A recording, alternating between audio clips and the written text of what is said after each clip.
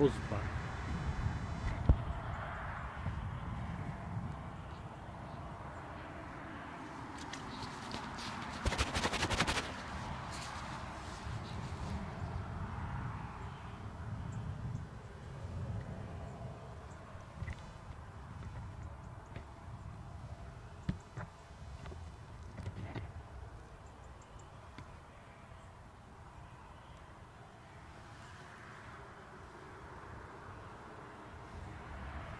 I got the chat up again. I had this on.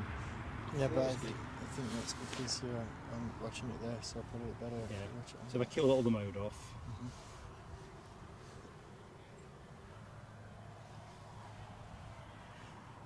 Good morning, everybody. Just bear with us, folks. Had a bit of a technical hassle to start with. HDMI cable failed on us, which has put us a little bit behind. Don't think it's enjoyed all the water that it's been seeing recently.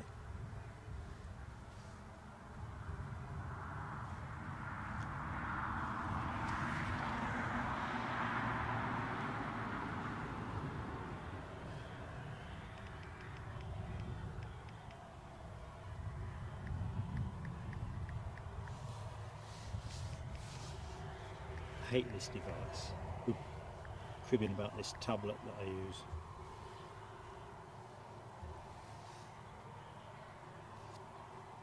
We're in. So first and foremost, folks, grateful for a sound check. We'll pick that one up in a moment through the chat. Apologies, it's probably going to be a bit squelchy here, but pretty much is everywhere. So, good morning everybody. Welcome to Newcastle International Airport, where we await the inbound Emirates 777, shedding a bit of time en route, scheduled in at 10 minutes past 12. Last I looked, running at 17 minutes past 12, so a little bit of time lapse on that. Joined trackside by Eddie. Hello everyone. So we are double-handed today, which will be good for me. I'll let Eddie decide if it's good for him later. Anyway, I hope the week has been kind to you all. Weekend is definitely here, so hopefully we can have a nice relaxing time watching the planes. And while I think on, members hopefully will have seen the emoji menu that I shared last night with you all, but just in case anyone's not had a chance to see that post, that's the emojis for today's show. Debuts given to 3 new ones, an awesome time one, an OMG one.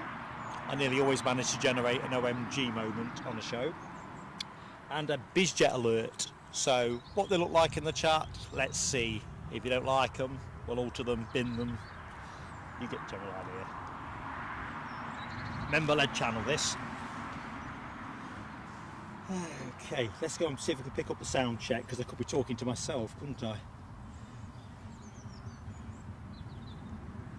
Ken Alloway, thanks mate. Les Donaldson, thank you as well. That's the metro train putting me on red alert. Caught for the first time today. Okay, so the chat has picked up from where we opened the show. I know pre-show, I think Becky Davis was number 1 in. Don't know what time Becky posted that one, but it must have been mighty early. And Yin Cathay Spotter as well, so hi to you both. Chats I can see. Rab H, good morning to you. Alibi 58, how goes it? In fact, it's a trio of mods. Alibi 58, Les Donaldson and Ken Alloway, so a very warm welcome to you. Go up as well, Danny. Well, I'll get to the sequential order, Eddie. Come on, jog on. Michelle Johnson. Good morning, Michelle. How goes it? Rab's got his flight sim on the go. Where are you going is the $64 million question. And what are you flying? Rab Air. Dopey Gorp, our 4th member of the mod team. Good morning, Dopey Gorp. Hope all is good. Nick Gray, how goes it in Boston? A USA Air Force C-17 just flew nearby. Destination unknown, but heading towards Europe. I'm guessing you mean nearby to us.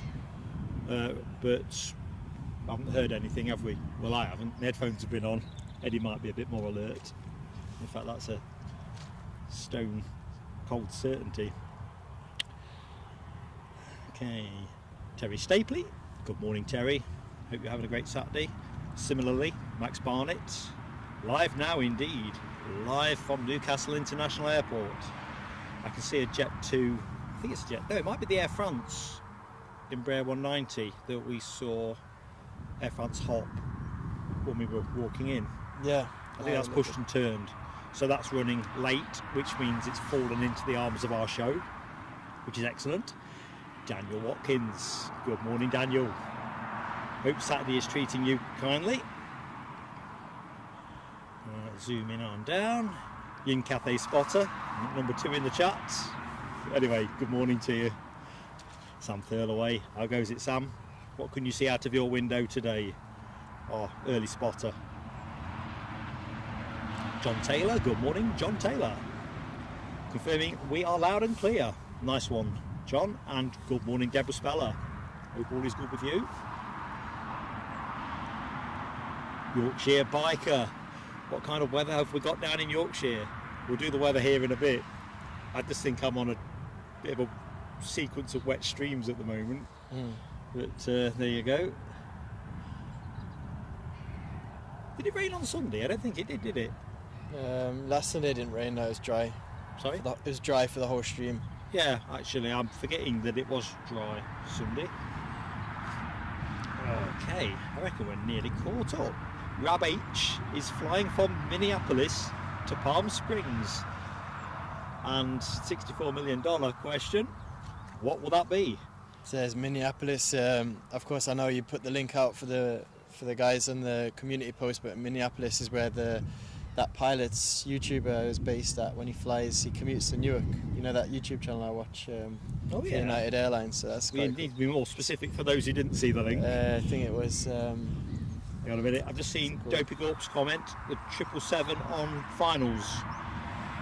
So let's just get ourselves toggled up. I think it's called My Layover Life. I think that's what the name of the channel was.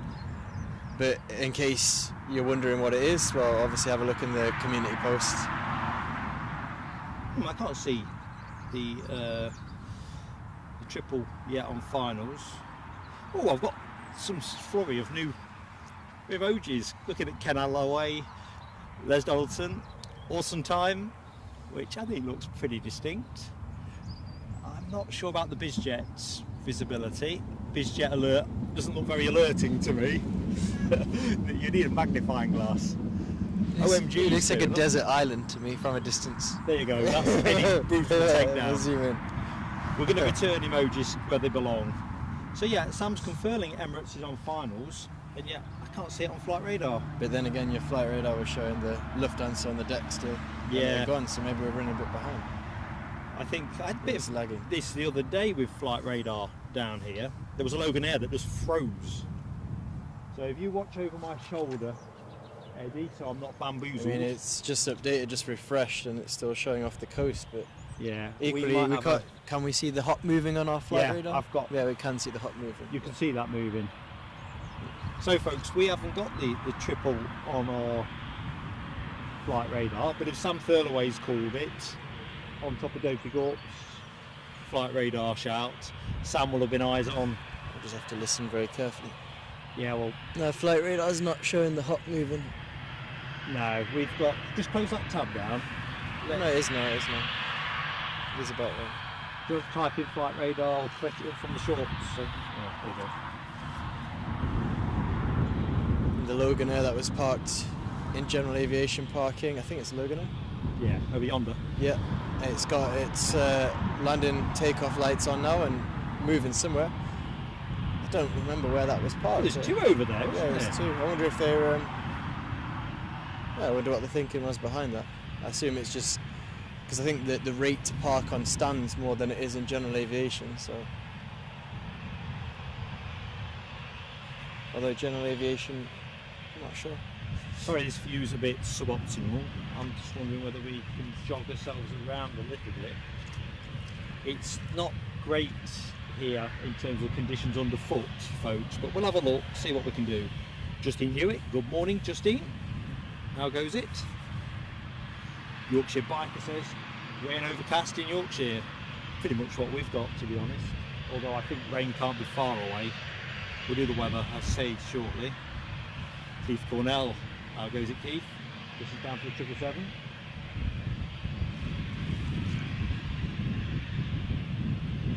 I think what we'll do is we'll let one come in and one go out before we look at potentially jogging the position a few yards. Everything seems to be holding short, so I'd imagine that 777's closer than our flight radar is letting us think it is. DB Bassman, how goes it, DB? Hope the weekend's looking good for you. Oh, Britannia 79, 079. It's my favourite handle. Memories of great times on Britannia, no doubt. Alexandra Wood, another member of our mod team. That makes 5 mods in the house.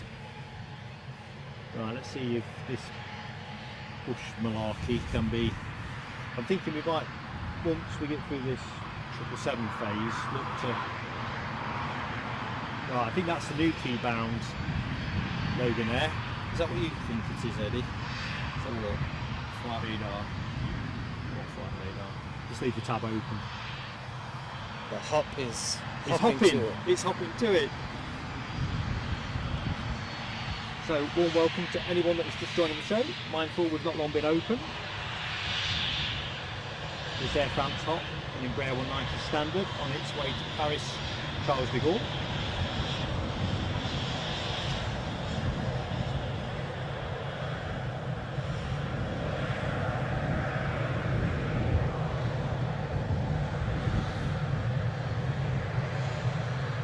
I think one of the best things about this time of year is even in the daytime the runway lights are on, which gives a bit of a charismatic warmth. It was a hassle with the focus on Thursday between the hedge line, trying to hop over the hedge and snagging on the lights.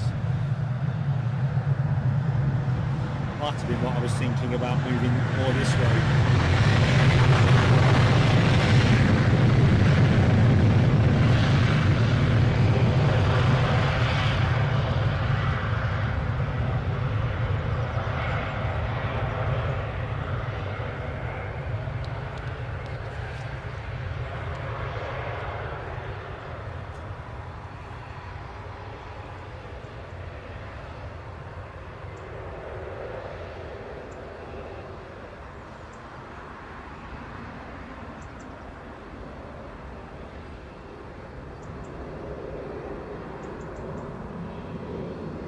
Something juicy overhead, I'm thinking.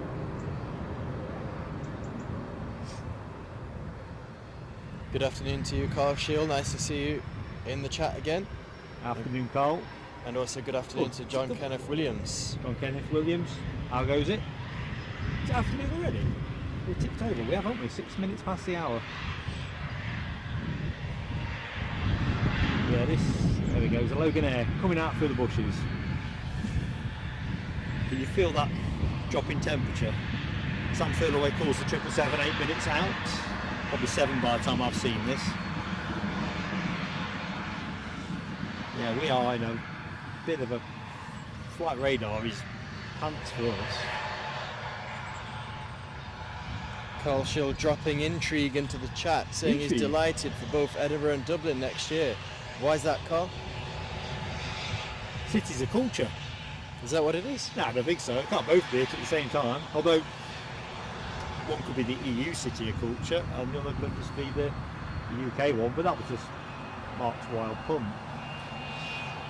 So Loganair just entering the runway threshold now. Registration on that aircraft, GSAJF. I know we're going to Newquay on this one. Is that right? It's a Newquay one, isn't it? Cool. I thought it was Newquay. I've seen Newquay listed. I don't know what to trust with what we're looking at here, to be honest. Ken saying that this Loganair isn't on flight radar, which we have come to expect, so we're not entirely sure where it's going. And Carl's he's dropped the information. Yeah, JetBlue. We'll talk about this on Thursday's show. Can't wait, we'll be there. Unless we're somewhere hot and sunny. So where are they flying to? Not sure. Carl, you got the Do me a favour, go and stand about there and tell me if that's a better view for where the plane's standing? Or is it more or less the same? I'd say it's similar. So we're obviously wrestling with the bushes in view. 45 is probably not the best decision maker for this kind of thing because it's fairly long slot.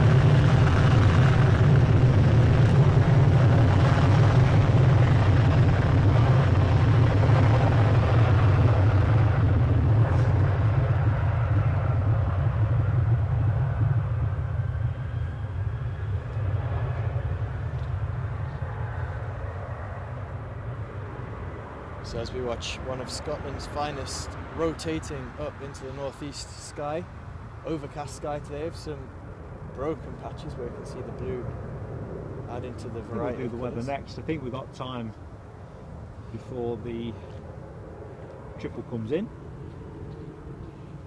Just pick up on Davy Bassman saying Sun Wings and Wizz Air no longer using Edinburgh. I wonder if that's just a winter season thing or if that's more of a permanent fixture. No, I think we'd seen in the chat last time. Are they going Glasgow?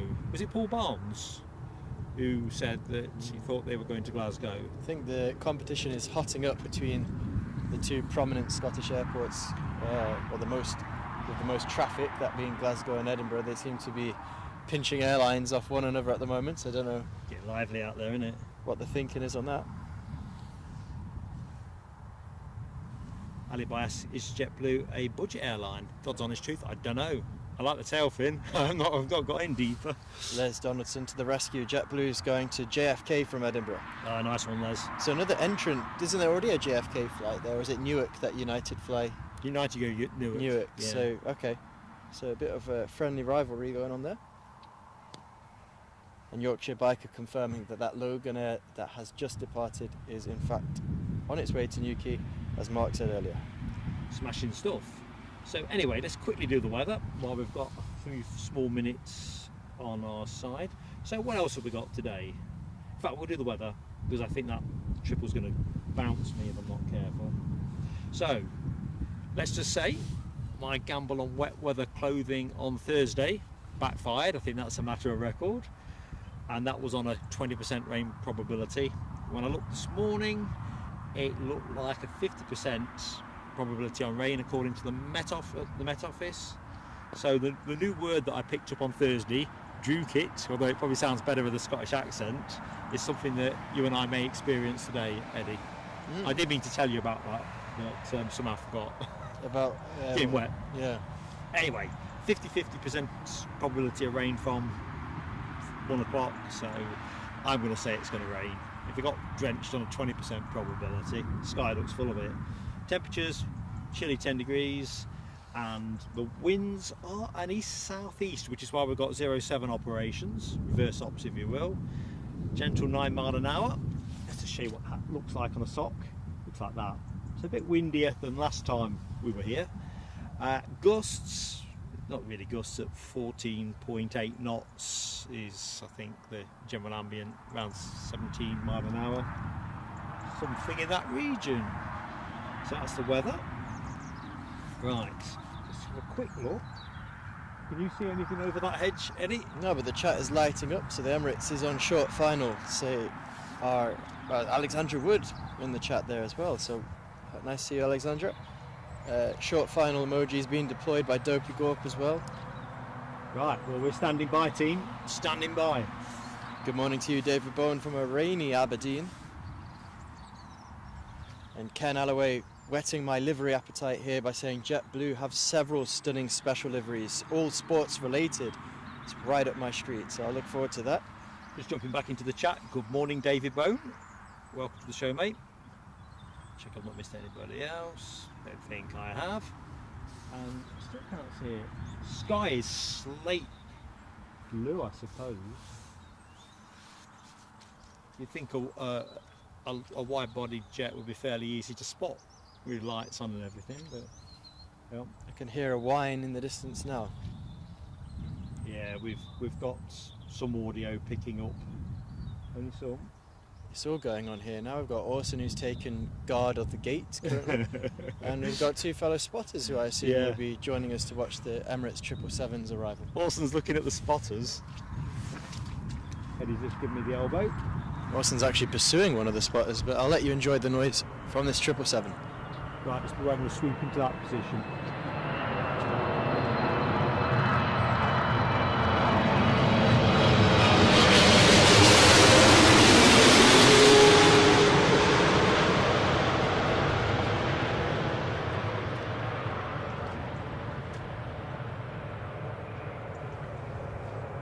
Mawson did not like that. It's a shame I wasn't wearing the GoPro there, because it would have been an insane view as we watched Mawson gallop underneath the incoming 777 there. Slightly startled, he picked up some speed. With that faulty HDMI cable, I'm using a short-ish one, so I can't quite pan the camera onto our favourite horse. Yeah, that was. He was putting the yards in, wasn't he? One of the more exciting 777 landings, as we had a galloping horse, probably about 10 metres in front of us. There's your 777. I'm just going to bob us on the tower for a second while we await the triple to come back into view. Good afternoon, Stefan Rouse from Providence, Rhode Island, USA. Stephen, sorry. Stephen, good afternoon, Stephen. Abby Garvey, good afternoon. Hope all is good.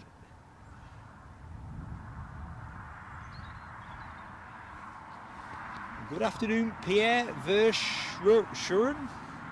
Pierre, I know you've been on the show before, so really appreciate you dropping in. Hope you're having a good day.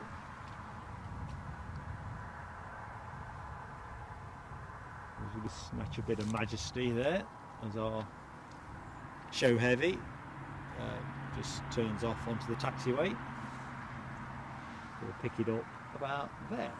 So a front runner for plane of the day, Ken Alloway deploying that emoji to great effect, as is Alexandra Wood. Michelle Johnson as well. Dopey Gore. Yeah, it's a good shout, isn't it? But then again, Newcastle does tend to lend a surprise or two. Sometimes we get unscheduled aircraft arriving, which can run as late contender for plane of the day. So we'll see what we've got left to come. That's what surprises Newcastle might treat us to today. Indeed. Tell you what, we had a spot of luck midweek with all those Eurowings liveries, didn't we? Champions League football bearing fruit for the football fanatics here in the northeast and the plane spotter fraternity. As certainly there was a few interesting liveries, wasn't there, Mark, that you caught earlier? Indeed. So looking into this next hour, we have, in and amongst the action, we should be getting an ATR 72 from Belfast. That was due in at 9 minutes past, so of 12, so I'm not sure where that is. KLM for their 12:50 arrival are deploying an Embraer 175 standard, which we do get from time to time here, but usually it is the 190 or the 737-800, occasionally a 900 or even a 7. But anyway, by the by, so we've got a 175 Embraer in. So we have those two come. Corridor are in the show this week. We don't normally get those on the Saturday show, but at 13:20 we have their 737-800. We also have some cracking photographs kindly shared by Ken Alloway from the Air Festival of Flight. If you remember, the show that I didn't go to in the end because I developed COVID. However, Ken has kindly shared some pictures to show and share with us. Look what you could have won. And what I could have won, that was exactly what was in my frontal lobe.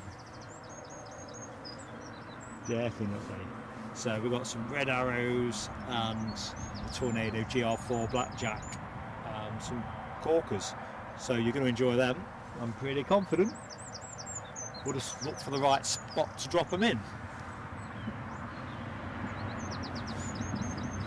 So just picking up on some comments in the chat there, Yorkshire Biker said he heard that the football team got a parking ticket. The Borussia Dortmund team, I'm assuming he's referring to. Ooh, that's interesting. Yeah.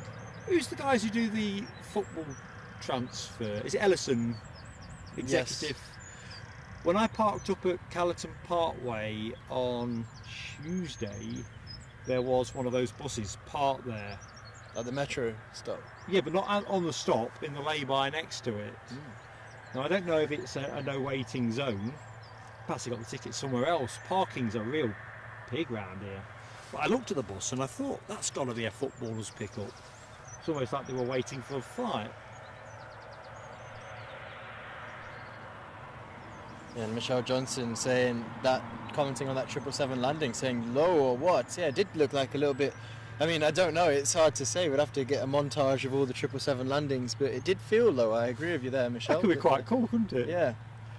777 through the ages. Yeah, it's more for your skill set though, nailing that together. Maybe we'll do an advent calendar of 777 landings. You know like they do with the cricket, where they show you what was bowled in the last over and where it all pitched, or the arc of the ball, or Projected landing. projected landing. Yes, we found that actually over the last 20 landings, this was the average trajectory. Well, I don't think the pilot's got to budget much for wind aggravation, has he? Well, first of all, Jollyman77, thanks for contributing into the chat there. It's great to see you. And he's added in that the Dortmund coach got a £50 fine, reduced to £25. What an appeal. Yeah, I assume for early payment, because he parked across 6 bays. Oh. Well, that is inconsiderate, isn't it? I think they should have fined him more, to be honest. I think they could afford a bit more than 50. Well, 20. I love how they paid it early though. It's very efficient of them. Or maybe it's the coach company have had to pay it, and they'll have to claim it back off later. Oh yeah. Well, no, because who would pay that? Because if I was Dortmund, I'd say, well, we've contracted you not to park in to do illicit spaces. Do a good job. Yeah. Well, to pay your parking fines. Yeah. That's interesting. Good intel, anyway, Johnnyman77.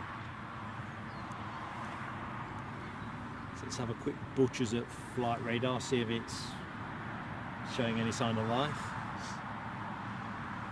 So, is it an away game for Newcastle this week in the Champions League, or is that next week? I just don't know. There you go. That's an informed answer, isn't it? So to the west of us, something caught my eye. Ramstein. Exactly. That's a C-17 Globemaster, US Air Force. That could be the aircraft. I assume it's a different aircraft, but was it? I can't recollect who it was who said in the chat. Was it Nick Gray who said? It was Nick Gray. He's Before... going the other way to Europe. Yeah. Anyway, this one's holding steady at 28,000, so I'm not thinking we're going to get a touch and go out of it. He might be practicing steep descents. You might. You never know. You do never know with Newcastle. Like you can. I'm going to call it. I'm going to call it here. He is not doing a steep descent here. I think it's unlikely. Oh, let's just see if we can get Orson on camera. If we can. No, we can't. Not enough cable. Let's not entice him. He's creeping our way. But as I was saying at the opening of the show, I think our HDMI cable, which is only a month old, hasn't enjoyed being out in the elements. It has had some fairly rowdy streams, and literally we couldn't get any visual up. Luckily I've got the spare to hand, the one that came with the camera originally. Not quite as luxuriously long. Wind, rain and all sorts has been treated to in recent streams. It's had a bit of a bash, hasn't it? I don't think I've said hi to you yet, Abby Garvey. So hello and welcome into the chat. Maybe Mark picked you up earlier. I know you were in. Yeah. And Jollyman77 saying it's next up for Newcastle in the Champions League is away to Dortmund on the 7th of November. Well, next up for us is going to be a Jet 2 737 in from Roos in about 6 minutes. So while we await that, you've made me think of something else talking Champions League. So what was it I picked up off the airport website, their pre-show prep? So apparently they've confirmed there will be an additional 17 dedicated direct flights to support the remaining Champions League fixtures of Newcastle United, providing over 6,000 seats, and that's during November, so they can service their remaining fixtures, which apparently are the return trip to Dortmund on the 7th of November, so it's that week after next, and then Paris on the 28th of November. So who's the other team in the group? So there's PSG, there's Borussia Dortmund. There has to be one other. What, you reckon they've got in a group of 3? No. Right, someone sing it out in the chat because we're having a malfunction here between us. Anyway, I'm just going to say hi to Dot Brownlow as well. Good afternoon to you. And I was about to say the same. Hi, Dot. So Sam Thirlaway confirms Newcastle United play Wolves away game today. Yeah, I think Eastern Airways took them out yesterday, didn't they? I think I'd seen that aircraft listed. It just didn't have anything particularly compelling to bring me down here for that one. QC Cat Planes, hello, all the way out there in New Zealand. Oh, good afternoon, QC Cat Planes. I've been actually thinking about New Zealand a lot recently. I've been rewatching the Lord of the Rings trilogy and looking at some of the fantastic scenery out there. Oh, gorgeous.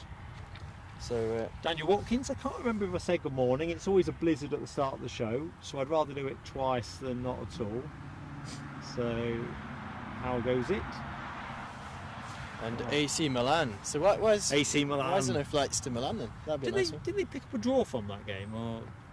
I think they drew out in the... Oh, because they've already been to Milan. That's why there's no flights there. Yeah. They drew out in the San Siro, didn't they? Yeah, pretty handy point. Let's hope. However, AC are intending to arrive here. They've got a special liveried aircraft. Oh, yeah, definitely. I think you shouldn't really go to Champions League games without special livery at your disposal. No. Although I was saying in my community post, it seems that the UK airlines don't put as much effort into special livery, do they? Your BA still trotting around with that Better World one. Yeah. You know, when the better ones they had were the BEA one and the BOAC. Well, I was looking at the Jet 2 silver grey livery that was on the tarmac when we first arrived, and I keep alternating. Sometimes I like the look of it because it's reassuring and it's, you know, it's been around for a fair few years, but then sometimes I think, yeah, I would like to see a fresh take on Jet 2's livery. I know they've obviously got 2 liveries in service. Neil Smith, good afternoon. How goes it? Good afternoon from Speedbird 192. Sam Thirlaway says the Red Arrows were flying over the airport Monday just gone, which reminds me, we've got some photos to share, which we'll do in 2 parts. Might do Red Arrows first, actually. I was going to flip a mental coin in my head on that one, plenty of room in there for that, as to which set to do first. I think what we'll do though is we'll get the Jet 2 inbound plane on the deck. That is at the moment being pursued by the ATR inbound from Belfast, courtesy of Aer Lingus. So we've got a couple of arrivals shaping up for the next few minutes. Just a comment from Nick Gray there. He says, don't forget that BA blue livery for Journey to the Future. I didn't know that they had a Journey to... I haven't seen that one yet. Oh, I don't think I've seen that one. Future. Oh, stand corrected, Nick. We get to see... We were seeing the BA one reasonably regular here. Is that one now out of service? It's out of service. Took that out September or thereabouts. And the Better World one occasionally shows itself at Newcastle. It does. It's more infrequent, wasn't it? We went through quite a nice spell of receiving the BEA special livery here at Newcastle.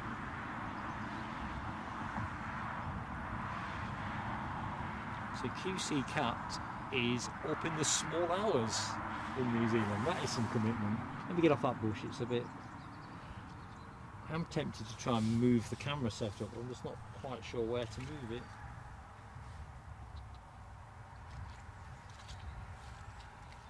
It really is pretty unappealing underfoot. We've had an awful lot of rain up in Northumberland, so I do apologise if you're seeing a bit more shrubbery than you might ordinarily enjoy. It's not quite Gardener's World.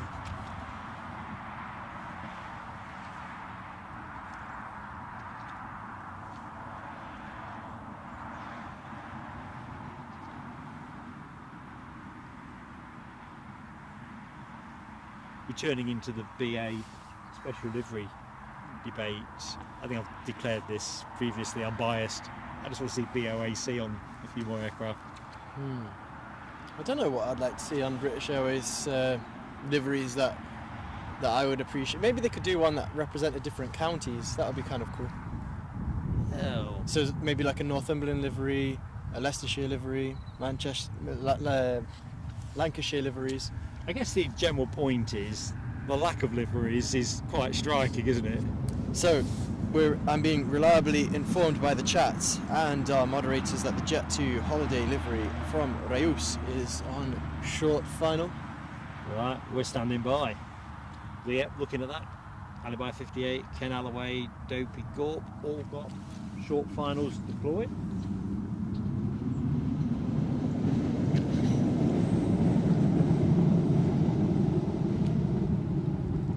I think with all this squodginess underfoot, we're kind of sinking, aren't we? I'm not getting the same elevation. I got it. Here we go.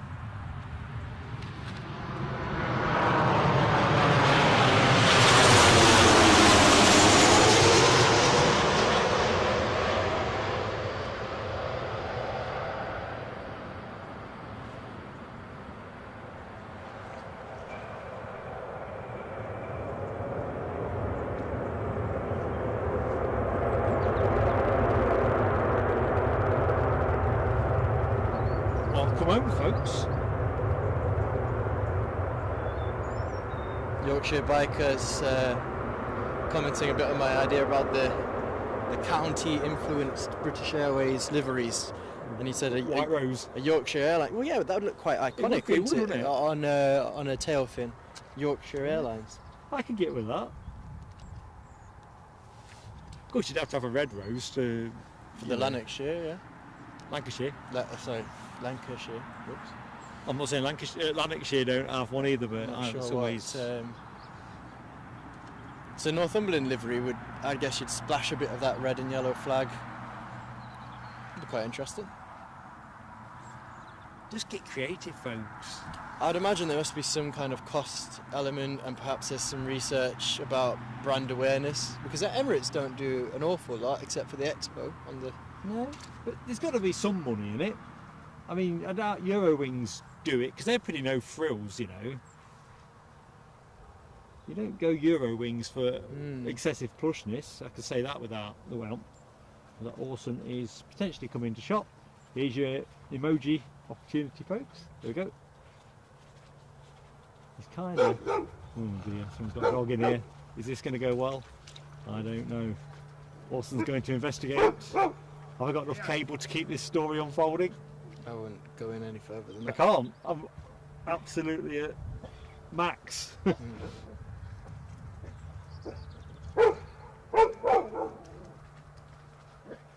He doesn't really care for dogs, is the conclusion. And now the owner's having a fairly tricky time because Orson's after the dog. It's now slipped his owner's grasp. This could get quite dangerous.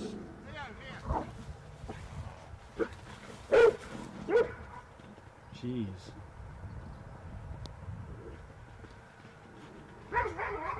Oh dear. He's right up against the. To be fair to Orson, I wouldn't. No. To be fair to Orson, he's very gentle. I think he's just protecting his space. He doesn't seem to want to. I don't think. There we go. It's the dog that is causing a bit of the mischief. Well, they can't talk to each other, can they? No. That owner's managed to get dog through gate. Well, that's an adventure you don't see every day. Have we got any Orson emojis? Look at that. Well, I'm keeping the camera off the owner because it's not fair while this all plays out. But here we go. Let's get back to Orson. So he's basically chased the dog out of the field. That's the subplot. So let's have a look at that Jet2 coming back in. So let's have a look who led the charge with the Orson emoji. QC Cat Planes, Ken Alloway, Nick Ray, Dopey Gorp, Alibi 58. Poor Orson, you're right, QC. Michelle Johnson and Simon Kirby. Good morning, Simes. How goes it? Let's have a look at that Jet2 taxiing back across. Well, the takeaway from this, thank you, Eddie, is that Orson is not really compatible with dogs. Not ones that are going to bark at him. I think it was just mutual interest, though, really.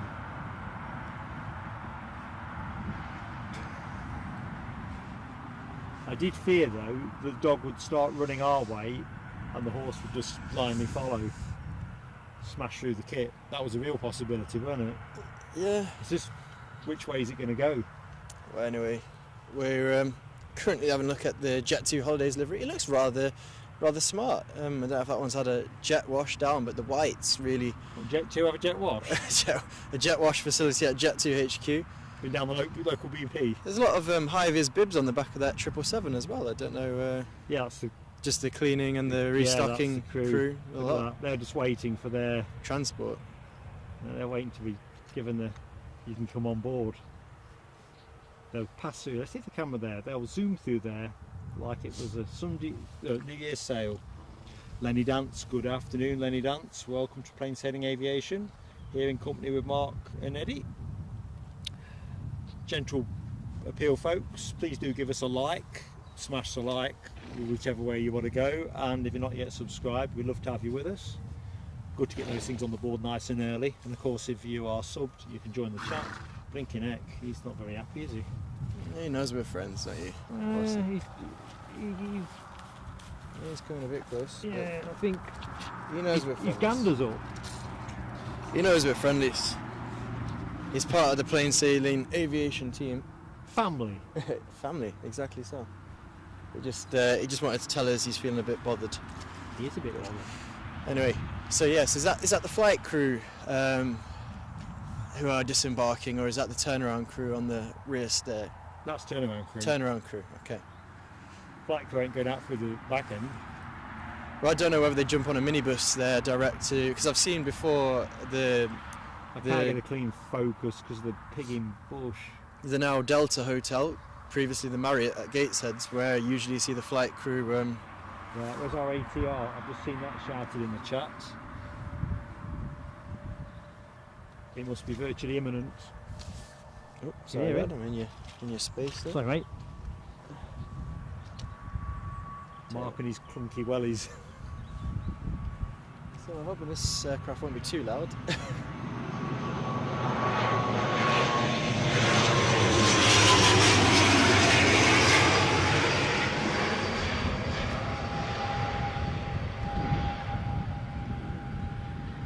Rather graceful.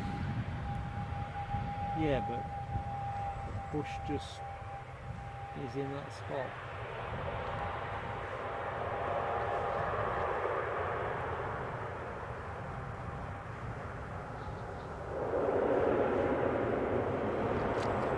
I think I think if the pilot watched that one back, he'd be happy with that. They look rather pretty smooth to me. They look very smooth, didn't it? I mean, you know, all the landings that I see look good, but that one looked particularly well measured. Right, so let's just see what's next inbound, which will be a Chewy 737 Max 8 Sweatback winglets. inbound from Palma de Mallorca. Due in 4 minutes, which kind of means I haven't got the time to do what I wanted to do with the pics. We'll do the pics after that. So red arrows straight after the arrival of Tomo. I don't know why I call them Tomo, because they're not Tomo, but on flight radar, it's a Tom, isn't it? They still have that call sign, don't they? The prefix, the Tom prefix, yeah, absolutely. I think Britannia 079 was talking before that his YouTube handle comes from his first flight, which was a BY, I think it was a 079A, he said, and that was actually to the A flight was the outbound Newcastle to Mallorca, and he said that it was the same flight number on the way back, but with a B in front of it. So yeah, I used to like the BY back from the Britannia Airways days. Yeah. Tom, the call sign for Tui Thompson. I mean, you'd think TUI would get into a bit of special livery action, wouldn't they? You know, all the destinations that they fly to. Definitely. They've got that Robinson's one, haven't they? Which I've not seen for an age. I don't know if it still is in Robinson's. In circulation. I used to make something of a feature of missing that one. So it's not just Orange Pride.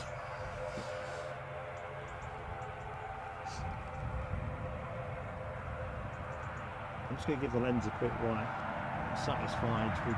There's a lot of bushes that keep snagging the focus.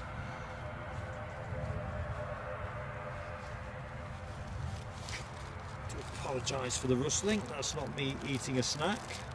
Not on this occasion anyway.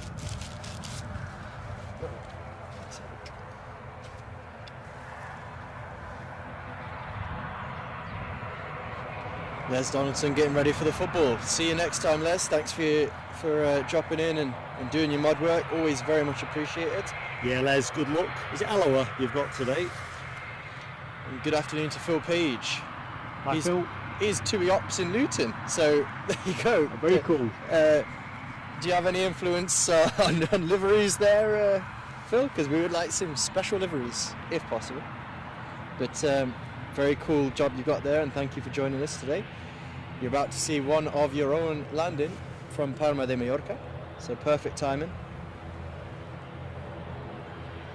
Michelle Johnson utilising those prop emojis very well in the chat. Really like to see that. And Dopey Go Up saying, did I hear Orange Pride mentioned? Yeah. Therapy ongoing. I'm just going to walk away from the camera, Eddie. Just watch the shot. Eddie at hands with the inbound Mallorca flight imminent. I'm going to have to dive out the chat for a minute just in case I need to operate anything. I think Mark's scoping out a new position where there might be less bush impact. Yes. Do we want to perhaps let Orson call his jets? No, it'll be okay. So you just keep your eyes on that spot so I don't lose reference with it. So we are going to go for a move in our own sweet way once I've worked out how to do it. Once you've greeted this TUI 737 as well, at least. In fact, there's 2 arrivals back to back. There's a Jet 2 behind it. So we're going to go for a relocate as soon as we get a gap in traffic. In the near future. Kind of feels like, this perspective feels like it's subsided about 2 inches. It's where we've used before, which is why it's become so quaggy. But yeah, you're right. Let's get landed what we've got inbound. So do bear with us, folks. We are going to relocate. In fact, Eddie, do us a favour. Do you want to pop the brolly in that spot? X marks the spot. So, good afternoon and welcome to anybody that has just joined the show. Thank you for joining us here at Newcastle International. Next arrival will be coming over our shoulder shortly, bringing you live on the screen. Will be a 737 MAX 8 TUI, inbound from Palma de Mallorca. Oh yeah, don't let him eat it. That's the other subsidiary task. If you could do those 2 things, we're up and running. I think he looks like he's having better fun anyway. So, thank you for joining the show, folks. Anyone that's just joined. If you're not in the chat yet, come on in, say hi.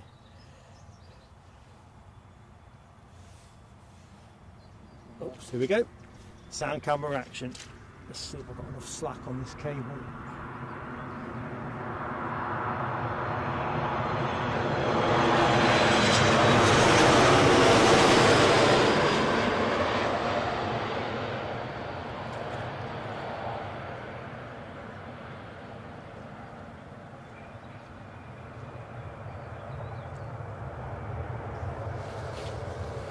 Cheers, buddy. Go back a few minutes. Yeah. I just want to say Phil Page has given us an update. He says they do have a number of special liveries on our German fleet, referring to TUI, of course. These are predominantly our hotel branded colours, so there's a Rio one and a TUI blue one. So, all right, that's good to know. Well, that kind of plays into the conversation that we talked about earlier on. UK airlines, or so the UK domiciled airlines, just don't seem to get with it, but the Germans seem to have. They enjoy a special livery more. Well, so do I. Well, so do the Belgians. Yeah. Well. And Phil Page saying, more. Great seeing our aircraft live. Yeah, it's awesome. I mean, we always get a lot of thrill out of just the real diverse aviation interest that, you know, we see in the chat, and seeing someone who's actually in the ops room at TUI watching their own aircraft touchdown. That's got to be one of our highlights, certainly of this show and probably beyond. So let's throw the ball out there to Jet 2. Trump that Jet 2. Yeah, Jet 2. Where are your operations team today? Yeah, why are they not in the chat? Well, exactly. Your aircraft's up next, so kudos to TUI. That's what I say. Yep. Next inbound is the Jet 2 though from Mahon, having departed 2 hours 23 minutes ago. Currently on short finals, 2 minutes out. And then we're going to go for a bit of a move around, which should give you guys some amusement, because if we end up slipping over Keystone Cop style, that'll be its own comedy moment. Good thing is we haven't got behind the scenes here for that kind of thing. Well, it could be a ratings winner. Good afternoon to... I'm going to go for your letters, because I'm not exactly sure on the pronunciation here, but SIHFTY. So, good afternoon to you, and it says you were flying yesterday. Oh, how cool is You're that? off today. What aircraft were you flying? Was like a nice aviation anecdote in the chat? Oh, Sifty. Sifty. Ah. See, How you doing, Sifty? I'm not always very agile reading out the handles. Well, I'm not always accurate. Shifty, he's saying. Shifty. Ah, there you go. Well, And he has corrected me before, to be fair. Right, I think that's too blurry for me. If it's too blurry for me, it'll be too blurry for you, I know. We're going to move as soon as this next plane comes in. Come on, don't delay. Once I've got an idea in my head. see, Jet 2 works in the English language because it's kind of like Jet 2 Palma, Jet 2 Mahon in this case. But if you say it in Spanish, Jet 2, like they would say in Spain, they'd be like, oh, Jet 2. Paul Taylor watching us from Waterford Island. Sorry, Eddie, I cut across you. I'll just reflect on the time double move on. entendre in English. It's Jet 2, who obviously the number. And people are thinking, yeah, that's obvious, Eddie, but I mean, the things that come into your mind when you're plane spotting in a field with a horse. Far station in the background of the Chewy that you're watching taxiing. We've got some great flames on Thursday's show. Folks who watch will recollect. We were busy setting fire to that training fuselage, which does look pretty singed. Probably the most impressive training exercise I've seen here, to be honest. Was it warming you up just watching it? Tell you what, it could have been far off. Then we've got that Jet 2 inbound.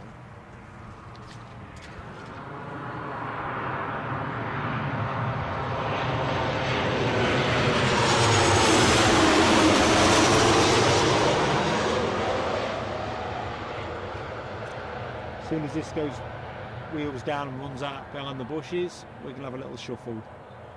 I think Orson's in your parking spot though. Well, one of the jobs you have to do as assistant presenter is to persuade him to move.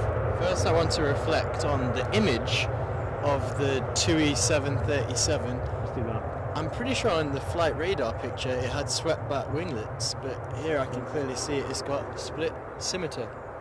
Different scimitars. I'm pretty sure on the flight radar image that we saw it was different, but I don't know. I thought Max's came with the scimitars anyway. interesting.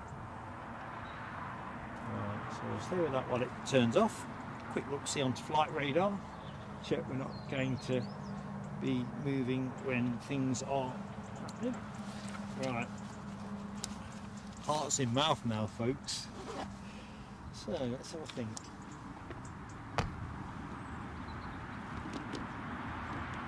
So anybody just joining wonders what the blazes is happening, it's just us moving our position slightly. Just slightly. Now, Oh wow, so Shifty says he watches the stream to catch his landings from the outside. So what, I mean, if you can say, because obviously I understand there'd be maybe restrictions from your employers, but which airline, if you can, which airline do you operate with? right, do you want to click? Let me show you what I want you to do. Hang on to that. When I lift the camera tripod, Yes. you're essentially going to be carrying this with me, yeah? We might have to do this a bit at a time, Okay. probably rather than go large. So, folks, do not adjust your sets because it's going to be mayhem for a bit. Good way. Split to it. I don't understand what's holding it, or it's your shoulder. Right. Ready in. A lot are busy relocating. The You want to rust. put it down or put it I'm down? fine, just keep moving. Keep it moving. Keep it moving. Sounds like we've turned into the Chuckle Brothers here. On the To things. VTU. Yeah. To VTU. Go on, Austin, give us a break. Uh-oh. Right, let's put it That down. was not a good idea. Just try that for a minute. Well done, bravo, sir. Let's see, look at that, folks. All that super flora and fauna. What can we see? Yeah, I'm messing. Awesome, obliged. Get off a slightly cleaner view.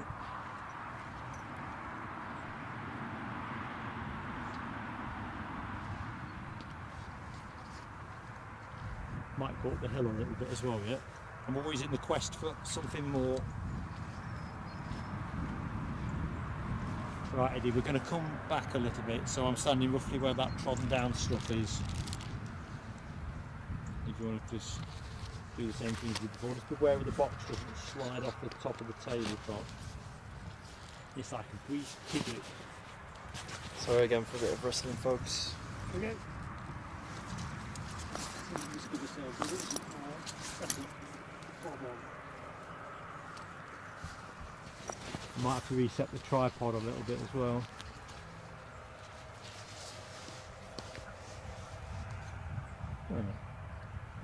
Just check people are still with me. QC Cat says there's a cute little BizJet 15 minutes out, so good stuff. QC, I remember seeing that listed. That's an Embraer Phenom 300, privately owned if it's the one I'm using on. Let's just see if I've managed to disturb anything. No? Well done, Eddie, bravo.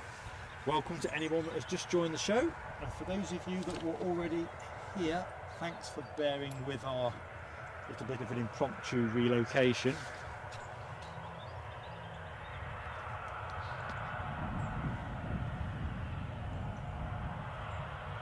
And I think on, folks, next stream from us, we'll put the confirmation out, going to be Monday from Edinburgh, so do look out for that. Make sure you've got that notification bell hit, tick, selected. Not quite sure of timings yet, because we kind of need to optimise the most interesting passage of aviation traffic for you.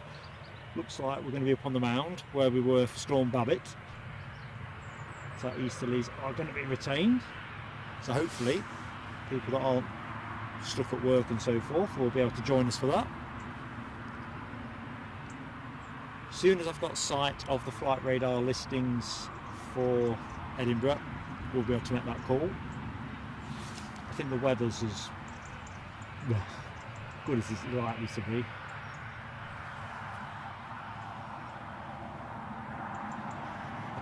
Just looking at the chats, it's a shame really we can't have interactive commentary with the mods. I think it's fantastic. I like Michelle's comment about Ken Holloway singing "What Shall We Do with the Drunken Sailor," presumably a reference to our relocation. Of course it could be something completely different, but I can imagine it was a pretty bouncy view.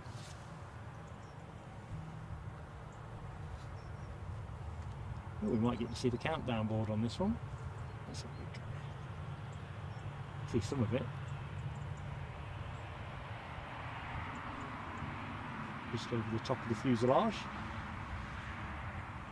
Not going to get quite what we want. Oh, we get some of it. I think we'll stay here for a minute.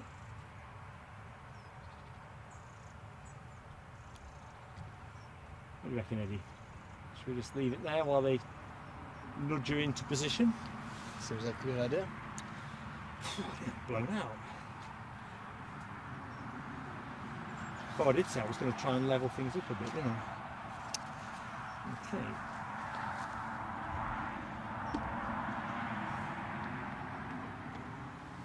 So, what does the tripod want? Up at the front. Okay. So, just bear with me, folks. I'm just going to lift the front foot a little bit.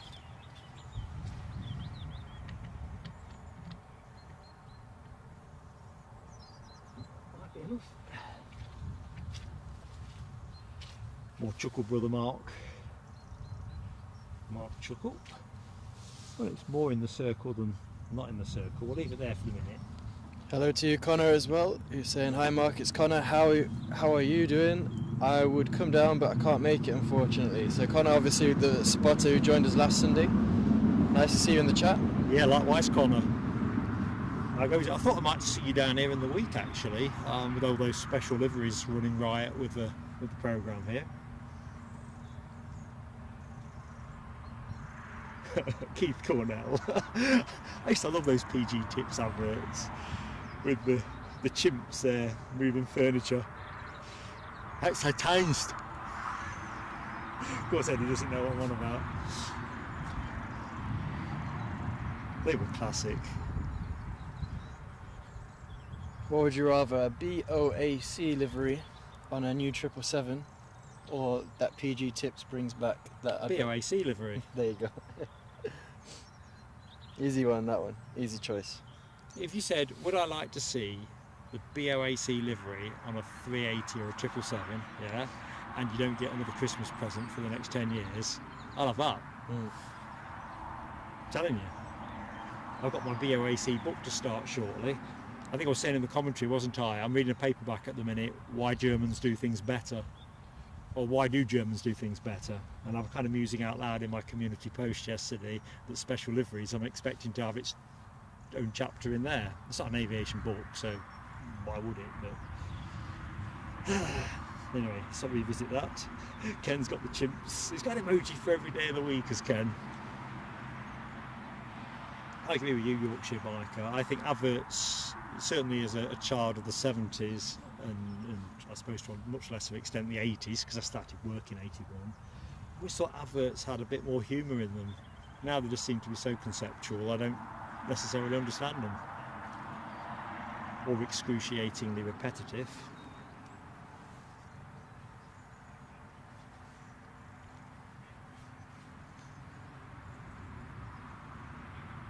So, next plane inbound. We've got to be out for our BizJet, ain't we? Which is just to the north of the airfield, I think.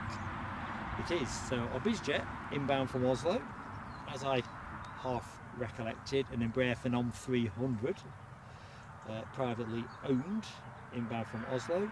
It says 3 minutes out of my flight radar. But before that, and into short finals, we've got KLM's Embraer 175 Standard, having departed Amsterdam 50 minutes ago. I do like these. They're almost like an oversized BizJet, aren't they? And they put a smiley dolphin livery on them. They get these at Teesside pretty much as a stock plane. Yeah, there's been an increase in traffic in Teesside Airport. They have obviously that KLM operates there. I'm not sure, does Air France operate from Teesside already? I think they do. Oh, okay. But you know, I just keep dipping in and out of their listings in case anything tasty comes through. Yeah, I'm with Keith Cornell. You see, Keith, the same page here. Put the 777 in BOAC. Or 350, of course. Yeah, that would be pretty tasty. Keith says BA for that one, which would be a good shout. To be honest, I think you could put the BOAC on the 350 as well. Come on, BA, there must be somebody listening to this show who has influence there. Oh, have you added the blue heart behind the dolphin? Eddie doesn't miss a trick, Ken Alloway. I was explaining to Ken in a post that you're in charge of the emoji lab, but because you were busy, I went into the emoji kitchen. That's good. And just tweaked it. So, thank you, Ken. Triple dolphin, a pod of dolphins inbound. Alibi 58 as confirmed short finals. We might just need to be watching the hedge a little bit more cautiously here because we're a little bit higher, can't see, a bit like higher for the airfield, but we haven't got quite the same ability to peer through the bushes.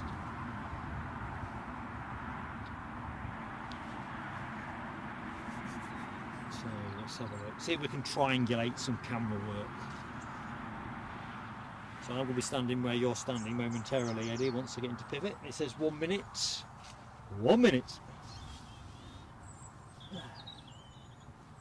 So I've just been discombobulated by our move, but we haven't seen that BizJet arrive yet, have we? No, it's next one after the KLM. I think we've got a slightly better perspective for that. Although it won't be optimal for when it tails off to the Biz Park.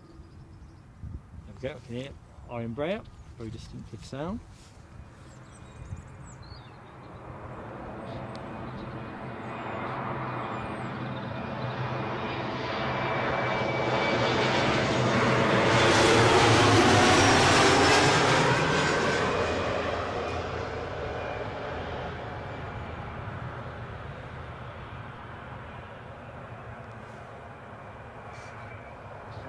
winglets almost look at a slightly different angle, or make a slightly different angle to the wing than what I feel I usually see. I think swept-back's usually almost 90 degrees from the wing. That one seemed to be more of a relaxed swept-back at a sort of 45-degree angle.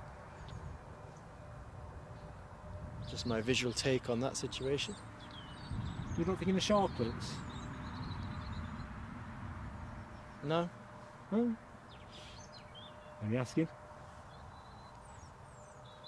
Focus is just snagging if I go too large on the greenery at the bottom of the screen.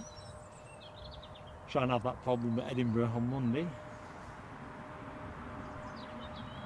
So which end of the runway, which end are you anticipating streaming from in Edinburgh on Monday? Mound. The so Mound. that'll be Ingliston on that side.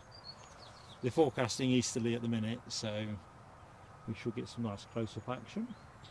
We just need to make sure that we pick the right packet of action to make sure our viewers, whether they're watching live or catch-up, get a chance to enjoy the best that's on offer.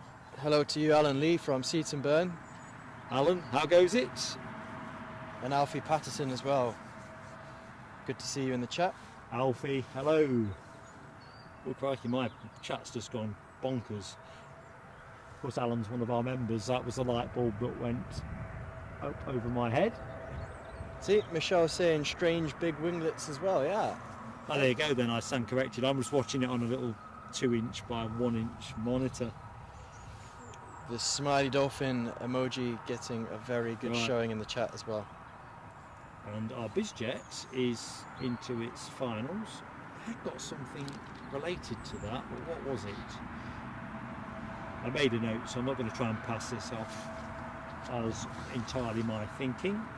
But that Phenom 300 coming in, privately owned, 2 years old, apparently priced at around $7 to $8 million. And if you are thinking of acquiring one, apparently there's around 45 for sale in the world at the moment. Well, do you know what's mad about that? You said $78 million. 7 to 8, not 78. 7 to 8. Yeah. So if you wanted to spend that on a footballer, if you're a football club, it'd be easier to buy a team of BizJets. It'd be easier to put 11 BizJets on your roster than it would be to put footballers at the Premier League. The world's gone mad, hasn't it? You can buy an aircraft for cheaper than probably a championship footballer at 7 to 8 million. Yeah, there is something about relative values actually being nonsensical, to be honest. But let's be honest, a player's career can be over as quick as it starts. Exactly so. Anyway, our BizJet inbound, so we're going to go to that momentarily. Apparently they manufactured 497 Embraer Phenom 300s, and of those, apparently 487 are still in service, so that's a goodly number. Right, this is going to squirt past us. I think it's going to come in fast, flat and low. This one's only 2 years old. Yeah. From Oslo, says Ken Alloway. Sorry? 2 years old and from Oslo. Yep.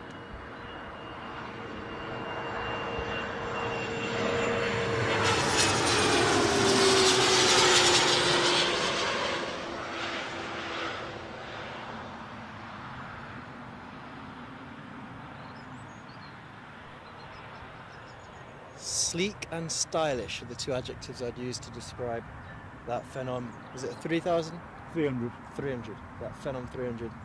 We've just seen. Phenomenon. Is it a phenomenon? Is it the plane of the day? Who's going to go against the? Who's going to be anti-system or? I can't slip my mind what I had to say. Who's going to go against the? Who's going to be grain? the insurgent? The insurgent. Who's going to go against the grain here? So 777 widely thought to be and expected to be. Really, it's the favourite to become the plane of the day today. One of our heavies in the winter season, a regular feature here at Newcastle.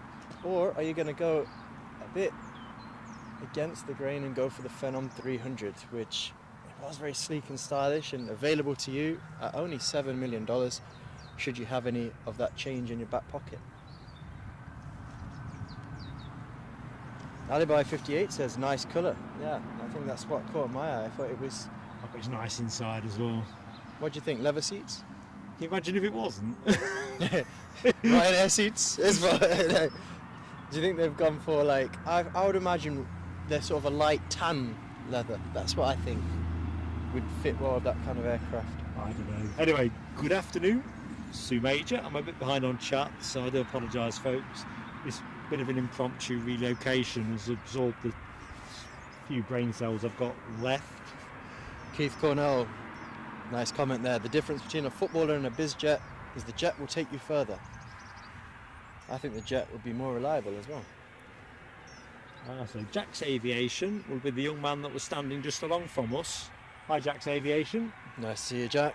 Fellow spotter in the field. Should have come and said hello. We're very genial. Very genial. Anti-establishment. Thank you, Michelle. So I think Eddie's a counter-revolutionary in disguise. The anti-establishment plane of the day, I think, was that Phenom 300. Okay. Although that's a bit ironic, really, because you probably are doing very well within the establishment to own a Phenom 300 or to be flying in one. But anyway, in terms of the plane of the day, it's certainly the outlier. They don't get you much of that, folks. But it does look very sleek and stylish. Very sleek and stylish. But then the 777 with its powerful engines, big noise, iconic Emirates livery. And of course it goes out at 2 o'clock, 2:05, so we're going to be able to settle that. So it'll be well advanced in its boarding procedures. And yes, seeing it depart will probably help settle the debate that I would imagine is going on in a lot of people's minds, certainly my mind right now. I'm going for the Phenom 300. There you go. It probably reflects my more I like rebellious bizjets. nature. No, I like my bizjets. If that was a Dassault Falcon 900 LX or something, I'm there. I'm just going to, everything else, I have to park it to one side. But see, I'm not really, generally speaking, a big bizjet fan. I like my commercial aircraft. The thing is, if you stick 3 engines on, hence my like of the Falcon, it just does it for me. The more engines, the better, says Mark. Because you like the 7.4 as well. Of course, who doesn't? Yeah, no, I like the 7.4. Right, photos. I think we can do the photos on the red arrows. Let's just check the coast is clear. Right, the coast looks clear. There is a military aircraft, US Air Force from Mildenhall, on its way somewhere, a Boeing KC-135 Strato tanker, but it's at 32,000 and holding steady, so I don't think it's going to be troubling us. So Eddie, I'm just going to crouch down to the screen. Now, let's just have a look, see. The glare is a bit surprising actually, but the red arrows ones should be easier to recognise. So these pictures were kindly taken and shared as well by Ken Alloway, one of our mod team from the Air Festival of Flight. Obviously I was hoping to join Ken at that show, but COVID prevented, so this is my vicarious way of being caught up on it, and of course you get to see it too. So here we go. I'm just going to take a plunge on one of these. So they might not be in the sequence I'd selected. So let's have a look, see along. Some very artful stuff here, as you would expect. This is a favourite of mine. I love this picture, Ken. There's just something about that catches my eye. And of course, pretty iconic jet. It makes you wonder actually when they decide to phase the Hawk out of service, what they're going to replace it with, to be truthful. See, growing up, they didn't used to have the Great Britain flag on the tail, and quite like that flourish. Yeah, they've gone through a number of iterations, I think. So here we go. I wish I knew all the different moves. The acrobatics? Yeah. Commentators do an ace job with this stuff. It's usually a member of the team, isn't it, that provide the commentary. Is it like Red 10 or something like? I'm not sure really, but as a cadet. I love this picture as well, Ken. I think this is a total belter. And a spot of inversion. Show-offs. Okay, it's just moving on. Oh, what's that one? See, that's the other thing. Traditionally, they're a Diamond 9, aren't they? And I guess that would be a Diamond 8. I don't know if Ken or others in the chat know why they're flying as an 8 at the minute. But either which way, look Are at you the. sure? Because sometimes I've seen on the display one of them peels off and then comes Well, that's the other thing. straight They may off have, at them. and that's where this is going. So they could be a 9, but they do sometimes fly as an 8 if someone leaves the team suddenly for whatever the reason or whatever. So yeah, just watch the chat on that one, because it's almost like Ken was in a plane. Ken was in a chase plane following.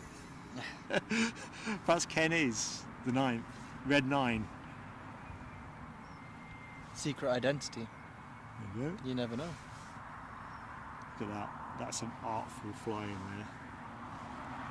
Some kind of corkscrew. That's quite spectacular. I want a spider on the microphone. It won't hurt you. I'm If it does, do let me know. I'm going to release it. Back into nature. Gently does it. Some stuff down. Oops, right, so just drop the camera slightly. So let me get back into the chat.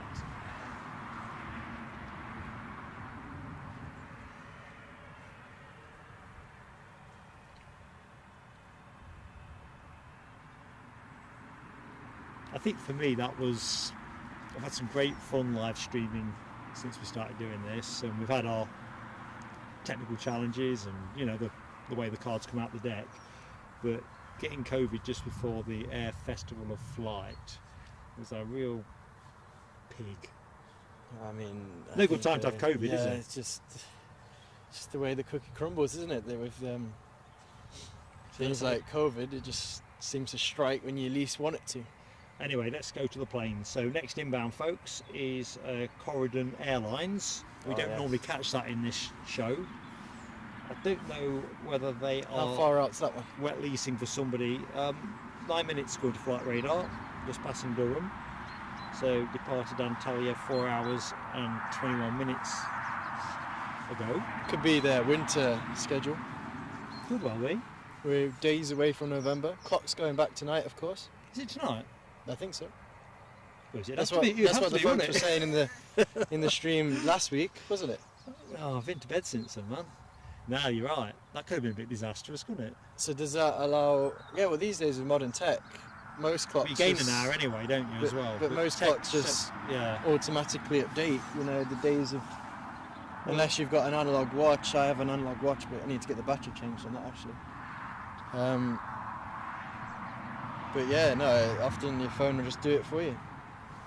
Well, just going back to the BizJet stuff as well.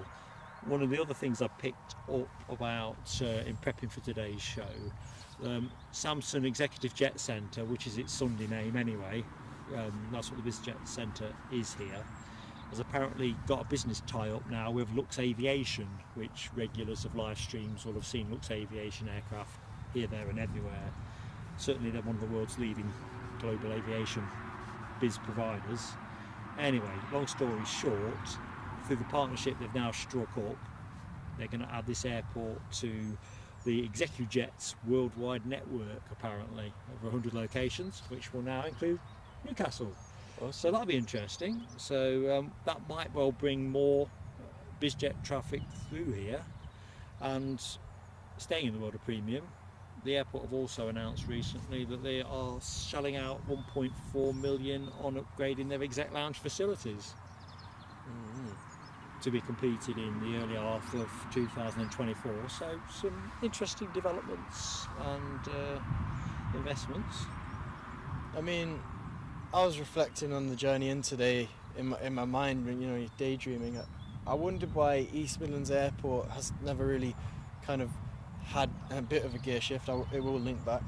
Why East Midlands Airport hasn't necessarily got more of a footprint in the commercial world, as in the airlines don't tend to use it. It's just purely freight, isn't it, East Midlands largely? I mean, there is commercial stuff there, but it's never really... holiday charter still. Holiday charter, but it's never really grabbed it. No. You know how Glasgow and Edinburgh kind of tussle over East Midlands hasn't really entered the commercial tussle with Birmingham you would say with its central location. East Midlands is increasingly synonymous with freight and a significant freight handler. And I assume the central location, the motorways, is part of that. Aren't they a Freeport as well under the government's Freeport scheme? I've got a feeling they are, Might. Simon Kirby, this is your neck part of the woods, isn't it? Yeah, it might be, but I guess I've not understood why they haven't tried to kind of compete in the commercial world as well, because obviously passengers can travel from all over to get to East Midlands if the flight prices are competitive enough. Anyway, where is it linking to? East Midlands Airport is often synonymous with free, and I wonder whether Newcastle, within the northern section of England, becomes the kind of the business jet hub in the north. I don't know. I mean, I'd imagine Manchester's got its fair few business jets coming in and out as well. Oh, I bet. Edinburgh does. So is there an attraction to becoming a sort of a...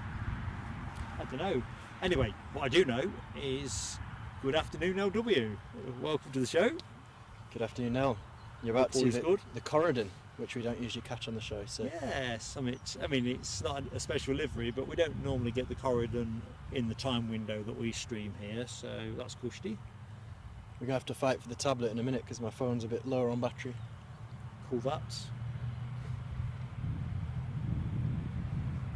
I'll be slightly less responsive in the chat, but still. Ken says we've got our ATR pinging on flight radar, and I think it's pushed back and turned. It's pushed back and it's pointing in the right direction. If it's in the right direction, that'll do for us. So expect a bit more turboprop noise.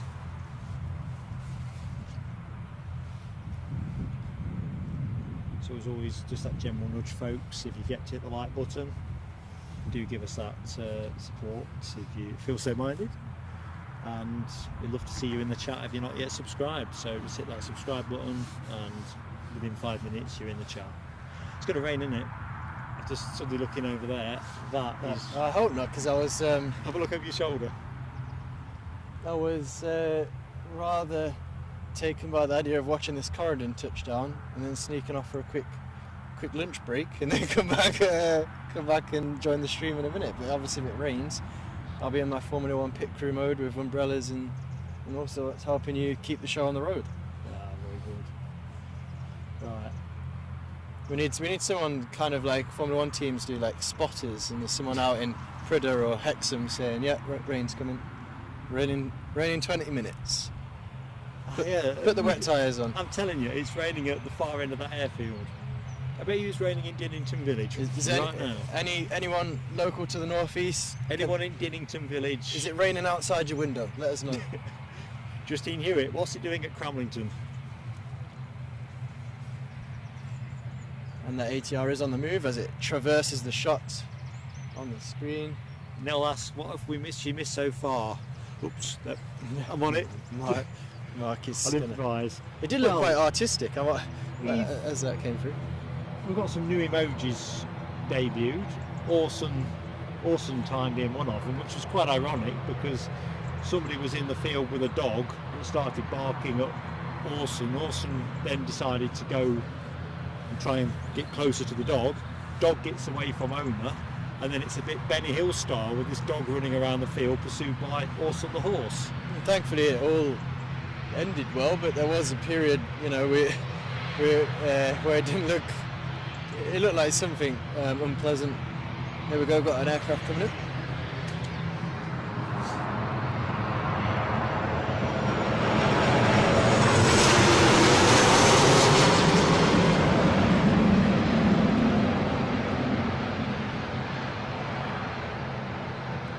And Nell, you were just in time for this.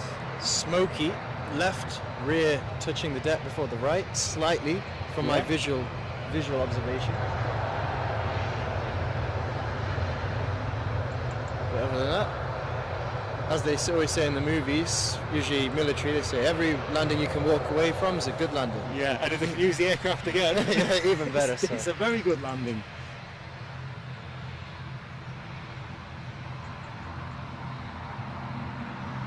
Yeah, I hear you. Yeah, so you missed Orson getting Larry. We had to move positions and set us up in what I thought was where we normally stand, but it's a quagmire and I'd lost my reference point, so... Here we go, this is what I want, to feel like a Formula 1 team. Big G from Wickham, to south of us here, says not currently raining. Okay, well that is good to know. So thanks Big G. Because the sky is threatening. Uh-oh, talking of threatening. No, he's not threatening. No, Austin, after his little skirmish, he came over to us and he looked us in the eye and said, "It's all right now, folks." To be fair, he says confrontation always leaves him feeling hungry. Stress eating. Stress eating. We'll take it down McDonald's after the show. Yummy. Other fast food chains are available. Da, da, da, da, da.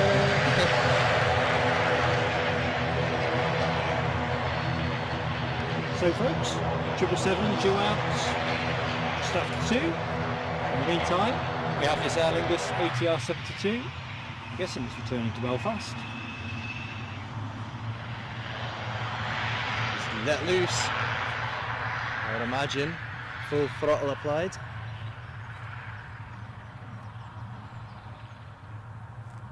It always looks quite pedestrian when you've been watching larger aircraft on takeoff. It's the good thing about both Newcastle and Edinburgh. You get a nice mix. You don't get all the big heavies, which of course we all love. But you do get a nice mix of aircraft. Something chunky overhead. I believe you can see flight radar on the screen I've got open. I've probably not got it on flight radar, have I? Cloud cover's a little bit intense today to pick the overheads. It was quite good last Sunday, wasn't it? Last Sunday was a bit... Well, it'd have to be good. I usually miss the overheads, don't I? I even found a 380. My finest hour.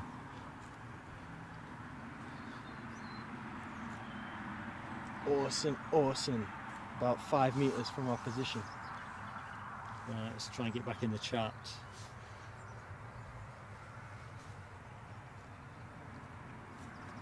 Hi Eddie to you as well, Sue Major. I don't think I've had a chance to greet you, I know Mark has, but nice to see you in the chat as always. Audrey McDonald, how goes it? Emirates overflew you when you were out in the woods with Foxy. How did Foxy bear the news? Yeah, well, nice to see you as well, Audrey. Is it raining where you are? Eddie's just trying to... Is it going to rain, Eddie? Come on. I'm hoping not, because like I said, I would appreciate a little nip out to grab some provisions. Yeah. I just saw someone, I was going to say hi to you, Mark Brazil, good afternoon. Good afternoon, Mark. How goes it? Welcome to Plain Sailing Aviation. Mark and Eddie on commentary, me being Mark. And I'm Eddie. Dulcet tones of Eddie. You joining us on Monday? Don't think so. I think Monday I'm looking at nurseries, etc.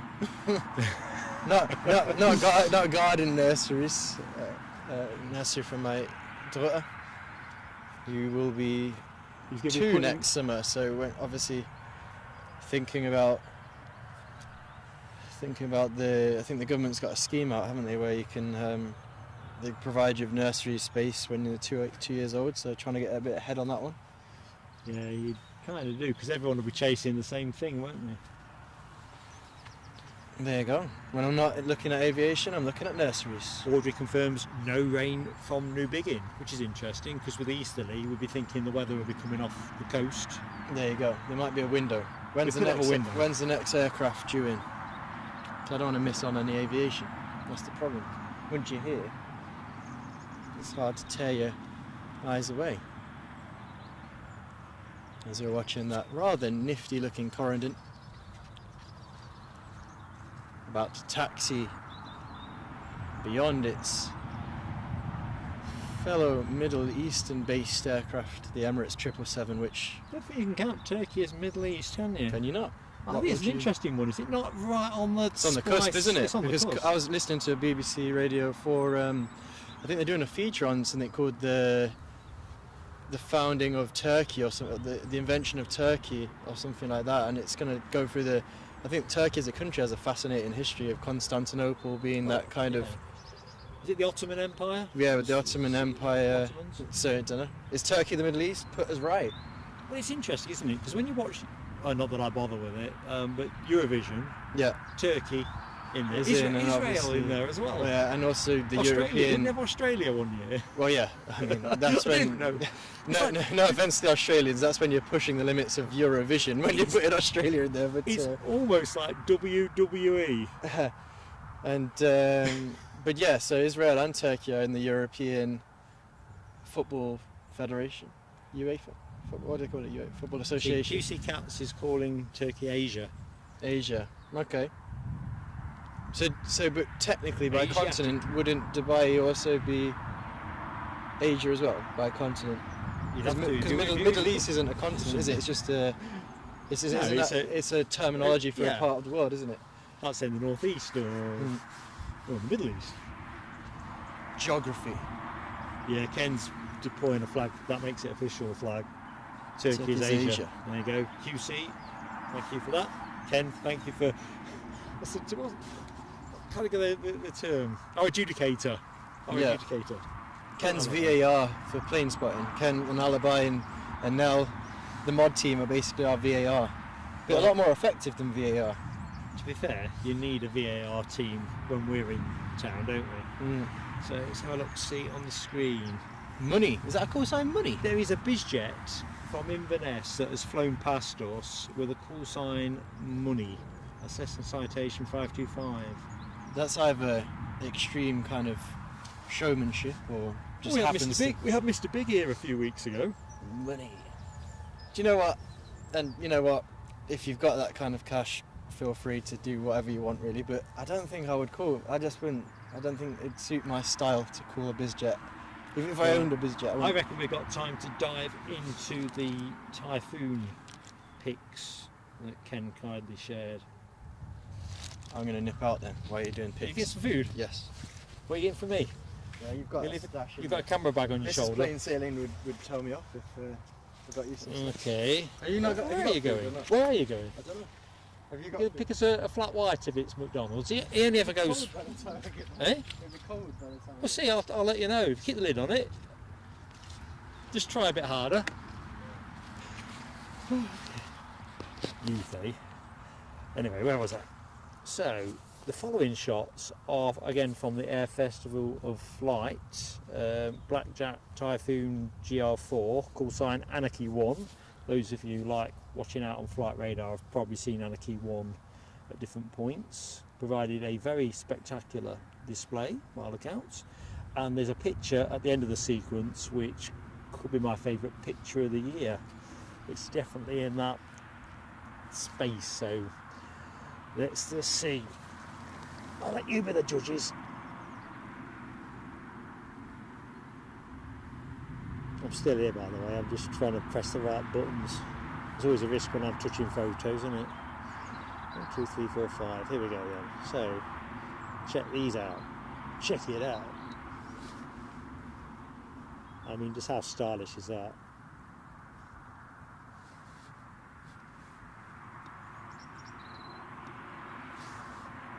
Tell you what, Ken, you sure you weren't at the back of another plane?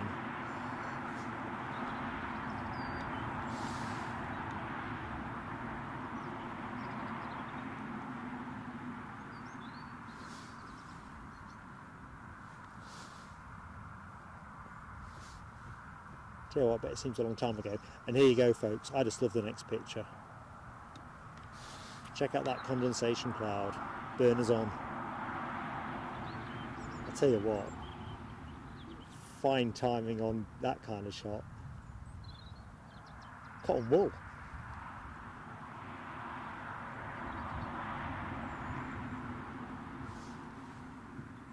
There she is.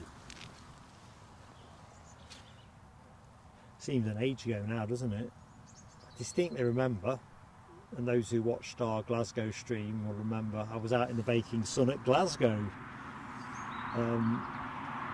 Yeah, pretty ragged order actually at the end of that stream, but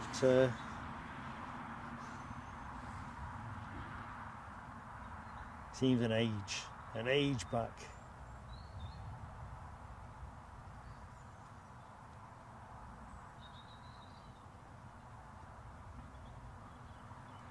Well, Eddie has departed the scene. What do you reckon? Are we taking a bet whether I get a flat white? I didn't bother asking him for anything hot because, as you heard, sight his mum's strictures. You know, well, I know where he's going. He's going to McDonald's. Although I'm not sure which one he'd go to from here. I know which one I'd stop in going home. But anyway, by the by.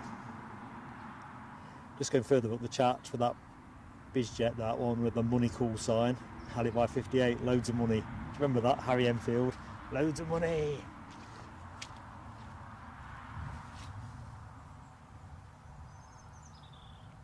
Let's just have a bit of a nosy.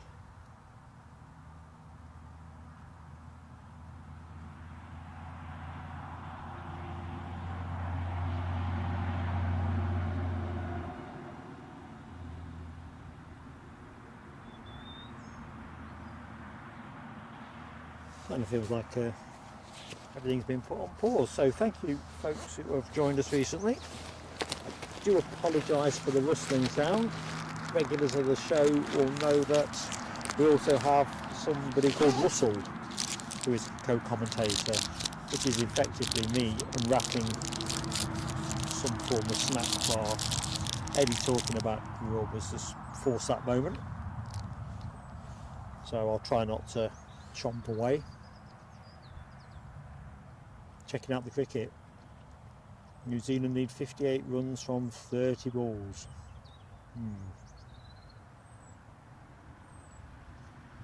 How many wickets they got in hand? Because I reckon they'll get those.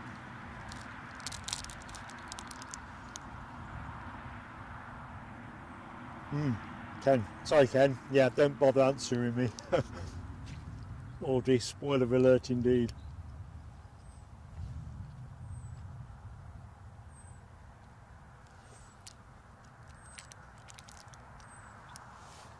So members on the chat, I'll be putting something out Sunday confirming details of our November away day. Just been holding off that. We're at the point now of disclosure, so if it doesn't come out tonight, actually it'll be tomorrow.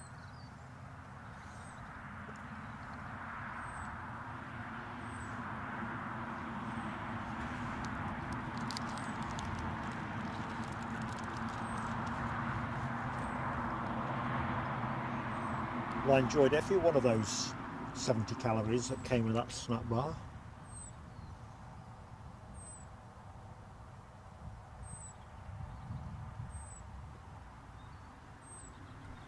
Now what we need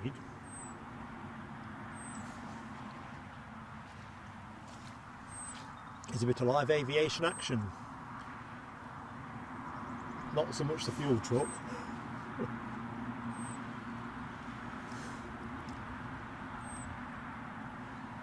I did say not so much as fuel truck, didn't I? So I've got tail fin wise there. Chewy, I'm thinking, and I'm thinking the darker blue one, ASL, shows you where the freighter parks up.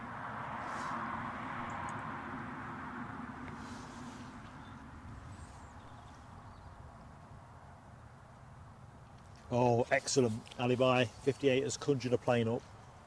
How you do it, Alibi, I do not know. However, just what we needed. So we've got a couple of arrivals, the first of which is Thompson's from Ibiza. Oh, Chewy, sorry, I'm slipping into that habit.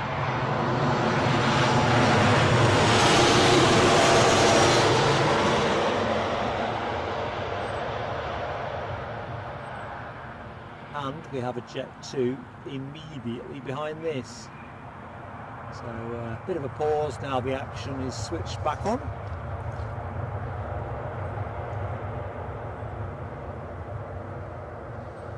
Forecast said 10 degrees, you know, but it feels like about 4 or 5. My fingers are perished. Pocket warmers are going to be purchased tomorrow.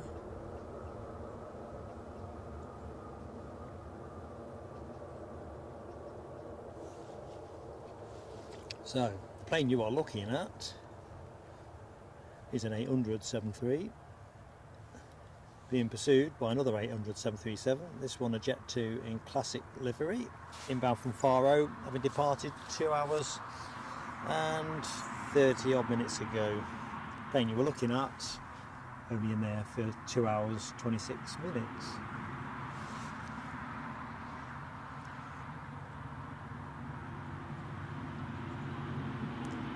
Well, the rain threat was supposed to kick in from 1 o'clock. The clouds I was chuntering about earlier on with Eddie are pretty much static to the right of my position. So who knows?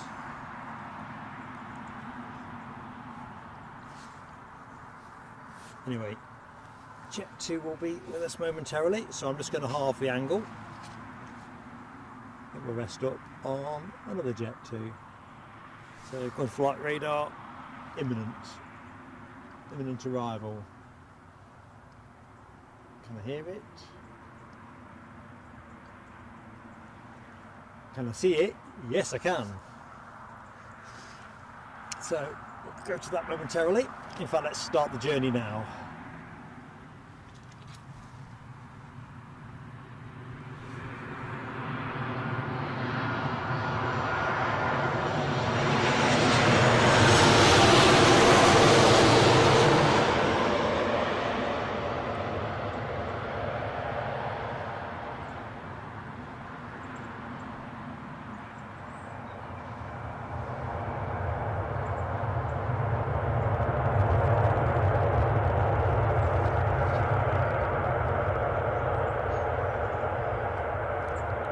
Decent rumble offer.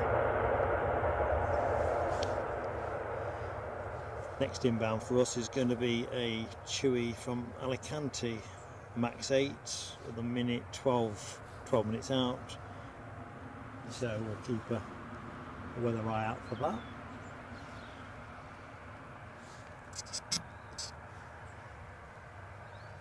That noise is just me trying to stretch the cable a bit more. My substitute HDMI cable, as we had a failure with our regular cable this morning. The substitute one's a little bit short.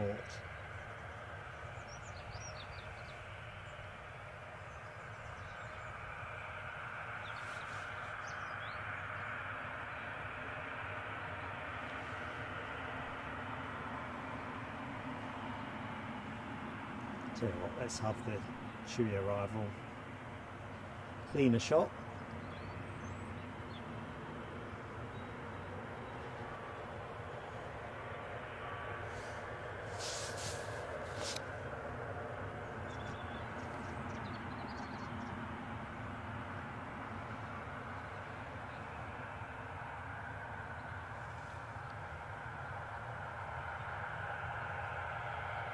Just try and keep the scimitar winglets in shot.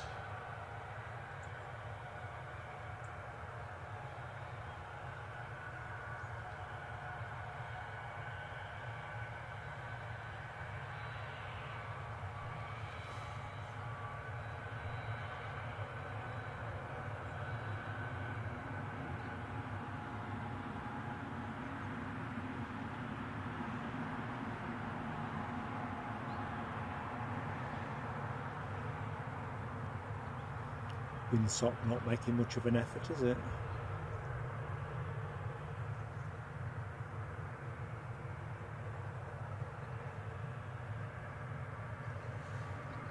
Something at the back of that Emirates. Not much.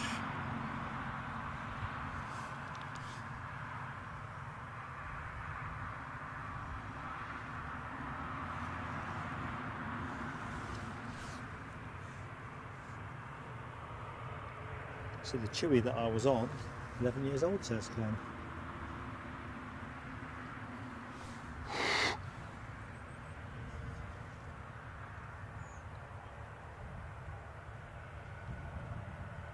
So warm welcome for anyone that has just joined the show, because I'm mindful that, what's going on here? Fire engine come tazzing out from the BizJet park. Anything exceptional going on there. Here for the planes, for the fire engines.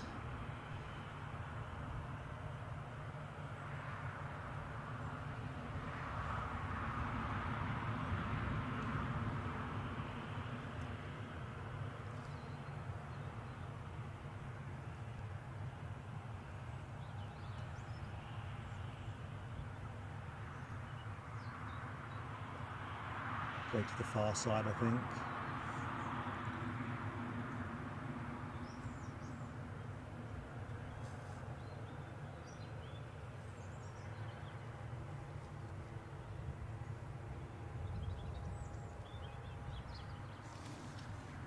Conditions still pretty gloomy. Let's not kid ourselves. Not have the runway lights on for no reason, do they? Sky hadn't. No. Sorry folks, you might have lost me momentarily. That was me stretching the cable a little bit. In fact, let me just see if I can conjure up a tidge more slack. So I've not abandoned you. Jeez. There is the most evil bramble underfoot that snagged me, nearly took me over face down. I'm just doing a bit of gardening, folks. So that's going to happen again almost certainly. It's better.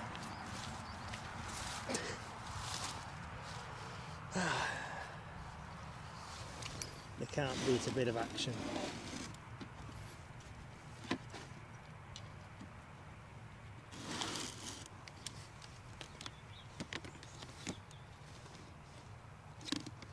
See if that does me any better.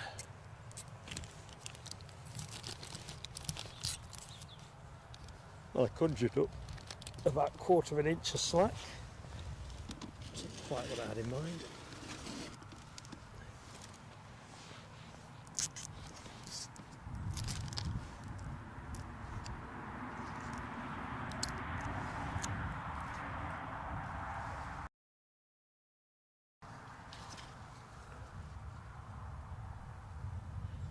Just mindful that HDMI cables are eminently replaceable, but I don't really want to put strain on the HDMI port on the camera.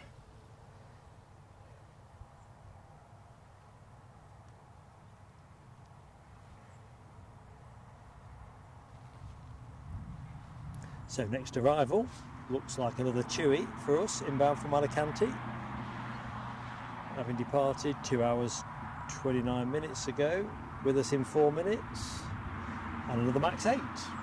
So that's going to be an next inbound action. Kind of looking over here, usually between 2 and 3 is the jet 2 hour. This isn't going anywhere quickly, is it? But we'll rest the camera there. Looks like we've got a chopper potentially coming our way.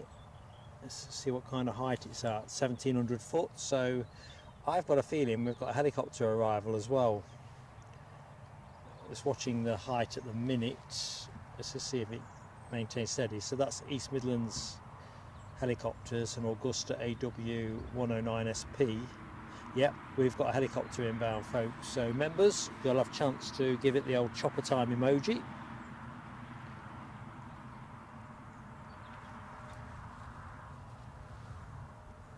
I think it must be just holding steady now while it waits its space in the order of things. Chewy first, chopper second. That's Mark's understanding.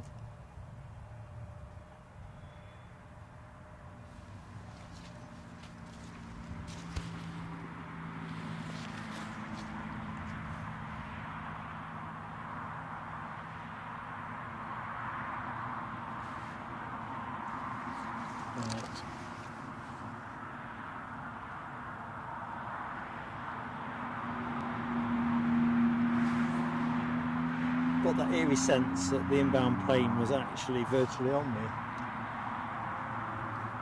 It's trouble when you're streaming with headphones on, you need to monitor your own sound outputs,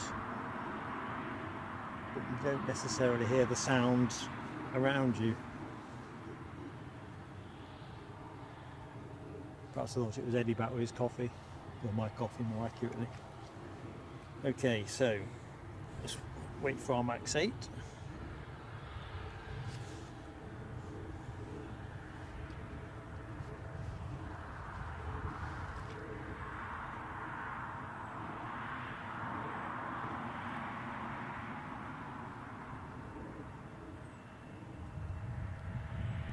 Must be treading water. Can you tread water in the sky? Probably not. It'd be hovering, wouldn't it?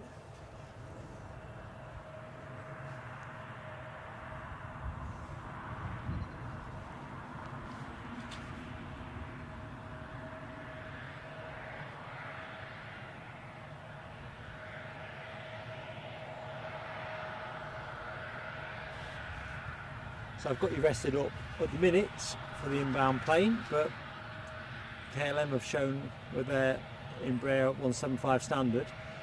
I hadn't noticed that transponding, to be honest. Incontrovertible, here it is.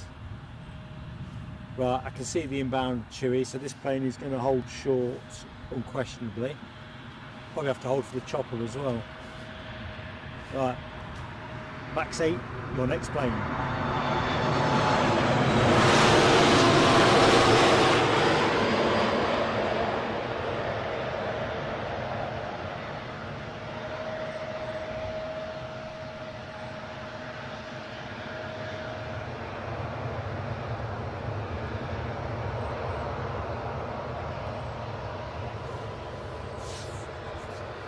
So where's that Augusta chopper gone? I can't see it at all now. Maybe it's set down somewhere else.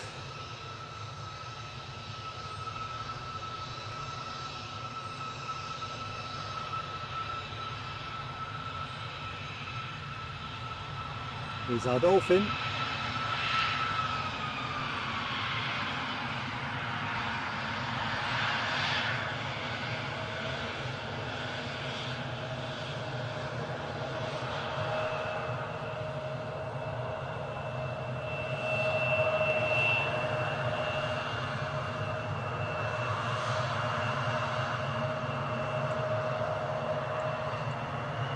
No waiting.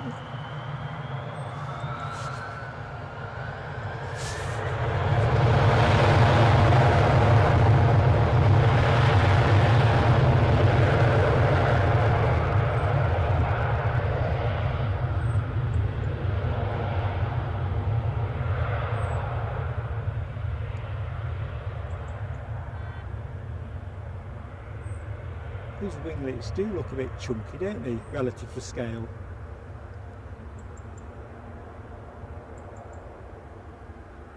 Seem to work okay though.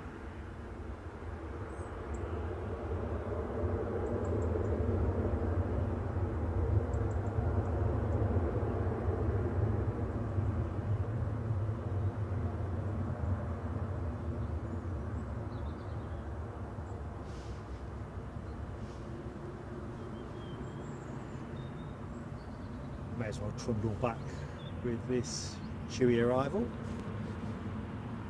I mean, it's trundling, that could be our fastest taxi of the day.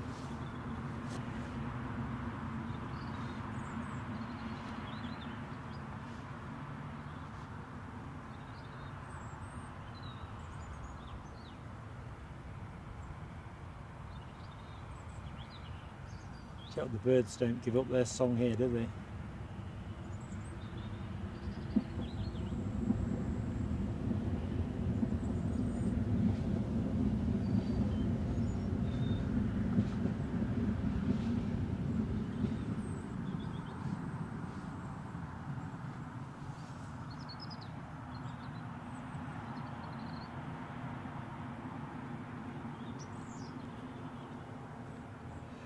Mahbube Gaderi, our friend in Iran.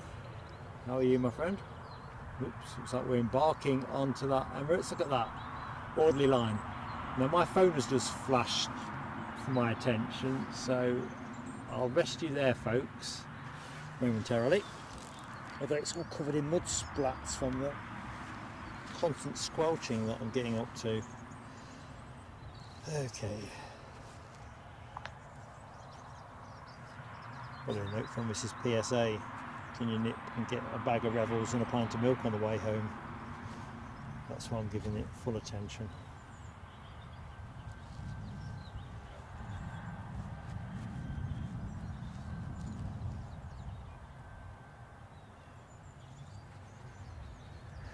No, none of those things. Just a very nondescript message from EE. I started to get these messages yesterday from EE telling me I was at my cost cap and all this kind of malarkey, which I'm not. So I had to ring their support number. They've obviously offshored the action somewhere overseas, which is no beef for me, but the operative I spoke to was hard to understand, found me hard to understand. And I know you'd have some sympathy with that point of view. And it was a diabolical call, and she had to keep putting me on hold every 2 or 3 minutes. And I don't know, I got this text that says some of your services are now going to be barred, and I'm not sure why they were being barred in the first place, but which services? Because then all of a sudden I'm thinking, am I going to have data for Saturday's show? Tell me what services. Anyway, all sorted. As Michelle says, all aboard the Skylark. I feel excited for them, to be honest. Bit of warmth on the old bones.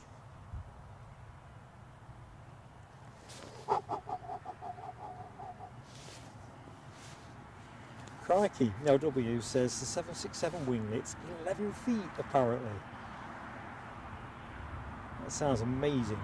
Mind you, it's like the stat on, is it the Dreamliner where the wings flex, not Dreamliner, the 380, I might be confusing my stats, flex by up to 4 metres on takeoff, and you kind of think, bonkers, how can anything flex that much and still stay attached?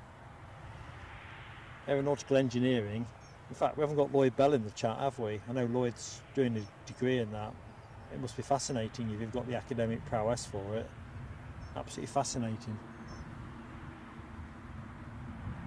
I reckon I'm too old for this probably to be around for this to play out, but Lloyd will get his degree, do something in aviation, and I just have this hunch he'll be an F1 or something. There's a big crossover, isn't there, in terms of aeronautical engineering between the aviation sector, of course, and Formula 1.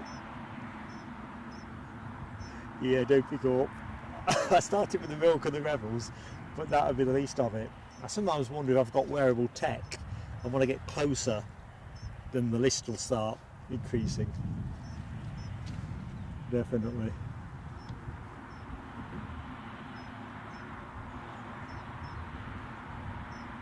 Tell you what, I think their load factor's looking promising, is it not? Still they come. They've got the jet bridge at the front, where all the well-heeled seats are domiciled.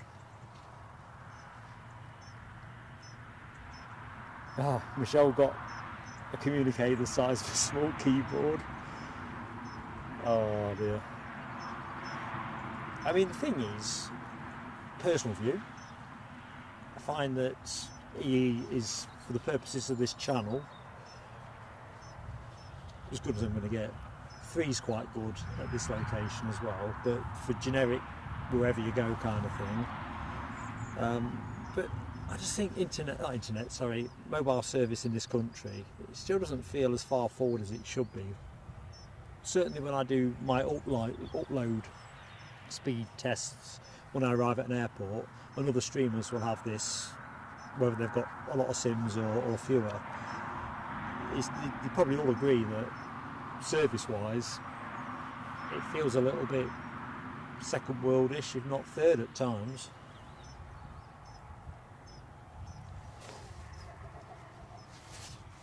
Now, it looks like going back to the size of winglets, our adjudicator for the day, Ken Alloway, has confirmed 11 feet. That's mental, isn't it? I'm on my 5'10", so basically 2 of me, give or take. Yeah, you're right, Yorkshire biker on the flex, and I'm probably conflating my stats, but I'm pretty sure I got that 4 metre thing from the 380 rather than the 787. But you're entirely right, the flex, whatever the number is on the 7.8, it is a higher value. I mean, it is such an amazing wing design, isn't it? And of course, I guess the use of composite materials massively enables that ability to price in flex. It's funny, I was thinking about a different version of this when we did the Storm Babbage stream at Edinburgh the other Friday, about tethering the tripod to the deck.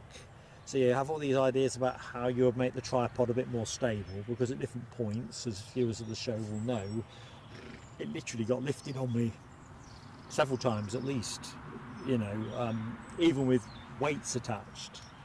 So you think about how you can make it more secure, because it made the stream incredibly difficult, because you dare not have a hand on the tripod at any given point in time. But then if you anchor it too rigidly, because tripods are generally pretty flimsy, you run the risk potentially in high wind conditions of, I don't know, bending stuff. Or I've got a photograph which I'll put up on Monday's stream if I can find where I've stashed it. On my allotment, I lost my greenhouse a couple of years ago, Storm Arwen. Absolutely totaled it. Blew a window out and then took the thing down like a windsock really. And I swear to God, you've never seen anything like it. It was still securely fastened at ground level, which I guess was my point, but it hadn't got enough flex in it to withstand the fact it had lost a window. Anyway, it's a random itching for Mark. Alibi 58 gives us the welcome news that we have a Jet 2 on short finals. 2 minutes out. And I'm behind. Thanks, Alibi.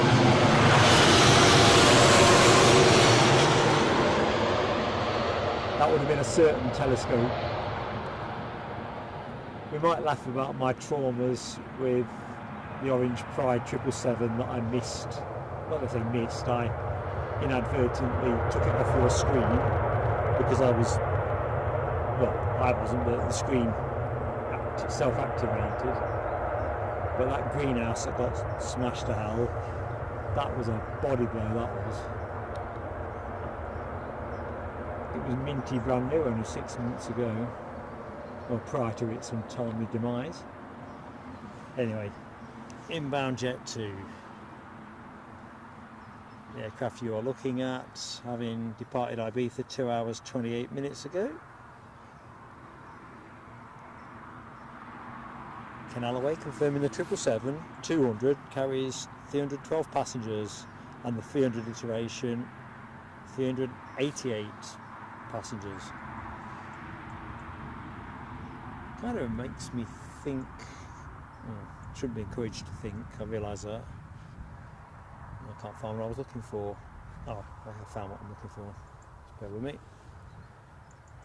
It was a 777 related statistic. Wondering where I got it scribbled away. I'm great at scribbling things away, much less great. Plane's vacated, so put it there.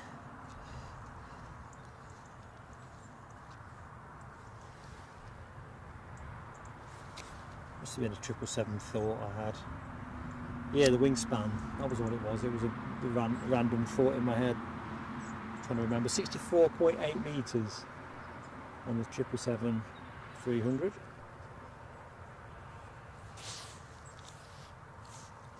And a range of 3,730 nautical miles. So, none too shabby on the old economics. Kind of looks like a Christmas tree decoration, doesn't it? Lots of greenery with lights twinkling away. Orson is coming alongside. Hey, old fella. How you doing?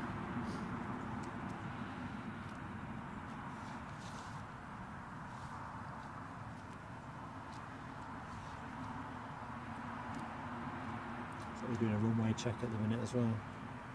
We'll zoom out a bit and wait just by the fire station for when the plane comes back into view. I'm intrigued with this new 777 iteration with the foldable wing tips. That does sound funky.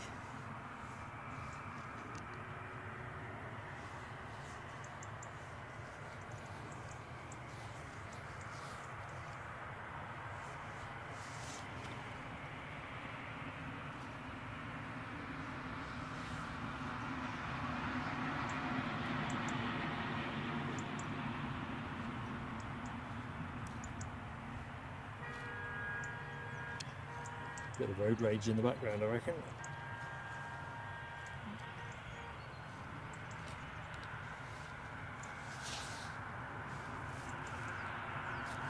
So next arrival, let's just get my eye in on that. We haven't seen Ryanair in the show, have we? Inbound from Milan. 8 minutes out, having been in the air 1 hour 52 minutes.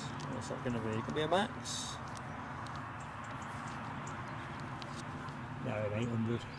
Same as the one you're looking at.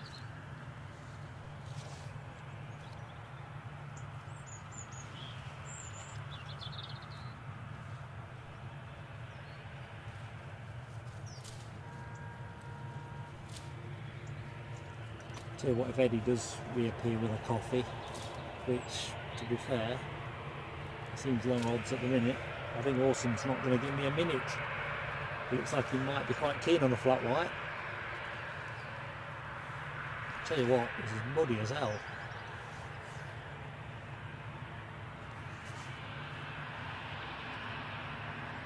I think you're right, Ken Alloway. I think Eddie's gone for a nice 3-course somewhere. If I don't see any evidence of drive-through takeout stuff, I'm going to be a peeved dad. Phil, hello my friend. Yeah, Ken's put this idea in my head now. I can see Eddie sitting somewhere nice and convivial, thinking I'll have the starter. And of course, if you had the starter and you had the main, it would almost be impolite not to have the dessert. Regulars will know that when we do the Edinburgh streams, Eddie has a habit of disappearing, and I often wonder if he's nipped off to Greg's at Newbridge or possibly the Mickey D's there.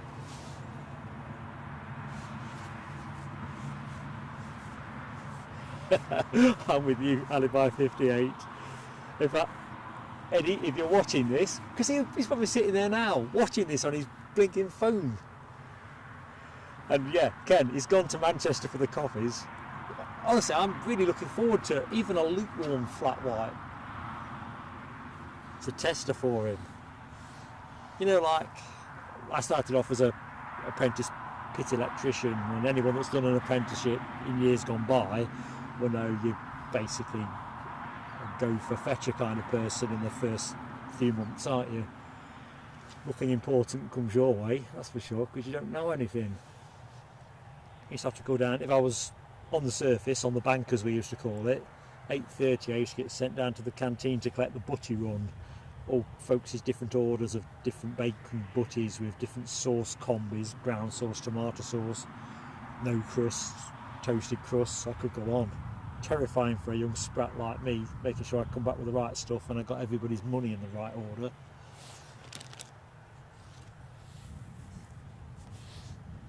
Anyway, I don't think Eddie would have liked any of that. Ayrton Shepherd, how you doing? Good afternoon down there in Stockton-on-Tees. You're never too late, buddy. Action's running till about 4 o'clock, or maybe it's a little bit earlier, depending on when the natural close window is. There is an arrival, a Ryanair arrival, I think it is, at 4:10, which we might pick up. Hopefully that'll be running on the earlier side of the punctuality curve. I think, Michelle, we should start weighing Eddie, shouldn't we? I think that's what we need to do. He's definitely got, he's on a better catering arrangement than me. Mind you, to be fair, I'd get no any grief from Mrs. PSA if I was to... These people boarding, what's that? No, it's just an illusion. I get like a checklist. He's 30 years of age, but it's, you know, don't be getting him all wet and muddy. I'm like, why are you worried? He ain't coming home here. But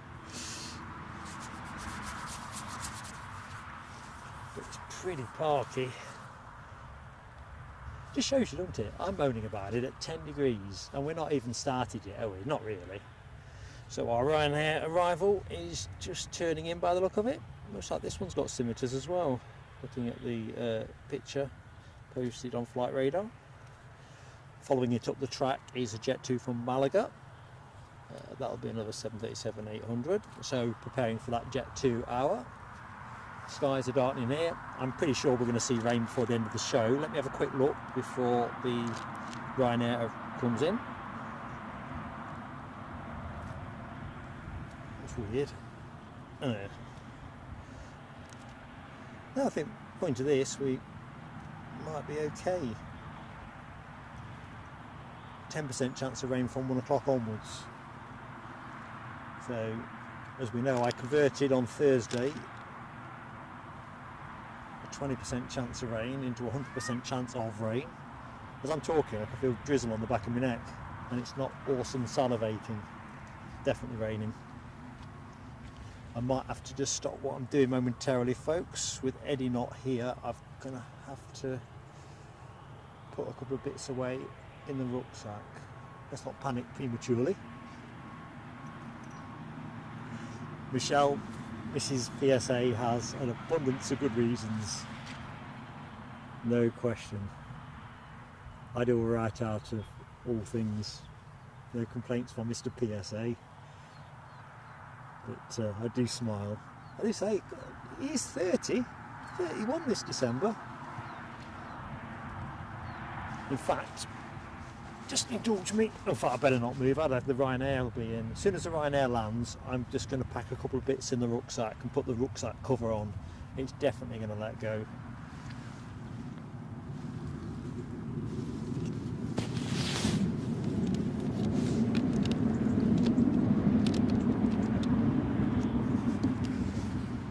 Might have to bag the camera as well. Pretty quick order. Kind of like a very light miserly rain.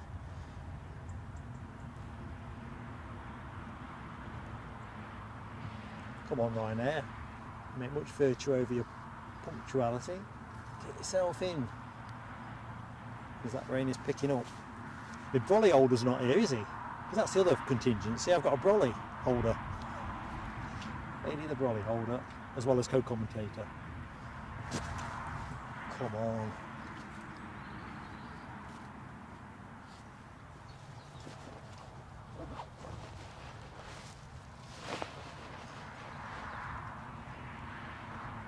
So we are now in a bit of drizzle, waiting for Ryanair 737-800. I don't know if it's just got a bit miserly at the back, and therefore Alibi's got its short finals. Oh no.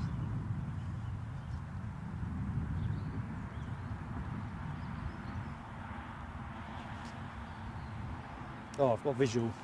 Right, so I'm going to get this on the deck, and then I'm just going to do a bit of bagging up, folks. I don't want to tempt fate.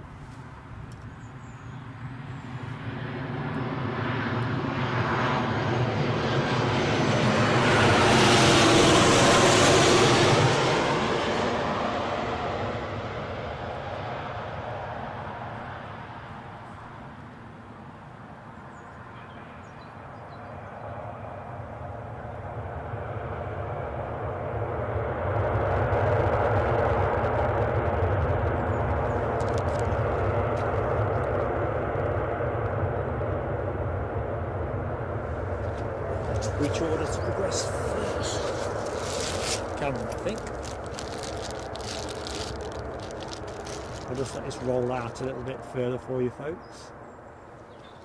Right, organise my bag.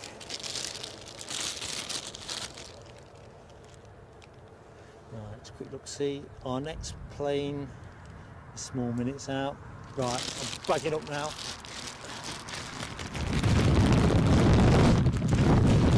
So do not adjust your sets. Everything's getting the right coating.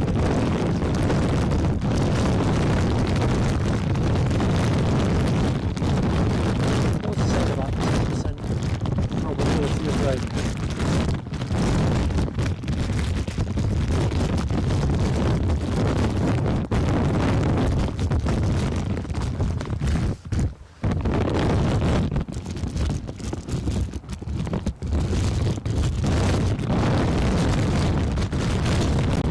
Folks, I'm making a little bit of a hole in this.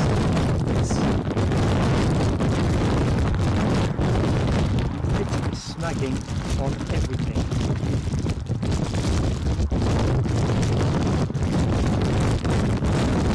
Okay, some danger over here.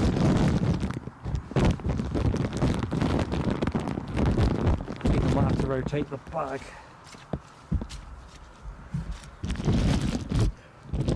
That is the worst install I've ever managed. Catch it all.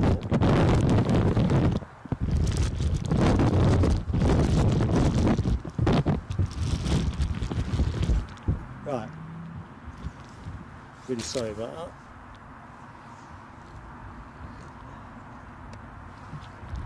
Jet 2 next.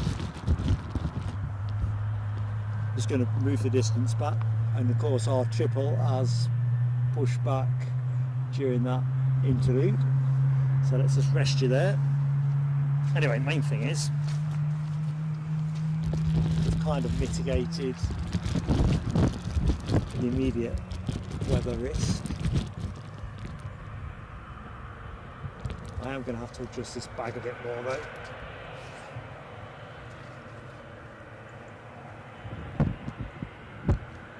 Just not yet.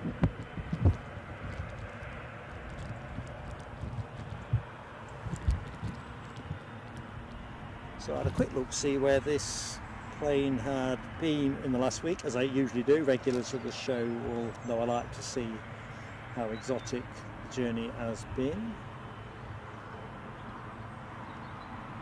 And where did we say this had been? Didn't write that time to get to it. Obviously Dubai. Can't find my notes. Here we go. Ho Chi Minh City, Vietnam. Chennai, India. Jakarta, Indonesia. Birmingham, UK. Lahore, India. Manila in the Philippines. And as I said at the beginning, Dubai. So it's seen lots of hot and sunny places.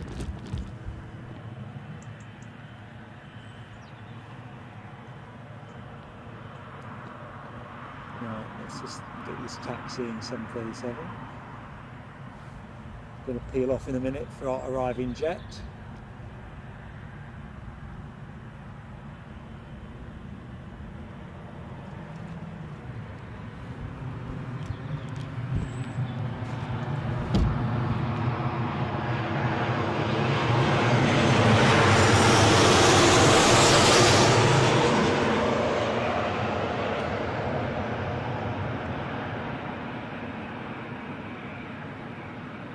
Nice baby trails.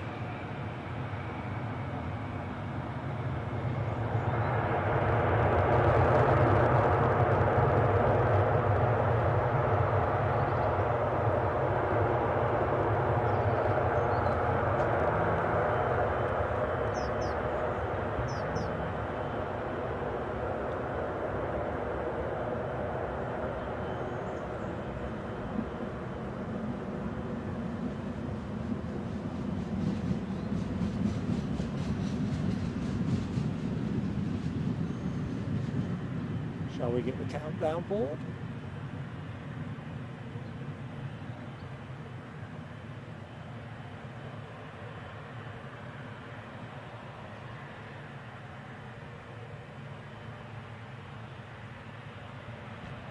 Do you know, folks, I'm going to have to adjust this bag a bit more. It's one thing being weather resistant and resilient for some reason. Snag somewhere and it's just ridiculously tight. I don't want to be ridiculously tight.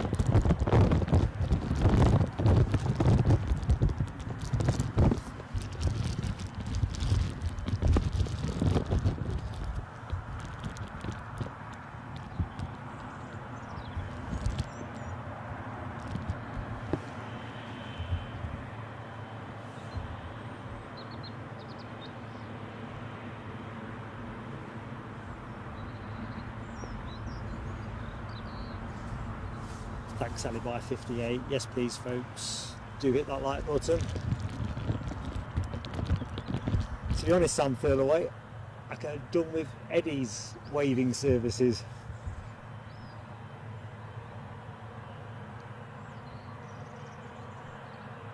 We'll see.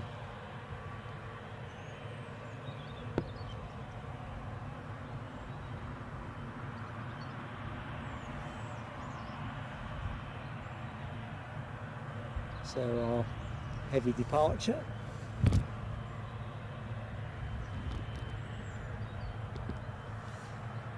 After all that faffle with the bag, the rain has ceased, so I think I might just take the bag off once this goes and refit it.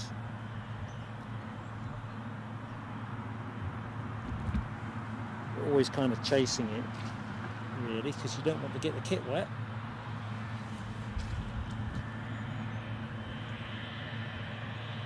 It's generally easier, as you might imagine, to set up for the rain in anticipation of it definitely coming, but you know me, I like to take the chances.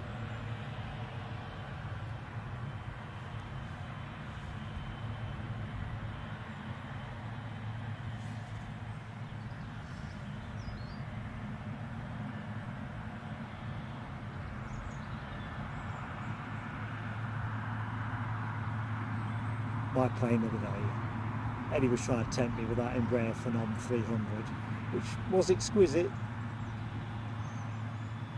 but watching this belter go, plus standing behind it when those G90s do their thing,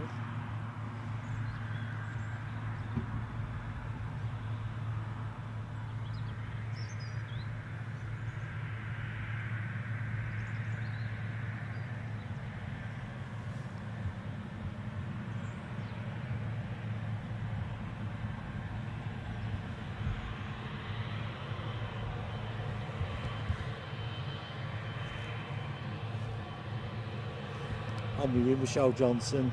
I love it when we get a wave. Some airlines actively discourage it, don't they? Back screen off. This will not be as big of interruption.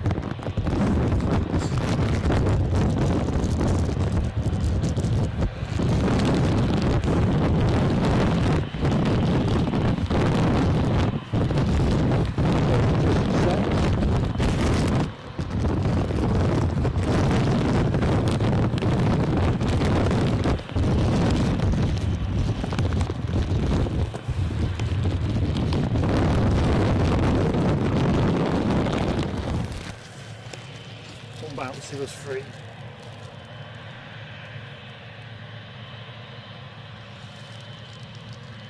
Wasn't quite fitted right, to be honest, so to the point in it.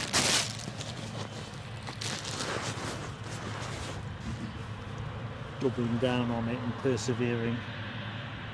Short finals, Jet 2 from Alicante, which is what this will be holding for.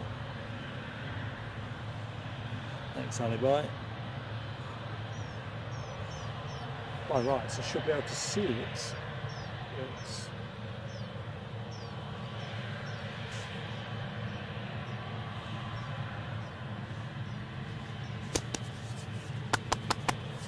Audrey calls it plane of the day, this 777.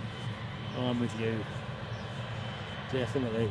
Ken Alloway, our friend Russell, associate presenter.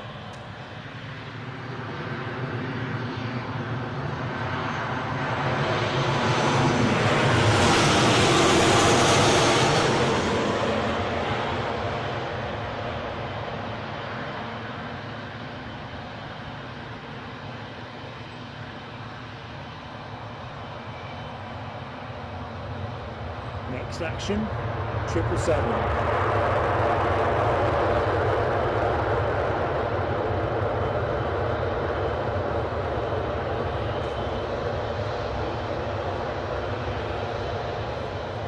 Eddie's back, and he's not clutching a coffee.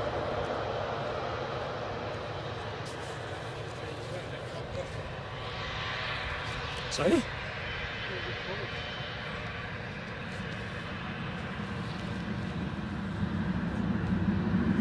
I've no clue what he said.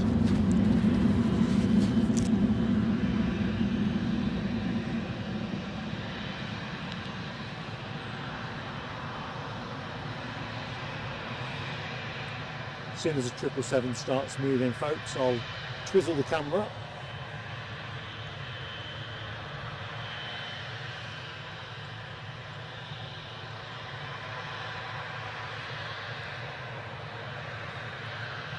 Checking out that 777 emoji action. Canal away. Shell Johnson. G80s, or 90s, should I say, picking up. 80s, what am I on about? I'm stuck in the 80s. Just detected a slight feather there.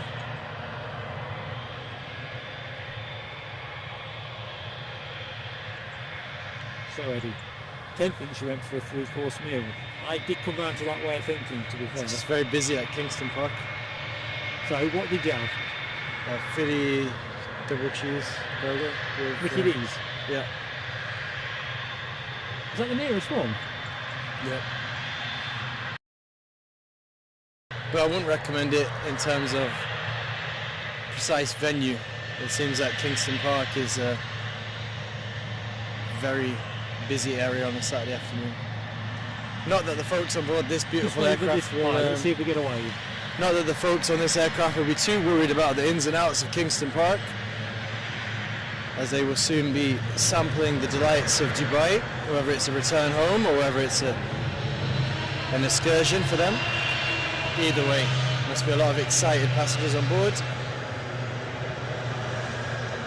Perhaps some people are sad to be leaving the northeast, I don't know. Either way. Aircraft now on the centre line, and he looks like he's gonna go full thrust quite quickly.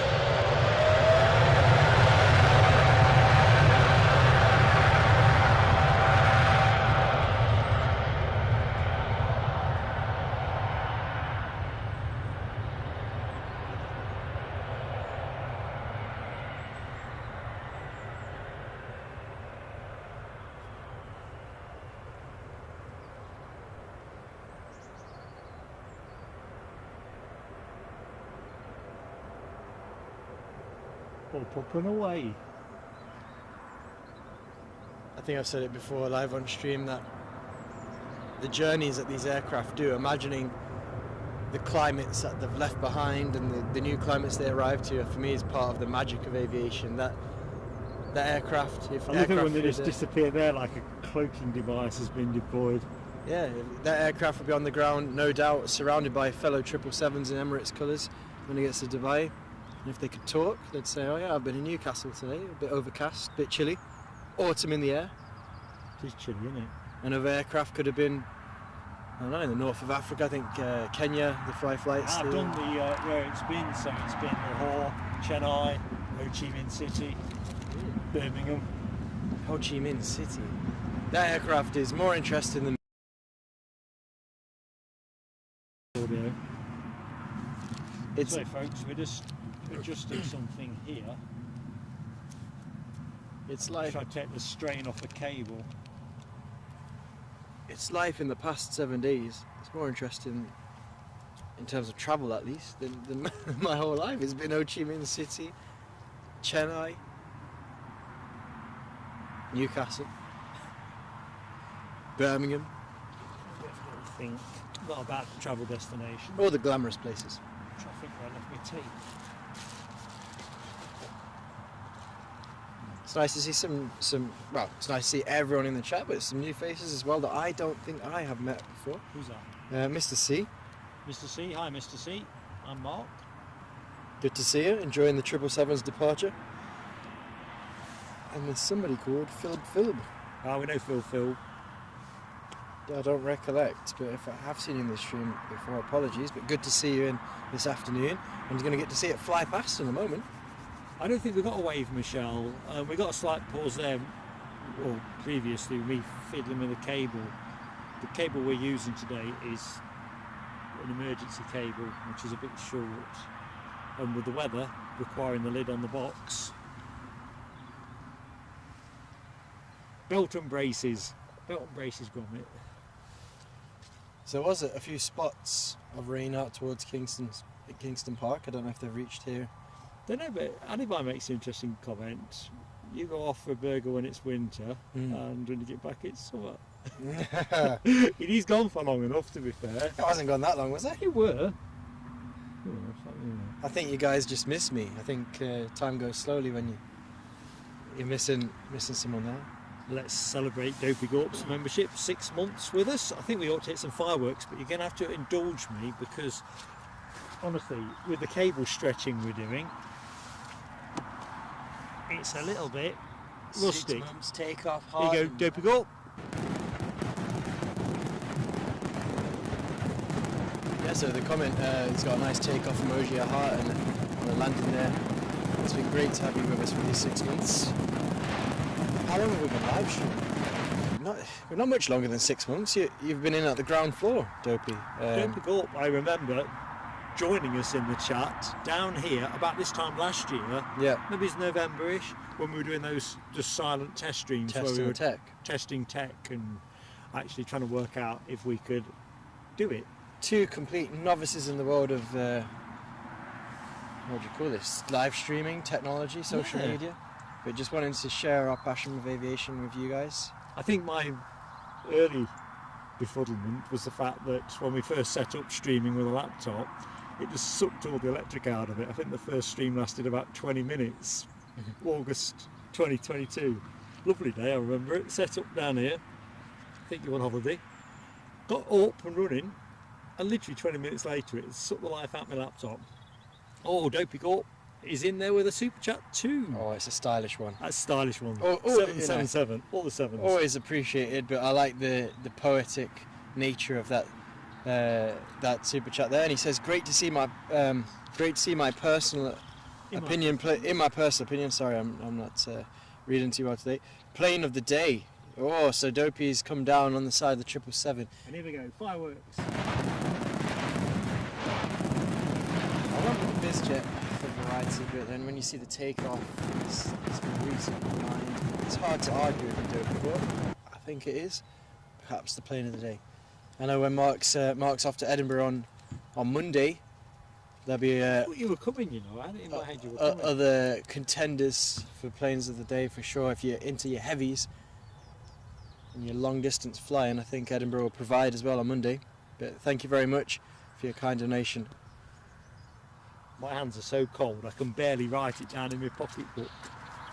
I mean, he's a great supporter of the channel. He's a mod, and that just, you know, it's the icing on the cake. Thank you very much, Dopey. I've said it before, I'll say it again. We're lucky with the supporters we have at Plain Sailing Aviation, and God's honest truth, you guys rock. If we had some music in the background, we'd play it in. So on the deck, visually I can see the field's fairly stacked. We've got 3 Jet 2s in their jet2.com livery in the foreground, the TUI just peeking out on the other side. Looks like we might have an aircraft or a very large bus shuffling around behind. Bus watch. There's a few tail fins on the other side as well. And you know, the Aviation live stream centre is quite crowded, so if we introduce a bus watch subsidiary channel, Airport Bus Watch. You know, you'd be surprised, but I think there are actually YouTubers who do take an interest in Transport. It's a broad church, yeah. Isn't it, to be fair? I don't think we'll go quite as wild as that. Well, our personal interest lays in aviation, but transport does tend to light the imagination of many. Yeah, Dopey Gorp says it's about 12 months. About 12 months, yeah. I can remember that particular stream when I first met Dopey Gorp, actually, and it was like, we did really well. We ended up actually getting about 150 subscribers from, well, it felt like thin air. Yeah, no. Where does a gear go? It's a weird one, isn't it? Because at the same, I think time's such a weird concept. Sometimes it feels, if you look at it through one lens, it feels like time's gone quite quickly, but then you look at it the other, it feels like we've been doing live streams for 2 or 3 years. It's a cracking message from Ken, check it out, go on. PSA mods rock. I'm trying to do it in a rock voice. Oh, I gotta admit, and this more fireworks because Phil has joined us. So Phil has taken membership of Aviator class. Welcome aboard, Phil. Phil, welcome aboard. Fireworks for you, my friend. Cue fireworks.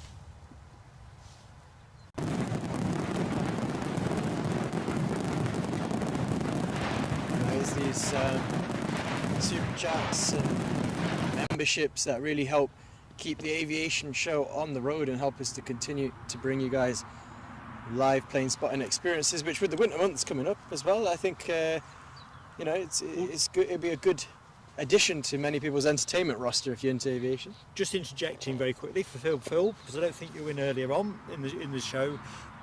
Obviously, the emojis you can now use in the chats are at your disposal. I'm just going to pop the menu up for easy reference. Oop. So there you go. So that is today's emoji menu. Get my words out.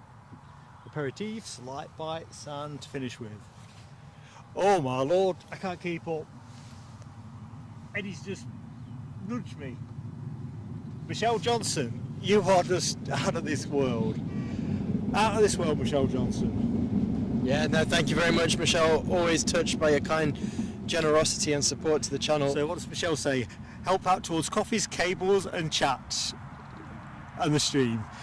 Thank you, Michelle. You're an amazing friend to the channel. Let's get your fireworks up.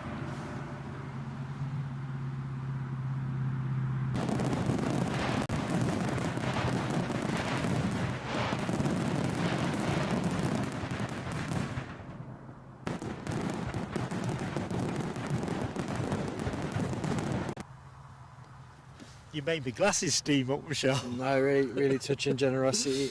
Anyway, yeah, absolutely brilliant. Terry Slater says, hi, plain sailing, great stream. Came to the airport earlier this year visiting my brother who lives in Ryhope. Yeah, good. Well, good to see you here. Thank you for your kind words. Really appreciate that as well. And Ryhope's a beautiful part of the world, out towards Prudhoe and Hexham. And the airport as well. We're quite fond of it, aren't we, Mark? We are indeed. Although at this exact moment, I'd like to see a few more planes singing about. Oh, I can see a tail fin moving. Excellent. There we go. Corridon pushing back, folks. So I do like the Corridon because I haven't seen it live on stream for a while, if at all. I think last time I saw a Corridon in action was either in the early summer months or perhaps last time I was out in Edinburgh. So a real treat for me. Ayrton Shepherd says Teesside International have a special flight for Dortmund when Newcastle United Football Club play away to them. Well, first I've heard of that one, Ayrton. We'll have to. Well, if you've got any more information on that, we'd like to hear it, and we'll keep tabs on that. We always love a special flight. Of course, we caught on live stream earlier in the week. We got some of the special liveries inbound from Dusseldorf. Michelle Johnson, you are definitely back. Hope you didn't miss the fireworks in our appreciation. We do need a shark emoji in LW. I've made a little foray into the emoji kitchen. Not the lab. Shark. Shark. Oh, what's the thinking on the shark? Look over there. Oh, the shark. As in the way they're that moving the tail around, fins look. they're dangerous. You can almost hear the suspense. Jaws music as they. Oops, I'm going to the left and I should be going to the right. I pan like a dance. That was switch round. Yep. Although dancing is much easier with a few lagers, that will be true.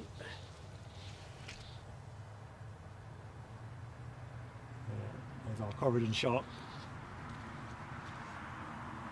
You missed the rain. I say the rain, it came heavy drizzle, like proper miserly drizzly. Had to bag up, got the bag on the wrong way up. It was a right car crash. I won't want my hair getting wet, so it's all right. Well, that's the other thing, folks. Eddie would be staying out of the wet, eating No, a 3-course meal. It wasn't intentional. Earlier in the year, the folks at home know I'm there with the umbrella. I don't know, the folks from home were saying earlier on, though, that when we go Edinburgh, you always disappear for about an hour. Which is not long enough to go to. Because it's a long way back to the car, which I'm usually going to. No, I know what happens. You're off to Greg's and you have something nice there. I didn't even know where Greg's would be in Edinburgh. Newbridge. I know you know. Well, so you think I walk back to the car in that time and then drive? Well, you've gone long enough. Because I think it's if it was a murder investigation, your alibi wouldn't stand up. Well, can you account? Hang for on, the there's time? something going. Oh, it's the fire service heading off to the. It's just a single truck. Yeah. It's not worth going to it now. No, I just wouldn't have. He Thought I was missed there earlier something. on. Yeah, I just reassure people that I'm nothing untoward in my disappearances and returns. We're talking about weighing you. Weighing, yeah, weighing. I'm waiting. Oh, what are we doing with our Q&A as well? We could probably do that. We could probably do that soon because well, I was planning on doing it this week. Thinking about taking a few days holiday. Okay, well, so members look out. We'll put something out tonight, tomorrow in that window, confirming the Q&A because I think we voted, or you voted for that one. It won't be a long thing. It'll be nice and compact for those who fancy it. And If you've got any questions November away trip. we'll have to put a little post out to the members as well. Maybe if they've got any questions in advance they want to send in. There you go, Eddie. That's yours then. I'll handle that. Eddie the editor is... Members, sit tight. When I get home, I'll put out a little community post. If you've got any questions you want to ask in advance, you'll allow Mark and his spin doctor to have a look at it's like Prime Minister's questions. I won't get into the politics, but they always seem very well rehearsed answers, don't they? Almost scripted. What you see is what you get. Yeah.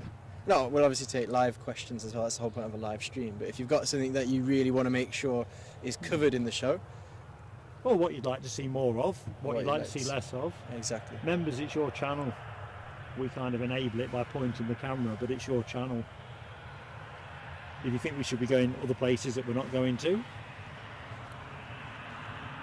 Slight bit of drizzle. I just want to check in the chat because we're just getting excited about the idea of taking a few days off. So I don't think I have.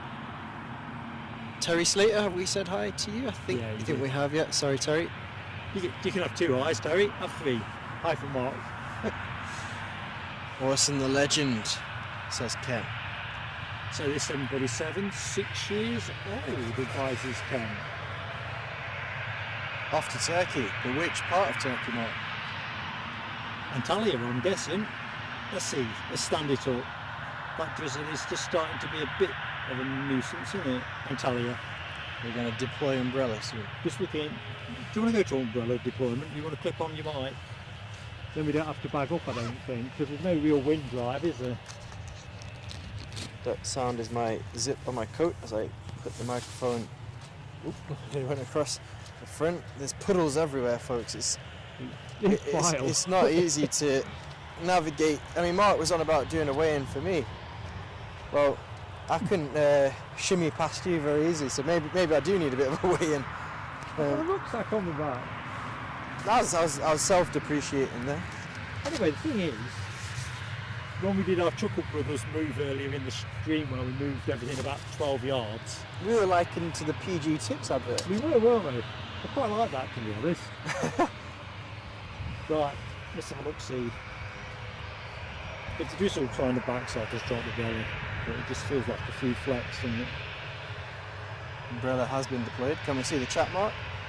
yeah, of course we can. I'm just checking what's inbound next. So Ken had advised it's off to Antalya, 6-year-old plane. So is that special Newcastle United Football Club fight, Ayrton, is that the fans' transport going from Teesside as opposed to Newcastle? Or is it a Saudi thing or something? Or is it the team, do the team fly out from Teesside? Because I know Leicester used to fly out from Birmingham rather than East Midlands Airport in our European days. So that'd be interesting to know. Eddie's quite right there, self-deprecating. Self-depreciating, makes you sound like a car. They depreciate. Well, I suppose I am depreciating, technically. Actually, Ken, he probably is depreciating. My mental faculties and my physical attributes. He came back without a coffee, so he's definitely depreciated a bit. Deprecating and depreciating. All in one. Tell you what, this is nice and white, isn't it? Very whitey. I feel the planes are looking very bright and white today, but I don't know whether that's because of the backdrop being greyer and darker than what we've been accustomed to in the summer months. Got to keep a bit of a watch out. There's a Jet 2 on finals-ish, but this has obviously got the nod to go.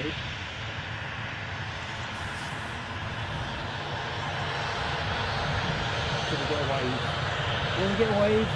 Go try harder, Eddie. No, he's concentrating. I think he's going to go straight out. I think there'll be a pause here. Slight orange hue to the red on their livery.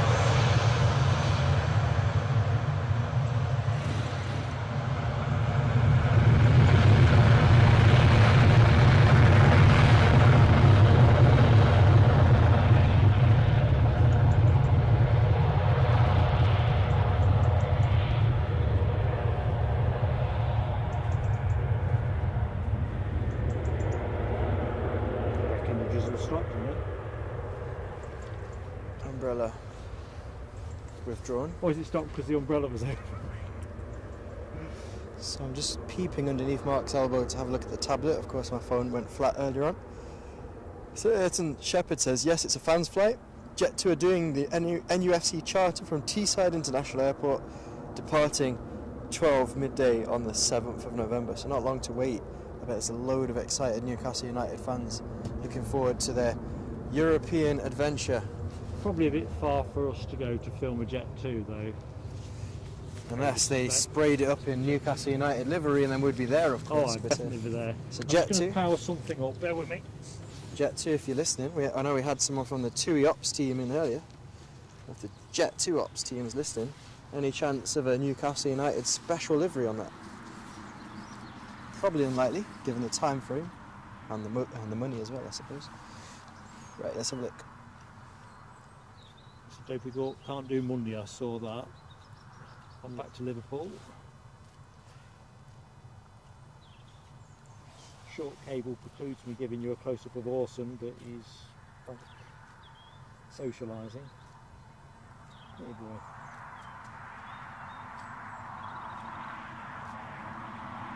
Good afternoon to you, Paul Barnes. Thank you for joining the stream this afternoon. Our friend Paul at Edinburgh.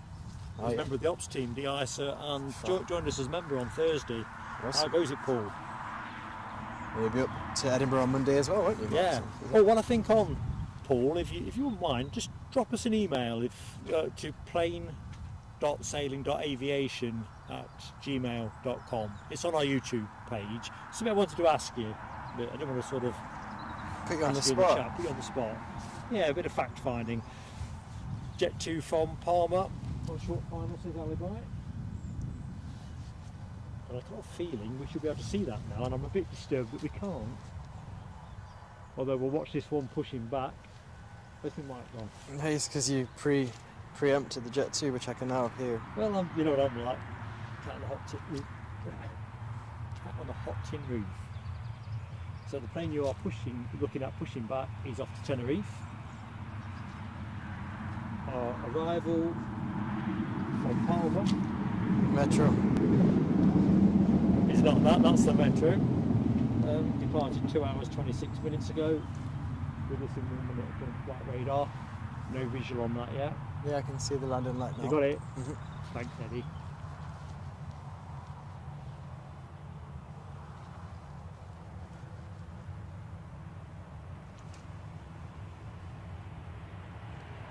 Probably hear it now.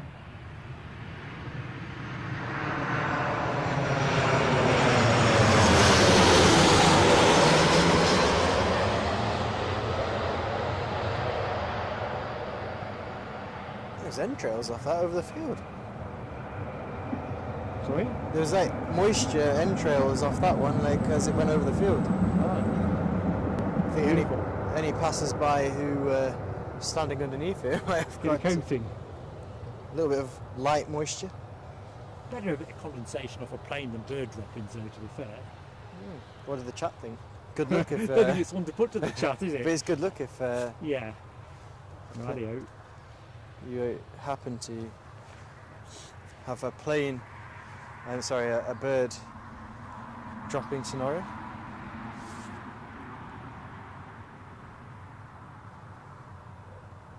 "5 years old, that Boeing 737. Relatively young in the aviation market. No, middle age, I'd say. You're going to say it is sort of Middle age. it's bizarre, isn't it? Yeah. You wouldn't say got my phone making that weird noise. I haven't got any tech on me at the moment. Is yours flat? Mhm. Oh well, that eliminates it. Was up to you too, Tom Ulrich. Nice to see you again. Hi Tom, how goes it? Nice array of emojis as well, accompanying your entrance into the chat. So nice What's to see you. up? Thank you for joining us. So a fairly overcast day here at Newcastle. Landing lights are on, all very autumnal. Yeah, you look at this Jet2 and its fuselage, and it looks like it's picking the sun up from somewhere. It's certainly Who getting knows where? it's got a nice glow to it at the moment. Paul Barnes, thank you very much, mate. I'll just drop your line later. Just something I wanted to sound you out over, pick your brains. So this plane is 5-year-old Jet 2 737 off to Tenerife. Also known as Tenerife. Tenerife, yes.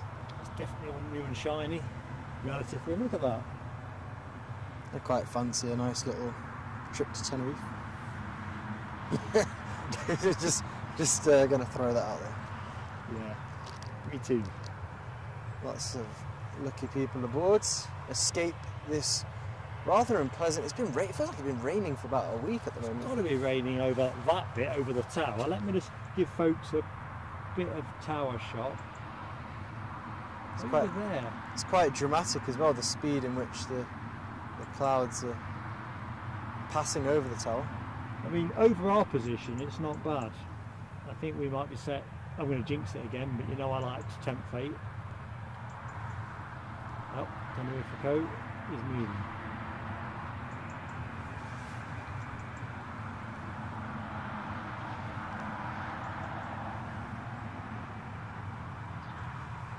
So for pilots assigned to a Tenerife flight, say on that Jet 2, I'd imagine they'd do it there and back, but you must be well maxed out on your hours and that kind of thing, would you? Yeah, because it's not just the flight time, is it? No, because the turnarounds, if there's any passenger delays, baggage delays.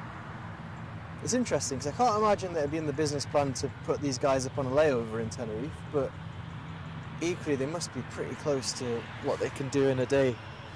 Because it's pushing 5 hours from the northeast here. Yeah, you're talking about 10 hours. I reckon they'd be out of hours. So maybe they do get a layover in Tenerife. Anyone know? Sing it up. I reckon it's close. There'd be no margin, would there? Because you only have to have a bit of a delay at the airport or something. I think it would certainly be quite tight, whether they come there and back or... But for a 5-hour flight, they don't just jump in the seat and go, do they? No, they'll be prepping beforehand, visual inspection of the aircraft, and that's of course assuming that everything runs to plan, because often the aircrafts come inbound from somewhere else and maybe there's a delay already built in and they're just sort of sitting in the briefing room. That sound was the slight lurch in my umbrella. Don't worry, Paul Barnes, you've got plenty enough brain for this one. If I'm asking the question, it'll be an easy one. Eddie's the one that was tricky questions at this end. So from GA, and then there's Canadian Maple Leafs. So Tom Ulrich, where are you joining us from? I can't. Excuse me if I'm being a little bit not with it. But GA, put me out of my misery. Where are you joining us from, Tom?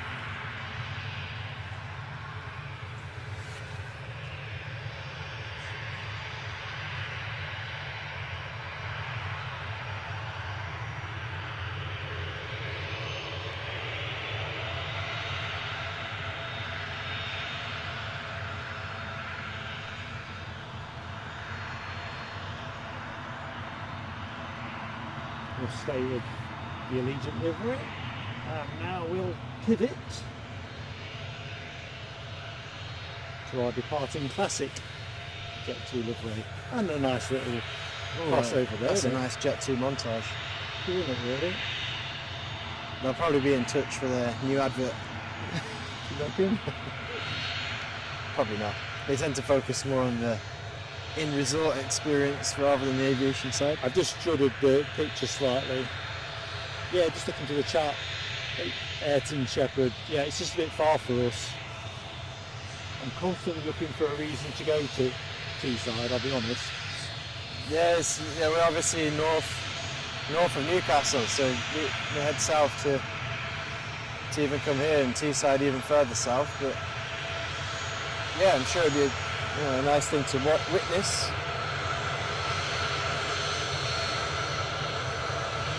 Especially, imagine if it was the tanker though, the A330 tanker. Would that tempt yourself? Yeah, that would actually. So it could be an A3. How many passengers on a 737? 200? Not sure, my mind's just gone blank. Could be an A330 tanker, in which case...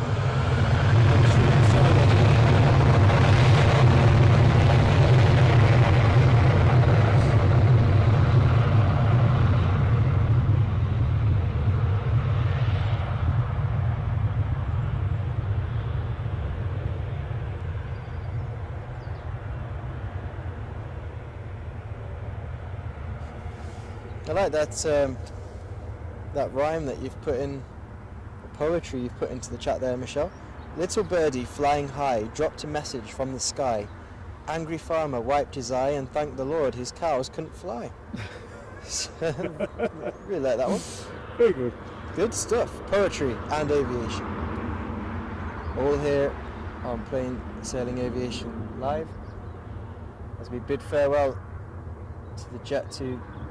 I like the point that it just disappears into the clouds. I love that. It's like it's, just put its cloaking device on. Tenerife bound, but there's still plenty more to depart.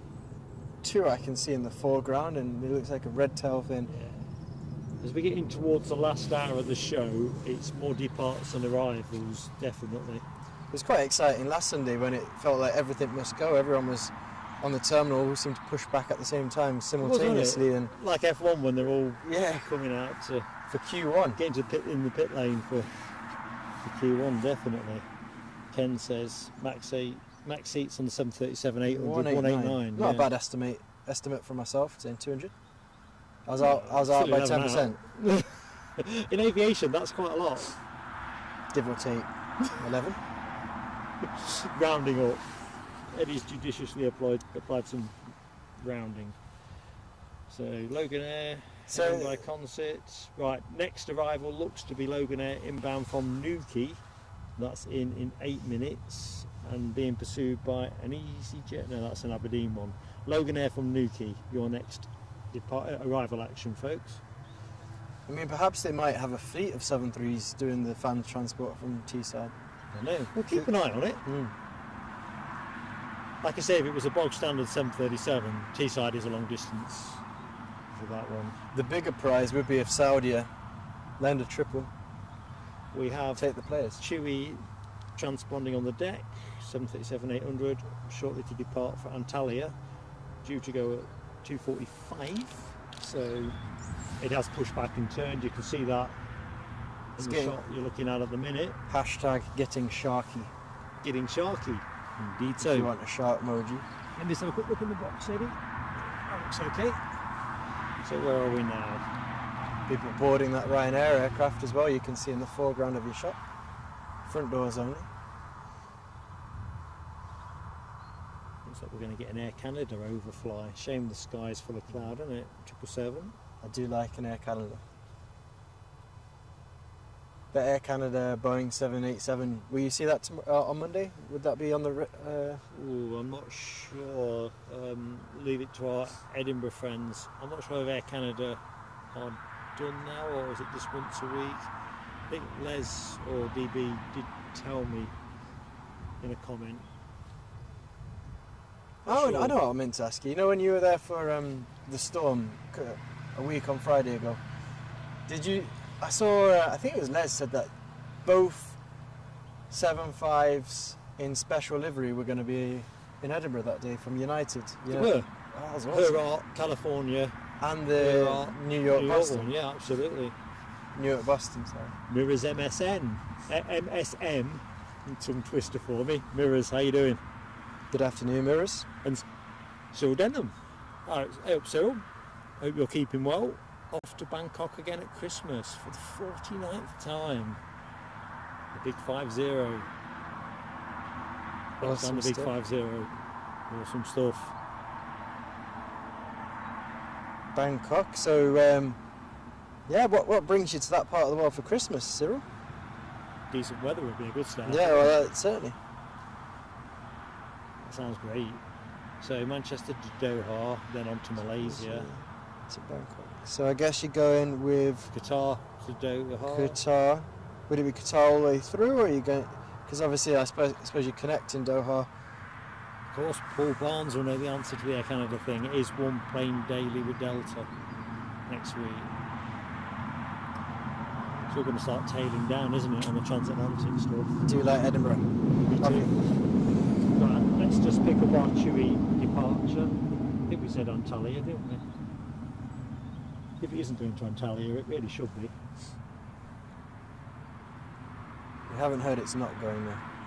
There you go. Well, I probably have, but we can't we'll have to get on the flight radar again.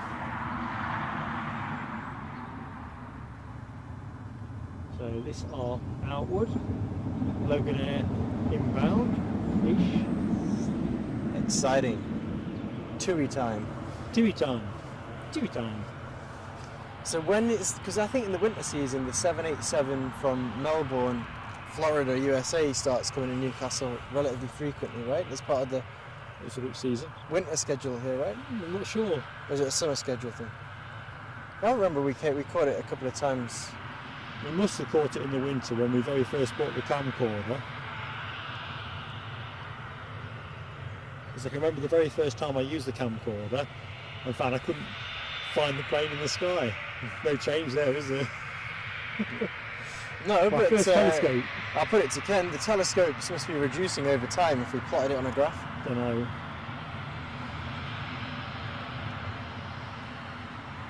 I think you've actually got the most recent one. Yeah, but then I'm relatively amateur compared to your expertise. Well, I'm very amateur. I'm relative to that. Always used the word relatively. Yeah. The politicians' term, isn't it? So thanks Ken confirming it is indeed Antalya this tour is going to. Is it going to hold or is it going to power on? It's powering on.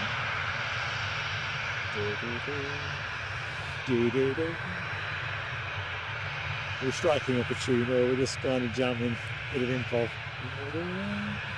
No, I'm just He's holding. enjoying watching the... Oh no, Ken our adjudicator has confirmed that telescopes are on a decent count recently. decreasing. I might have to start plotting them on some kind of graph and produce Mind you, statistics.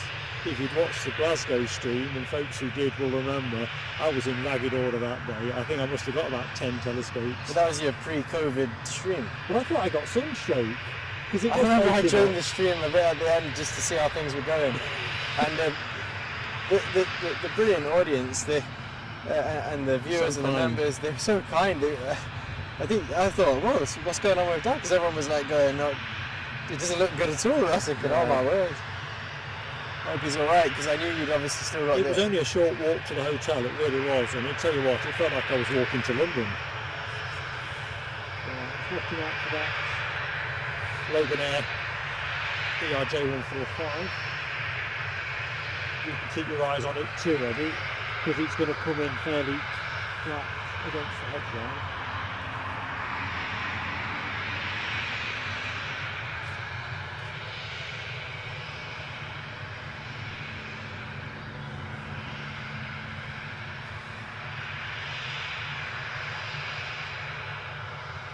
I think winter schedules are kind of dripping into the action now, different airlines. I think it's usually November the 1st, the official cut-off, isn't it? I don't know. I Or didn't know. post half-term for the school holidays is usually... Well, there you go. If anyone knows different, perhaps Paul will know. Edinburgh, Paul Barnes. Here we go. There we go. Hold on tight.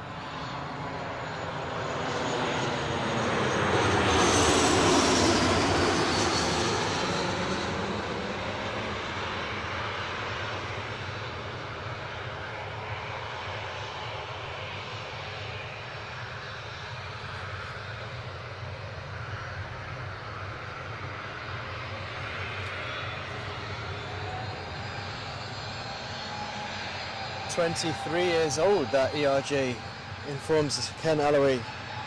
Now 23 years is getting on for an aircraft, an airframe. Certainly is in today's world. As I was watching it, I'm quite impressed with how it looked in action. I wondered, what aircraft would you like to see in Loganair livery? What aircraft would suit a Loganair livery? Interesting. Because we only see in the ERJ, I know they had other aircraft as well in the past. Stick it on the 350, A350. What would that look like? That would be quite cool. 350 Loganair. We just rip up the business model and go transatlantic. Just jumping back into the chat, just spotted Rob H. Assuming he's got to Minnesota.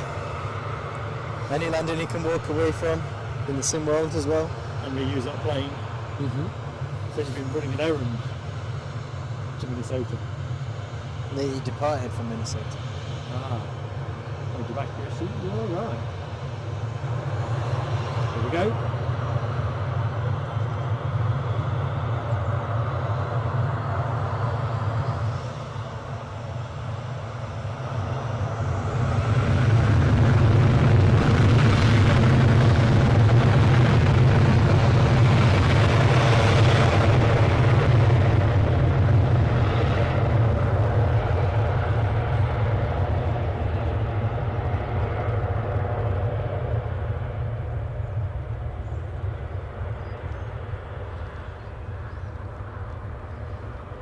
Sound of rain. Yeah, the rain's picking up. Umbrellas are deployed. And Rab H has got 50 minutes to go in the sim, so he's in the final stages of his cruise. Has he left the flight deck?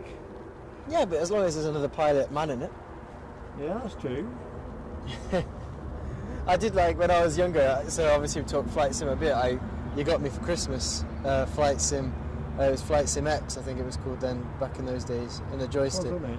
And I used to feel like real pilot life, where you'd sort of put it on autopilot, go to the bathroom and come back and carry on. It used to feel quite cool, part of the simming experience, I think. And Ken just pointed out as well, Loganair currently in the ERJs, but also the ATRs. But I think it would be lovely. They should just go nuts and buy themselves an A350 or a 78 and throw one transatlantic route in, just for the fun of it, just for the spotters. It would be appreciated. So I've got 50 minutes left. Sorry about the rustling. Russell's back in the house. Sorry about this. I'll try and make this as least rustly as possible. You have to step out from the umbrella. Where's the horse? I've just realised that I've been a bit stupid.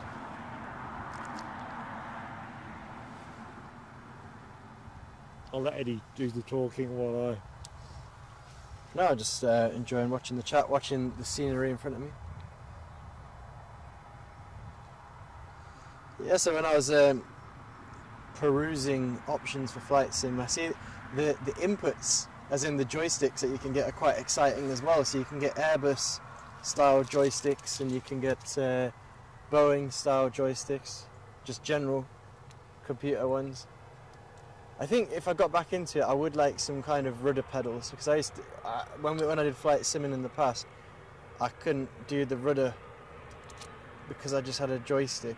And I know you can, I think you can do it, but I couldn't work it out back in my childhood how to do it.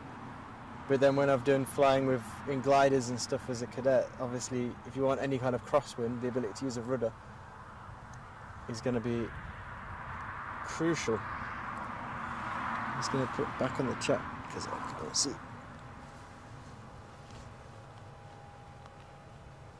Alibi asks Rab, do you drink and fly? And he says he's had a few dodgy landings. Don't let the Sim World CAA hear about that. Alibi. I've seen a couple of fairly lively pushbacks as well. Really?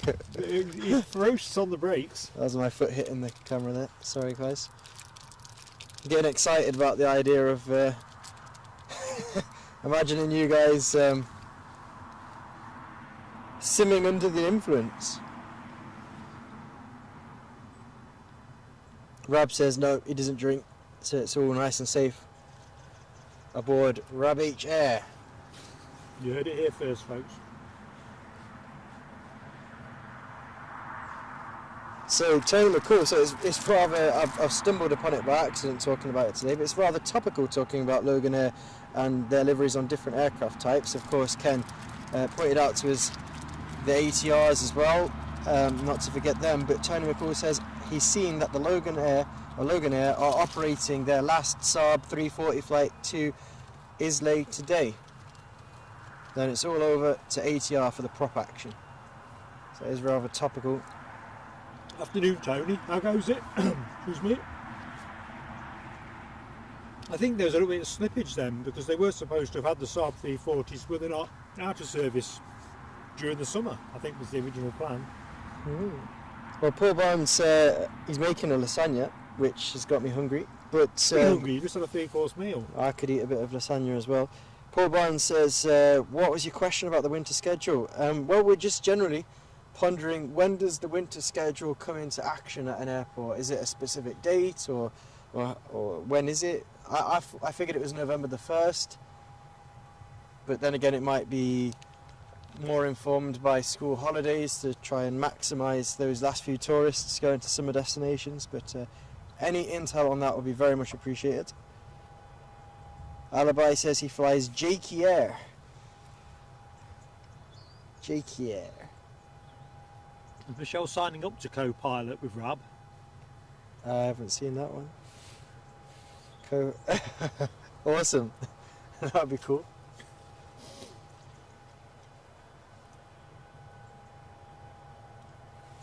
It's reaching Eddie, so I can just alter the focus. I think I went, because I got a few months pre-pandemic actually, I got into flight simming a bit on the back end of my, well, reignited the passion at the back end of Flight Sim X, and I got the Steam version, and I opened my cockpit to allow another random user to be my co-pilot, and they ended up just trying to like put it into the ground. And I had to try your plane. Yeah, so it wasn't. They weren't sticking to the flight plan. It didn't work out very well. That weren't you, was it, Rob? Back in 2019, we're using Steam. Can you prove where you were? Yeah. Exonerate yourself, I think is the word I'm wrestling for. I sense there was a joke in Jakey Air Ravage, but it has gone beyond me. Is it jerky? Like, I don't know. I don't want to assume anything, so if you can enlighten me. The Jakey Air. I don't know. Right, but while you conjecture that, I'm just going to survey the horizon, work out where the next action is coming from, because obviously it works best with planes, always. There is a Loganair. Let me just, so I'll put us on the tower momentarily. Best seat in the house. Momentarily, we'll dodge there. What should be happening? There's still a few planes sparked about to depart. So let's have a quick stock check on arrivals.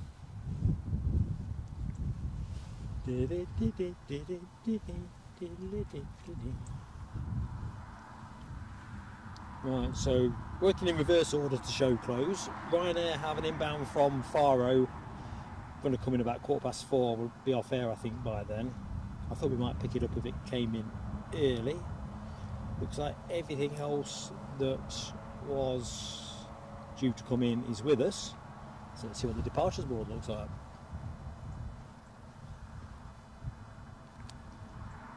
Oh, by the way, folks, I've not dispensed with the radar box screen format. We've just gone back to our standard clock and location one. We're tinkering with some behind the scenes aspects around signal bonding, so we just want to prove something is nice and resilient.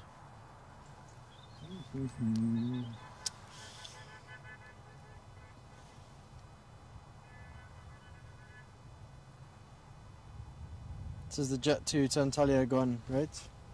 Fuerteventura is going to be our next departure. No, it's the 2 to Antalya. No, we've seen the 2 to Antalya, we've still got the Jet 2. So, I make this plane our next departure, Fuerteventura. Looks to me that's all boarded and ready to do something. And it is in fact transponding, so that's always a healthy sign that action is pending.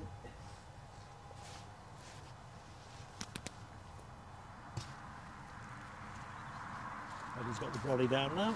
That's the confidence that we're going to finish under dry conditions. So, this is departing. Jet 2 to Antalya, due to go at 3:15. Chewy to Paphos, 3:15. Jet 2 to Rhodes, 3:25. So between now and Chewy to Rhodes, 4:25. According to this, we've got a rash of action departure. So let's try and bring it to you, folks. Sorry, it's kind of dried up a little bit at the minute. Always the perils of live broadcast from a regional airport. As Eddie was saying a little while ago, the other Sunday, it was just crazy, weren't it? How they seemed to be all departing at the same time. So Paul Barnes says he thinks it does start the 1st of November, the winter schedule. Oh, I see a Chewy push back. It's like moonwalking.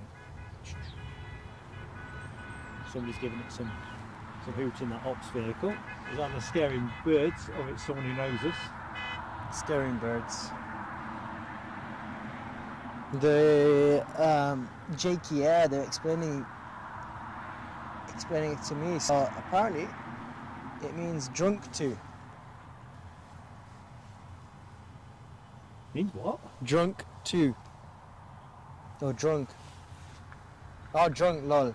I'm misreading that. It means drunk. So drunk air is Alibi's sim carrier. And apparently bookie means breakfast, says Ken. So we're picking up a bit of Scottish dialect. Was that your slight attempt at an accent at the back of that? No, not intentional. Very good. Let me just quickly toggle the screen, mate, so I can just confirm the destination of this Chewy. As we get into this little rash of departures, this is indeed going to Paphos. Try and learn some more Scottish here. So bookie's breakfast, Jakey means drunk.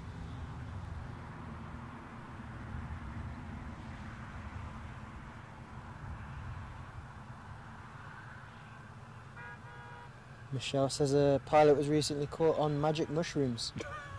You don't hear anything about magic mushrooms these days, do you? Doesn't sound like a magical in-flight experience for the passengers if they're... It really doesn't, does it? No.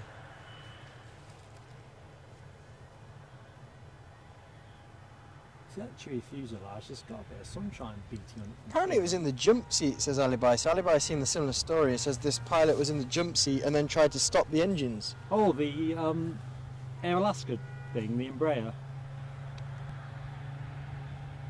Air Alaska, says Alibi, yes. Yeah. He wasn't on magic mushrooms, was he? Is that the story, both ends of the string tied together? Or? Yeah. Right, got you. I know about that bit. I didn't know about the association that he was intoxicated. Ken's not assigning me a telescope, he's assigning me Specsavers. Because he said it was breakfast, not breakfast. Tell him, Ken. I don't know. That's Well, what I'm in specs just like his old man. I am depreciating, so... Would you like to try my glasses on for the last no. bit of the show?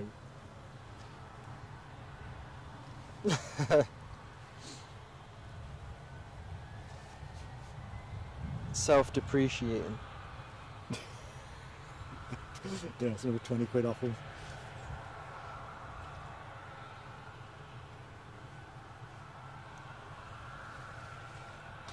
Can't quite get you closer on this one because those bushes in the foreground are just snagging the focus.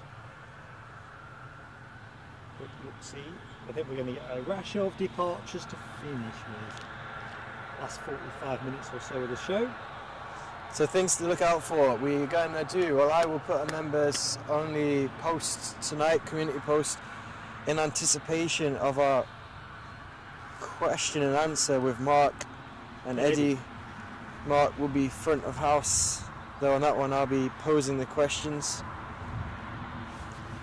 So if you do have any questions that you want to guarantee makes it into that short live stream, you can do. Of course, we'll respond to questions that arise during the duration as well. But it's a good opportunity if you've got something in particular you want to know about Mark and his plane spotting odyssey, or just generally about the channel, about how things work, where we're going with it, what's what going next. doing, like I said earlier, what you don't like, if there's something you don't want us to do. Can't promise we'll be able to please everybody in that sense, but we'll always give you a straight answer where one's available. So the format I would have liked to be able to do, but I don't even have the tech resources to do it. I always like a good phone-in. you know, like sort of talk sport. Yeah, that kind of thing. A phone-in would be quite good. But yeah, we'll have to stick ourselves to the Q&A. Let's face it. I'd love it. I'm our tech manager. Yeah, we're at the tech side. I don't know quite what I bring to the table.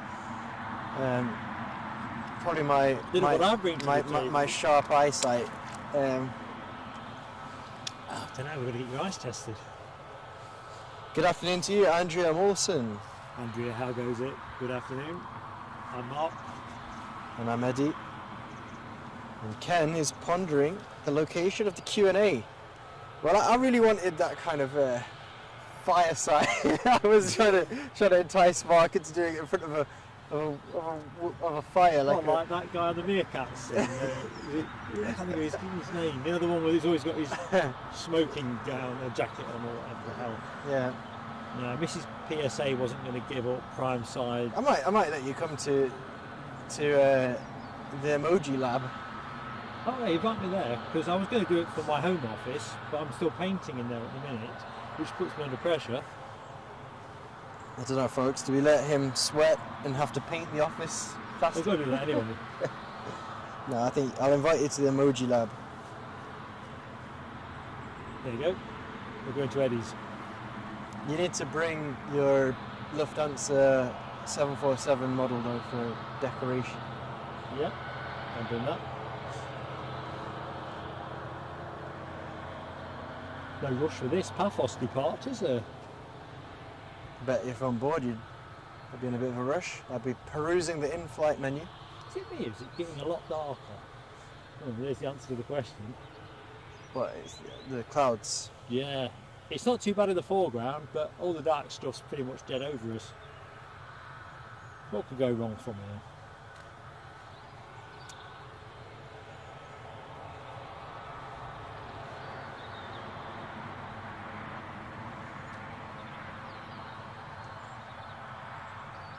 So I think that Ryanair 737 to Fuerteventura looks ready to push back if I'm reading what I can see. You can see the top of my glasses.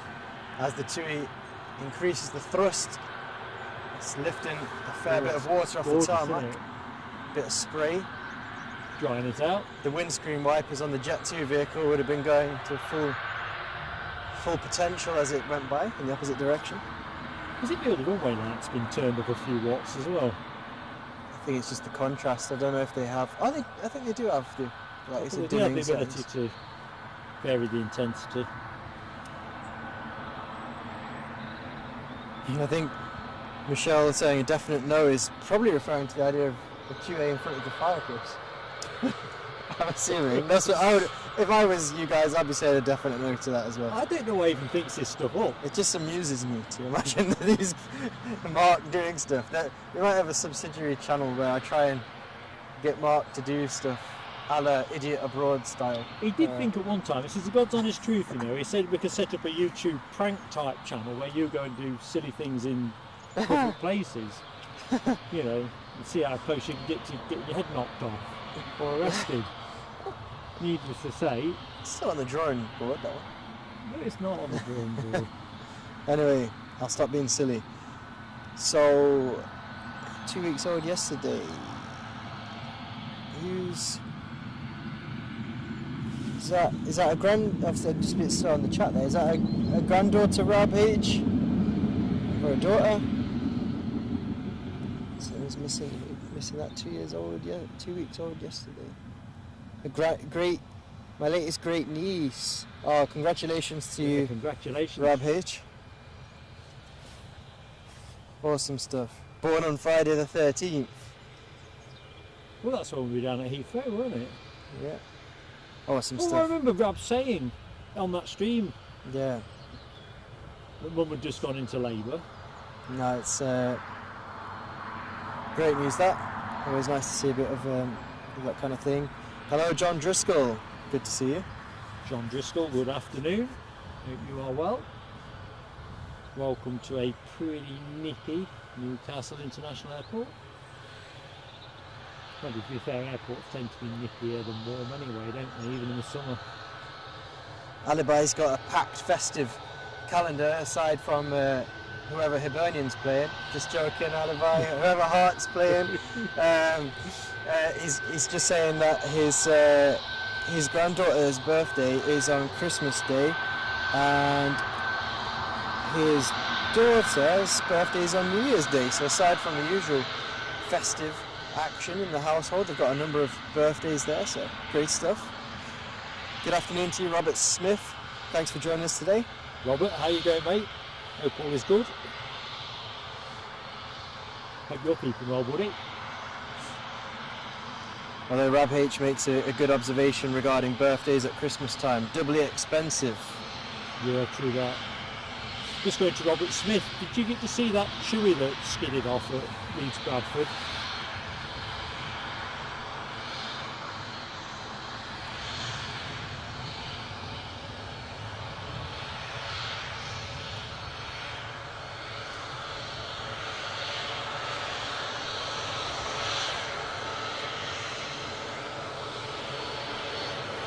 Very leisurely flight to Paphos, isn't it? You can't rush these things. You really can't. The sad thing is about holidays is, as great as they are, they're always over before you know it, aren't they? So I suppose, you'd rather be there than probably, as much as I'm an aviation fan, sitting on the tarmac too much fun for passengers. But they look like they're about to be on their way now. Of course, we're not expecting any inbound traffic, so he will not be holding in any way. As soon as air traffic control give him the green light, he'll be taken to the skies, shortly followed by the Ryanair. Where was the Ryanair off to, Mark? Fuerteventura. Just push back, folks. Robert says he's keeping well. Excellent. Wasn't at Leeds that day. It was just one of those wild, wacky days, weren't it? I feel for the pilots when things like that happen, because it's the kind of job where you've got to get it spot on every single day. If you think about most jobs, yeah, you can make mistakes and probably no one ever finds out in a lot of jobs, but their world. There you make a mistake, and you're probably talking quite a small mistake, and you're all over the news. Yeah, it's no easy gig. Did you say most people in the world of work get to avoid? Probably can make quite a few mistakes before anyone even notices. Yeah.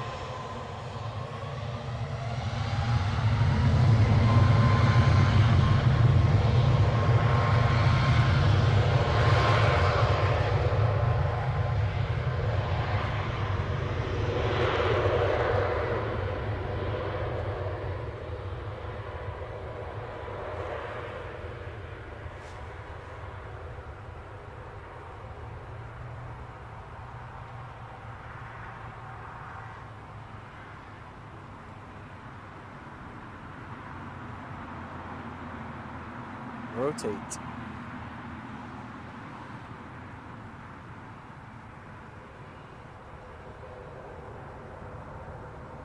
I was just having a look over my shoulder to see where Orson was, and he looks like he's taking a Saturday afternoon siesta. Is he down having some zeds? Yep. Do animals sit down when they think it's about to rain? There's that old wives' tale about cows doing that, isn't there? Right, let me just pan round, Eddie. Can't see an awful lot of the shortly to depart Ryanair, but that's the plane that's going to Fuerteventura. Fuerteventura. John Driscoll's got 8 degrees Fahrenheit today, and very nice. 32 overnight as well. That's Fahrenheit, isn't it? So it's like really freezing. Oh. Then would that be quite a temperature shift then between day and night? I might be wrong with that. I'm in one of those light-headed moments where I need some grub. Did you not pack a lunch today? No, rather snack.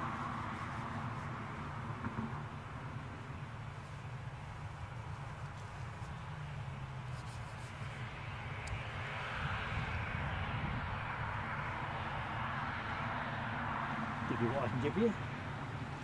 Right, so there should be some more movements about now as well. Where are we now? 20 past. Hopefully we're going to get that kind of rush hour feeling. We are going to get that. I'm pretty certain. I just want to remind myself. So it's all departs. So where we got to? Let's remind ourselves of this little rash of departs for the last half an hour. So Fuerteventura is the plane you're looking at, Ryanair. That was due to at 3:10. Jet2 have their Antalya flights due out at 3:15. We've already seen the TUI Paphos flight depart. Jet2 to Rhodes, 3:25. TUI to Rhodes, 3:25, running slightly late at 4:25. Jet2 to Lanzarote, 3:30. Oops, thanks Eddie. So I think we're going to finish with a flurry of departures, pretty much as we did on Sunday.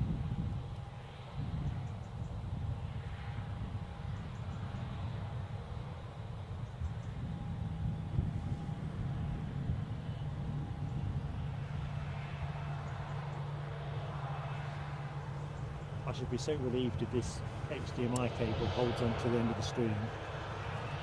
I can't exaggerate, folks, how precarious it is. It is a spare.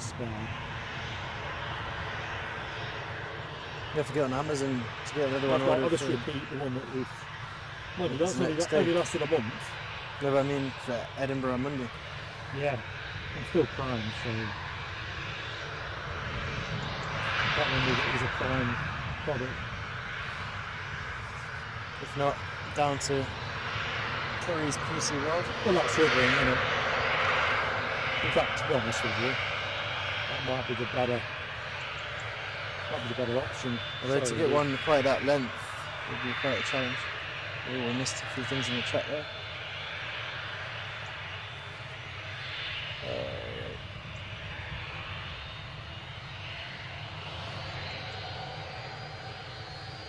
So this 737, 13 years old.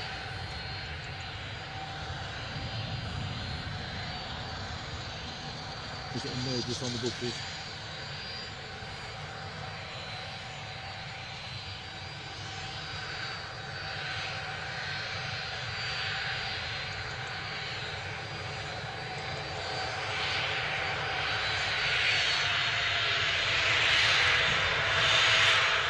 The engine's really whining as they're taxiing towards us.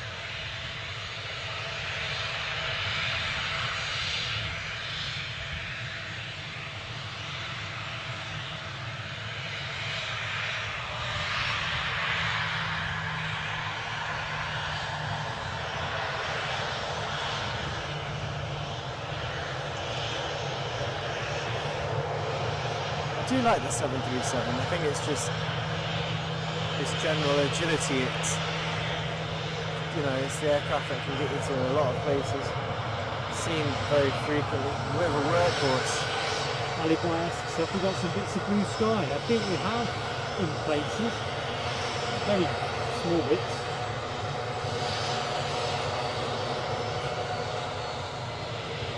Sunshine coming through here and river.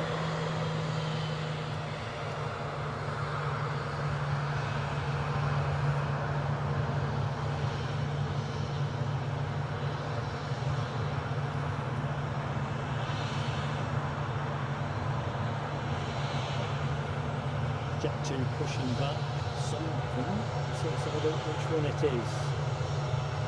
Antalya is my guess. It doesn't seem to be transponding. Was it just an optical illusion? It's optical illusion.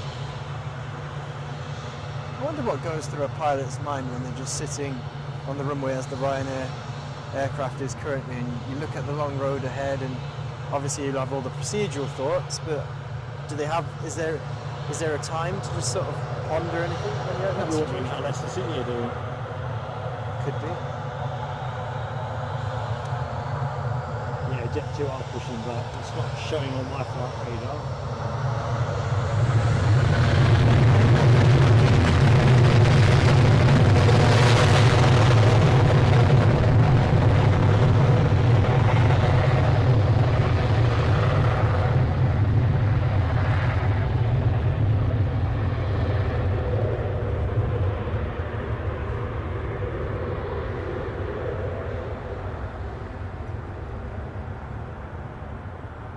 Lovely and loud departure, that one.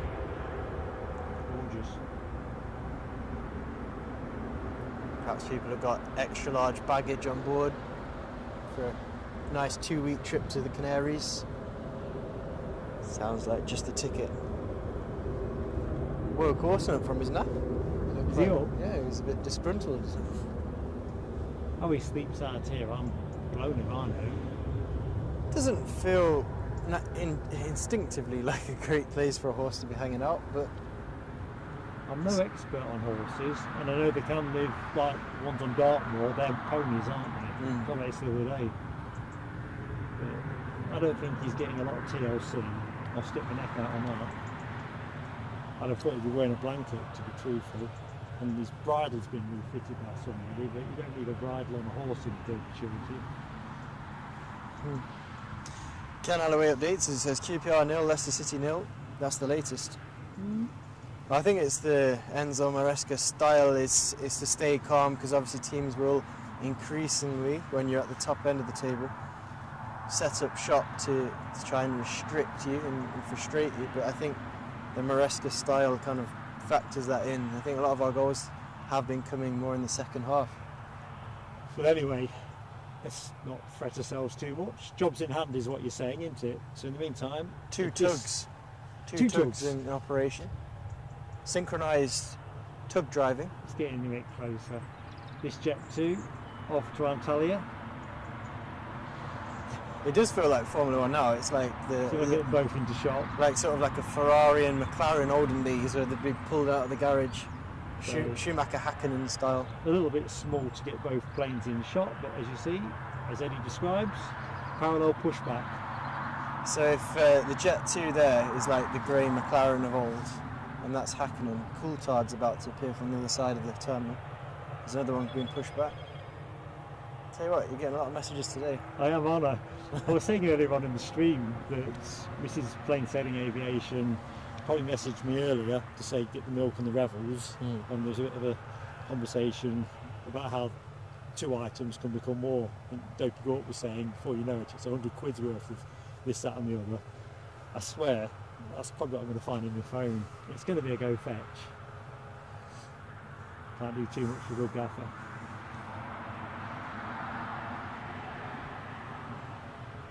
So, the tussle to see who gets on the runway is about to begin. So what, we'll just rest up here when I see if I have got to go and get a few more items. Got 2 Jet 2s. Bit of a high reliability husband. And a TUI. Who's going to make it to the runway first? They're all on tugs as well. It's a bit of a tug show here. All the operators are getting a good showing. So this foam is hot. It's, you know. Sorry folks. You get a copyright strike from Motorola. Let's just get the mute on that. I don't think I need to hear more. So Paul Barnes has caught my attention. Did anyone hear about the Qatar 787 damage last year at Edinburgh? No. I did not. So what happened, Paul? Ken says 1-0 to Leicester City. Must be just about 31 minutes in. Not bad. Not bad. That's good. That means this is being... Sorry guys, you won't know what I'm describing, which is bad form I suppose.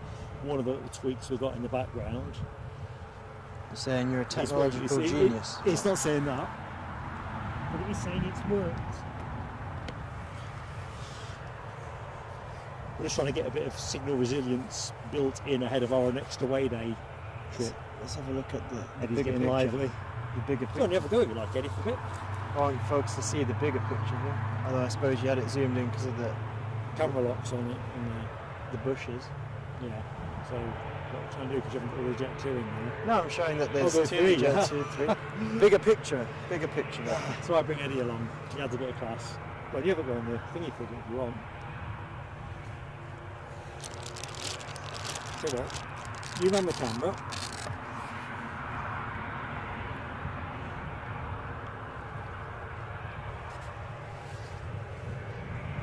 I'll keep an eye on the chat.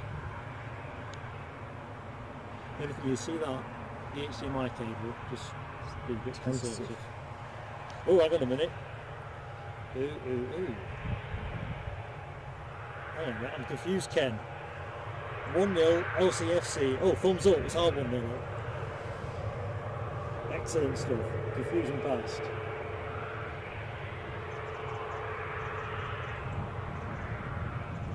Thank you, Ken. That's a worry off our shoulders. I thought when I saw the 1, I thought that was QPR. See, obviously we're getting a lot of the press because we're at the top of the table, but I think is it Ipswich in second? They've not dropped many points either, so I know we're obviously top, and I think we've broken a record of Andrew points. Mawson, lovely to see you, and hope to catch you again in the future. Whatever you're up to next, do take care and have fun.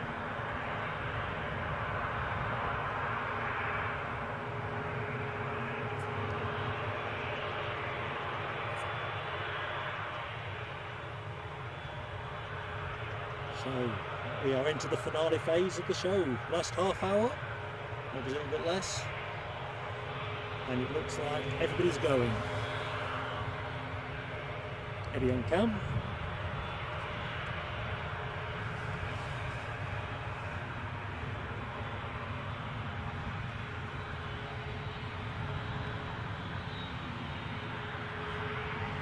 What's interesting, just following in the chat, Paul Barnes on about the Qatar 787 that got damaged last year.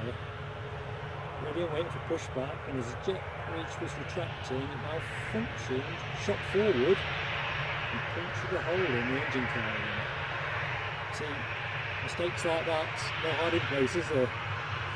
Definitely not, and I'd imagine Qatar would be looking, Qatar Airways would be looking to lay the blame at Edinburgh Airport still, I suppose, like you would imagine, because I guess it'd be airport staff operating it, wouldn't it? And I imagine that's quite expensive. I mean, I don't know how much airports make. I mean, I suppose they probably do have. I mean, what insurance would you get there? Can you imagine? Do you think there's an aircraft? Go compare aircraft insurance or. Think about the disruption to the passengers as well. Yeah. You can't just patch that one up.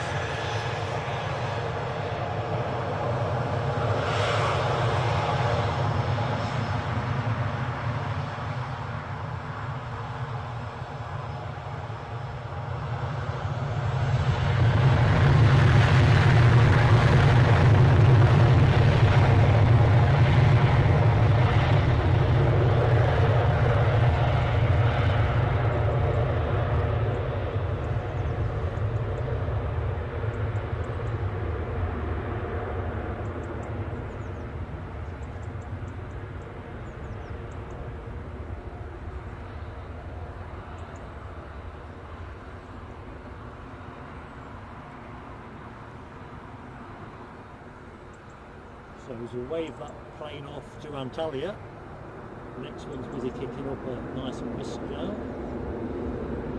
The next one being the Jet 2 as well. Next Jet 2 app is off to Rhodes, followed by a Chewy 737, also off to Rhodes. Everyone's going to Rhodes, except me and Eddie by the look of it.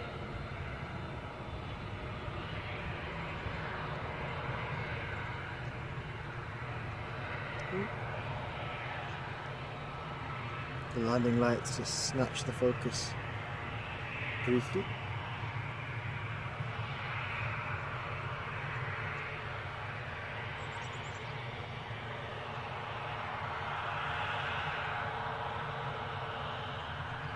So, good afternoon and welcome to anyone that has recently joined the show. Mark and Eddie at Newcastle. Last half hour or so of the show, probably a little bit less. Departures pretty much to the top of the hour now. We might get the Ryanair inbound if it makes a bit of time. It is due in just after 4. Anyway, thank you so much for joining the show.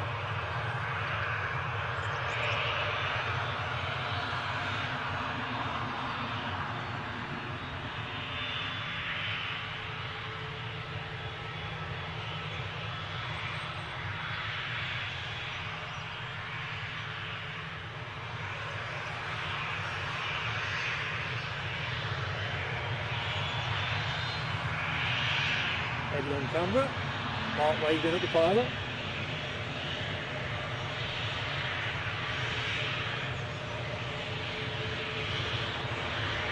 years old, this aircraft, so it's gone.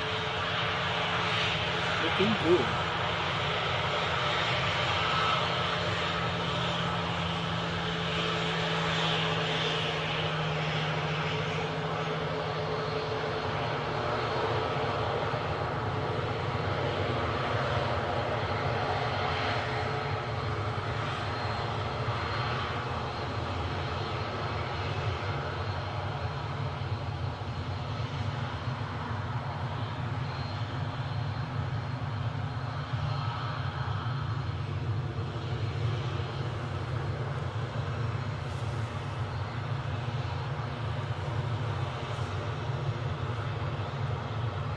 Another Jet 2 pushback.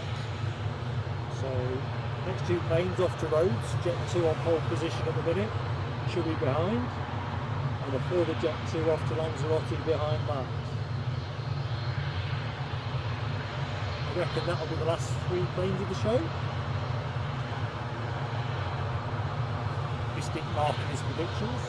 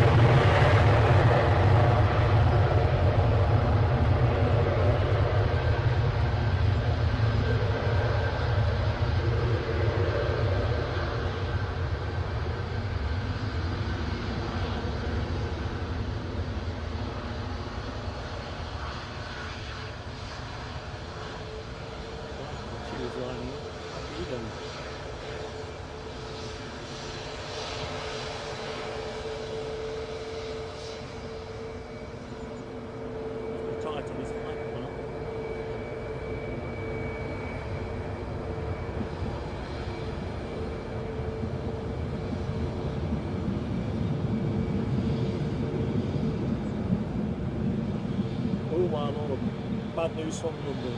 QPR equalised. It doesn't worry me too much, I think. You heard it first. Eddie's not too worried.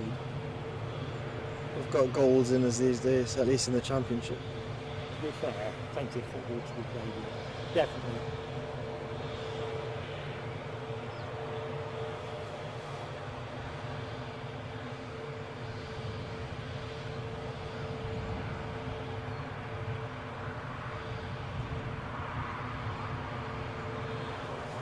Actually, I called the running order wrong, so this Chewy that we're looking at, 1 year old, behind that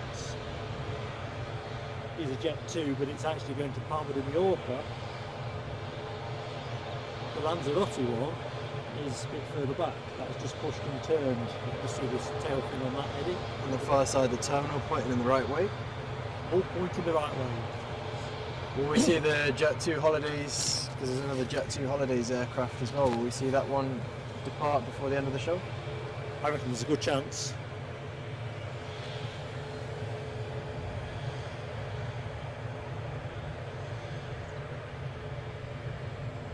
Considering how fast this 737 lined up, it was hoping for a quick exit now, look at it. It's going to exercise a degree of patience.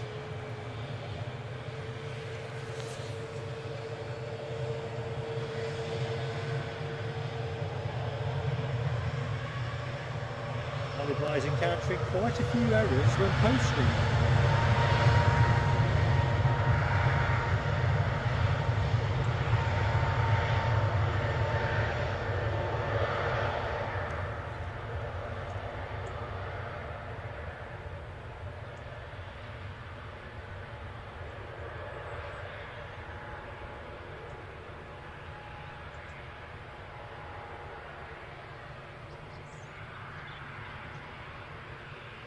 Sounds like a YouTube gremlin issue alibi.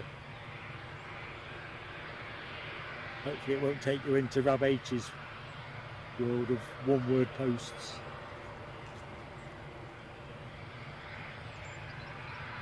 Paul Barnes has had a great lasagna. Made up for you, Paul, and he didn't set the smoke alarm off.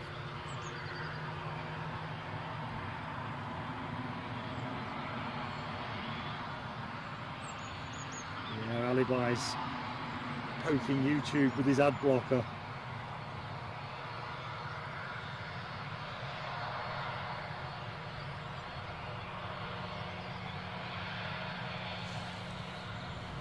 Right, so Palmer, the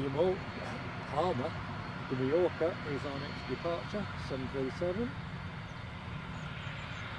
But I reckon these are going to be the last two, Eddie. I don't think that other one in the Allegiant livery is going to fire up. If it does, it'll be a complete clear out, won't it? Yep. Because I don't think that Loganair is going in the foreseeable. Where's this one going to? Palmer. Yeah, on the actual Jet 2 aircraft is Jet to Turkey. Is that what it says? Mm-hmm. Obviously, that's just the name of the aircraft. It's definitely going to Palmer.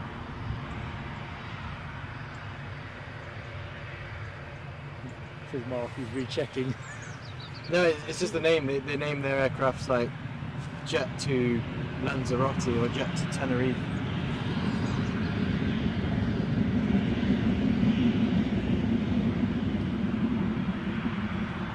So let's just have a look, see, and see if that Allegiant liveried one is likely to go. I think it is.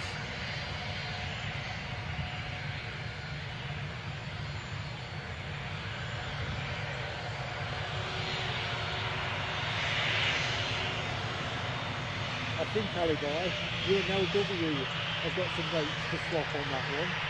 Nell's been having a similar tussle.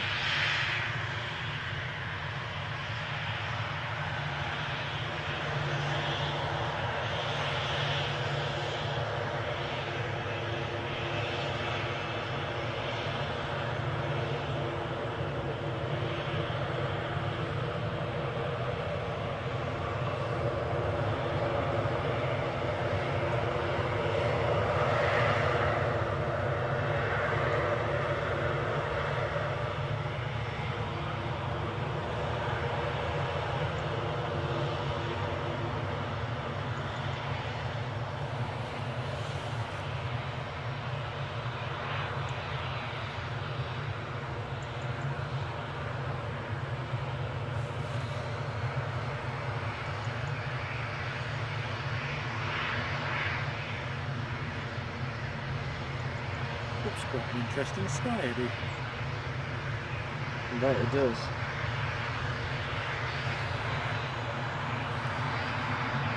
I find both Newcastle and Edinburgh tend to be quite charismatic with the backdrops that they provide to the aviation action, whether it's the sky or the weather or just how the foliage looks at the different times of year. Obviously being airports generally are set in more rural settings, but And the main thing is, the big takeaway for us is, I think we're not going to go home. Duke it. Duke it. Duke it. Duke it.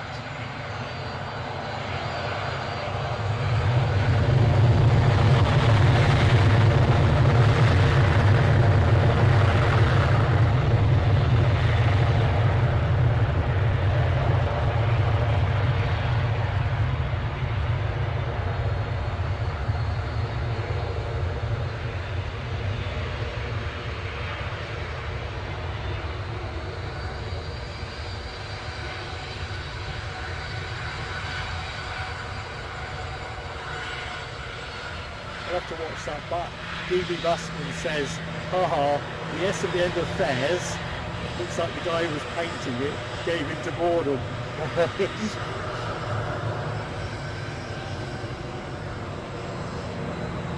little bit harsh on the zoom. Check out Skywatch with Eddie. Yeah, thanks Ken Alloway. Final call on the likes front, folks. So if you get to the like, please do give us that boost. And if you're not yet subscribed, Go on, give us a go. It's all free. We'll have a look at the S on this first. Let's see if they're a bit more interested. Well, maybe the other one was done on a Friday, but it's sort of docking off time. This could be a Monday fares. Paul Barnes, thank you so much for the company, buddy. It's a very impatient and hungry 3-year-old needing her food. So away you go, my friend. Well, this is it, folks, as well. This is it, the last live stream that we'll do before Monday. Well, she's not wrong to wait for those, is it? 2 days? 2 days to Not wait? really. I don't think we'll be getting any commemorative t-shirts or something. But this is it. So it is, as Mark said, your last chance. If you have enjoyed what you've watched today, or you think you might have enjoyed it, I would recommend that you hit the like button. As we're looking at slightly brighter skies over towards the east of the airfield, the northeast of the airfield. We're looking at Jet 2, Boeing 737, swept back winglets.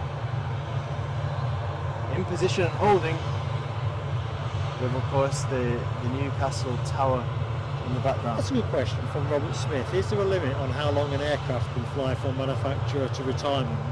I'd always understood as a layperson there was a number of flying hours that the SPA, the airframe could be certified for. But some of the ages now, there's some pretty antique stuff flying around, so I don't know. So if somebody does know, do tell.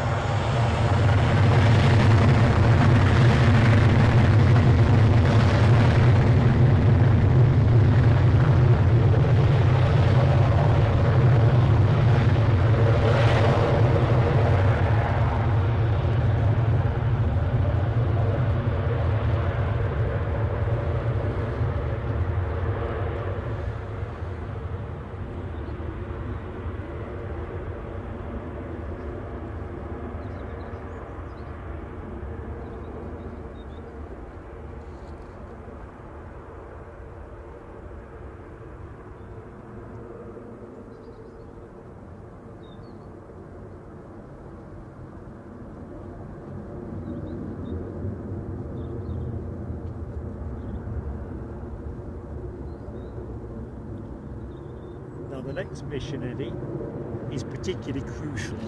So we're going to wind the show down, folks. If there's a 737 Jet 2 that might push back, we'll pick it up as we go. But my reading of the terminal is I don't think we're going to get anything else out in the next 9 minutes. So I think we'll close the show. Can I nick the mic? Yep. So remember, you'll not be as mic'd up. So you just need to go up on your haunches a little bit more for the shotgun. Do you want to zoom out and pull me on? Yeah. In fact, tell you what, you can have the headset, producer Eddie. You put me flip it round. That's it. If you just drive the camera round, and oh crikey, just zoom me out a little bit. You make it? No. Oh yeah. Cameraman Eddie's just getting me into the right place so I can see. In fact, leave it there. If you're content, I'm content. You're not zooming in so you can see my bloodshot eyes, is it? If I find out you're doing that, let me come in a little bit. Anyway, folks, thank you so much for supporting us here at Newcastle today. Myself and Eddie have really enjoyed your company. It's been a good crack, as I say, so thank you. Let's do the top of the shop thank yous and acknowledgements. So Dopey Gorp celebrated his 6-month membership with us. Awesome. And like we were saying, we can remember a year ago, before we monetarised or anything, Dopey Gorp joining one of our test streams, and of course with his generous super chat as well. Michelle Johnson, also generous with a super chat. Thank you so much, Michelle. You're such a great friend of the channel, so generous to us, and we appreciate it. And with everything we take, it's direct on the channel. That's, you know, you can take that as read. Phil, well, we'll get it out in the end. Thank you so much for joining us as a member. Really appreciated. Next action, as we've said a few times, Edinburgh Monday is the plan. It's penciled in at the minute, so there could be a change, but we'll get something out over the weekend. As soon as I've had a chance to have a look at the weather and see when the best body of action is, that's what we'll do.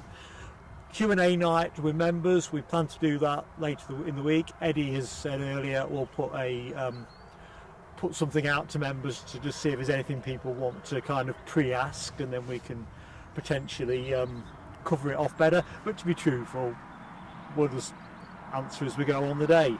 We're not politicians. So let's have a look in the chat. Mirrors MSM, thank you, my friend.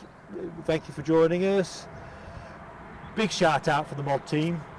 Ken Alloway, Alibi 58, Dopey Gore, Nell W, Alexandra Wood, Les, of course, he's off to Falkirk. I hope Falkirk are doing the bizzo for him. Thank you, one and all. Okay, and really, it's a case of Ken, he's at it.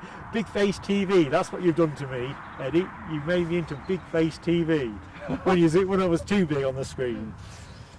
We'll talk about that when we're taking the kit down. Anyway, however you're spending Saturday evening, it's been great to be in your company. Look forward to catching up with you soon. And there's a pushback. Are we going to get that, do you think? Eddie, your call.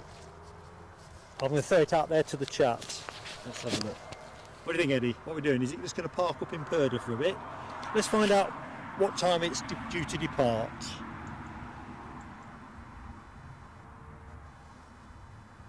Fuerteventura, and it's due to go at 10 to 4. Let's loiter, folks. We'll bring you this as the final plane of the show. If folks want to crack on with whatever it is they want to do next, you know, that's fine. But we'll never undersell you at Plain Sailing Aviation. So it's still clipped. I think it is at the minute, isn't it? Do you want to zoom in a bit at the front? Yeah, it's just I can see the barge pulling off the tug.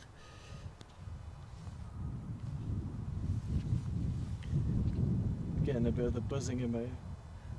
You might disturb something on the audio setup. Put the headphones back on me, mate. Oh. You can do the camera as well.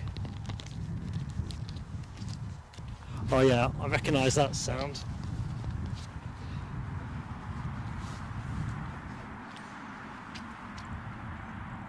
There's another Loganair that appears to be over in the kind of general aviation parking,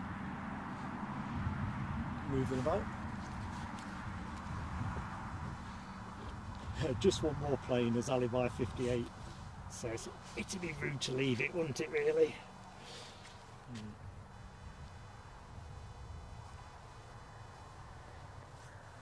See the windsocks just stretching out a little bit. Doesn't feel like it's getting any blowier. I think Orson's having another sleep, but he's standing this time. He's reversed himself into the corner of the field. Yeah, I can't put the camera on our co-presenter, Orson. As Ken says, Russell is still there. You can't beat a good rustling with Plain Sailing Aviation. So I think this plane should be moving.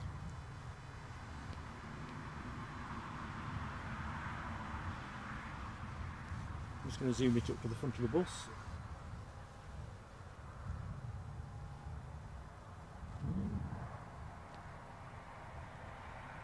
I always get seduced by the prospect of one more plane. Hello to you, Molly Owen. Are you joining us right at the end of the show today? But it's great to have you with us. Hi Molly O. I'm Mark. And this is Eddie. And we're about to watch, hopefully, there's another Jet 2 pushing back. Is this the, what do they call it? Is it an epilogue or the epilogue of the epilogue of the show? We're deep into injury time here. Into Fergie time. Yeah. The fourth official has indicated two more planes. I don't know what to say. I didn't even know there was one parked over there. But it's great. So thank you for tuning in today, Molly. If you do enjoy your aviation, we're back on Monday, hopefully, fingers crossed, from Edinburgh International Airport. And you're currently seeing this Jet 2 Holidays livery. While this pushes back, I'm just going to give you a tale from the emoji lab. So the new emojis for today includes the Awesome Time one that Ken has just posted. I've got another one I was working on, We Love Awesome, but it just didn't look right on the screen. It looked straight, fully zoomed up, but you know how miniaturised they are in the chat? Just like someone had squashed a fly. Yep. I mean, if I could, I'd take Orson home with me, because he seems like a I think nice Mrs. Eddie might have a view on that. I don't have the the running space, but You're going to take me by Mickey D's on the way by for a coffee, aren't you? Or the Costa at oh God, Gosforth. Say yes, nod your head. They seem to be collecting Jet 2s on the parking lot. Just going to quickly toggle. Only one of those two Jet 2s, if I just widen the shot out, is actually transponding at the minute. 2 Jet 2s and 2 Loganairs. Well, I think this is the one that's going to go. I think the other one has got a later on 4 o'clock slot. So whichever one it is, we'll take it. If they're both lining up, we'll have both of them. But if it's not both, we'll bug out. An encore, yeah, absolutely. An encore, thank you, Robert. It's ironic, isn't it? If you employed this philosophy at Heathrow or Manchester, you'd never go home. It'd certainly take you into the hours of darkness, even on a summer night.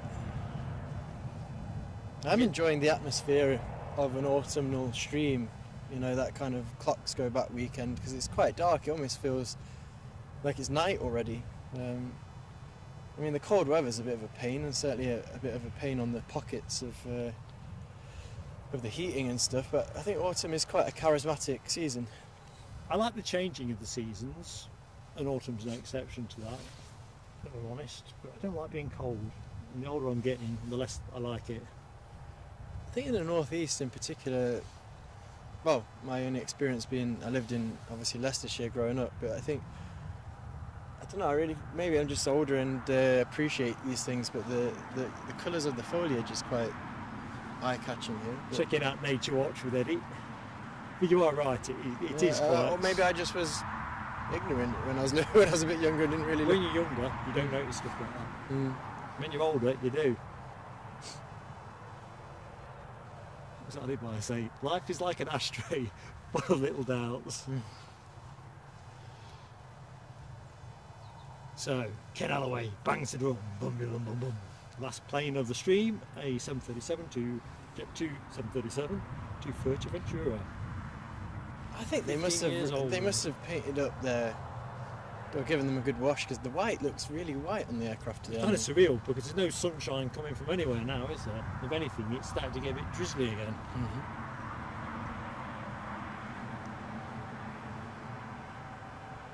Vivaldi Four Seasons is a favourite of Alibi 58. Anyway, our final plane of the show is moving, folks. Sunnier climbs await these lucky souls. Although I saw, this is interesting. I know Nell was telling us about storm names in, I think, last weekend. I was watching, so I sometimes watch the Spanish news on their, what would be the equivalent of the BBC. You can watch it live on YouTube if there's anyone who particularly enjoys that kind of thing.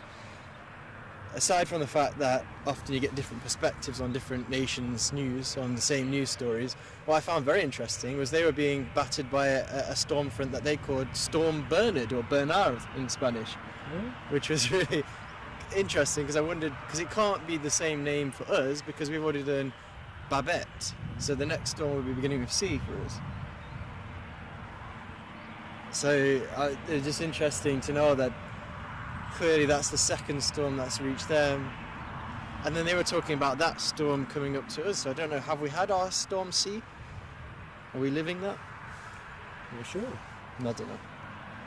I don't think we have had a C. Not yet.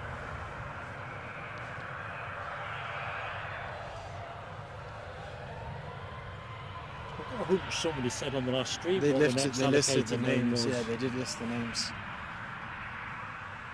We are blessed with the people who frequent our chat, which those who maybe just watching, first time watching today, you've got a bit of added time if you want to introduce yourself in the chat and say hi. That'd be very much Always space to appreciated. say hi.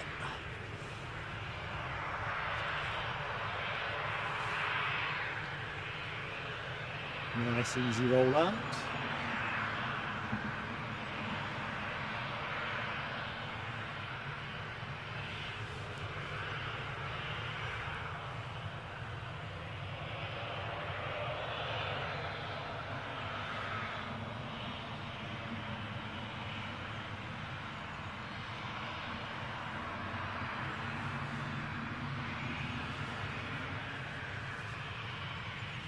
What are you having for tea today, Mark? Not a clue. I'm hoping, like you do, that when I get through the door, I'll have timed it just right. Mrs. PSA said, what time will you be home? And I said, won't be later than 5 o'clock.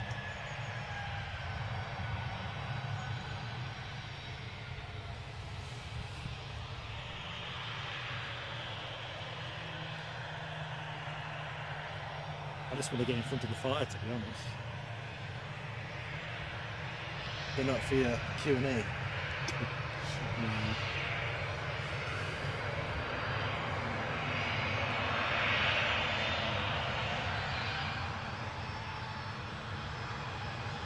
So, a rather casual taxi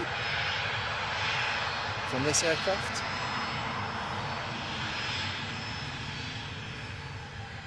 How did we do on Light's mods team? Just realised I'm not. Ours is frozen on 25.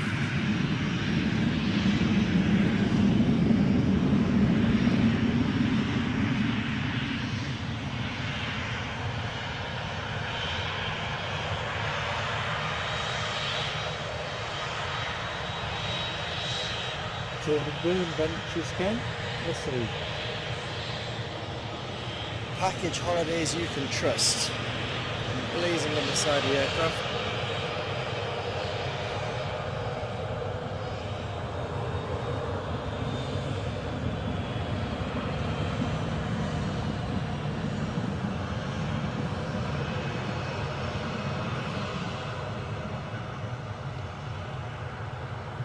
Oh, we're bearing down to 150, I think. Is that right? Final plane of the show, folks. That'd really be superb if we got that 150.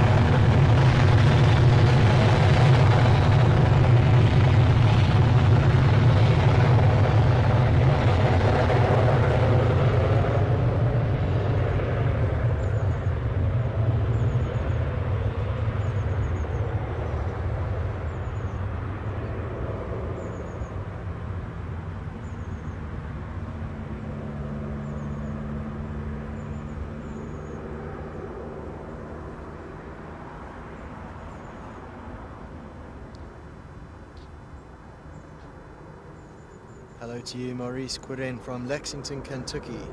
Thank you for the nice stream. Thank you for joining us all the way from Lexington, Kentucky. Actually, Thank you, Maurice.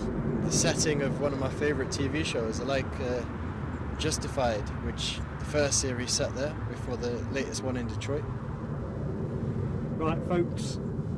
Thank you so much for your great support this afternoon. It's been an absolute pleasure to have been in your company. This is Mark signing off. And goodbye from me, Eddie. And we look forward, or I do anyway, to entertaining you from Edinburgh, fingers crossed, on Monday. Like I say, we'll put a community post out. Do make sure you've got the notification bell hit, ticked, or whatever you think. Whatever you're doing tonight, have fun and stay safe.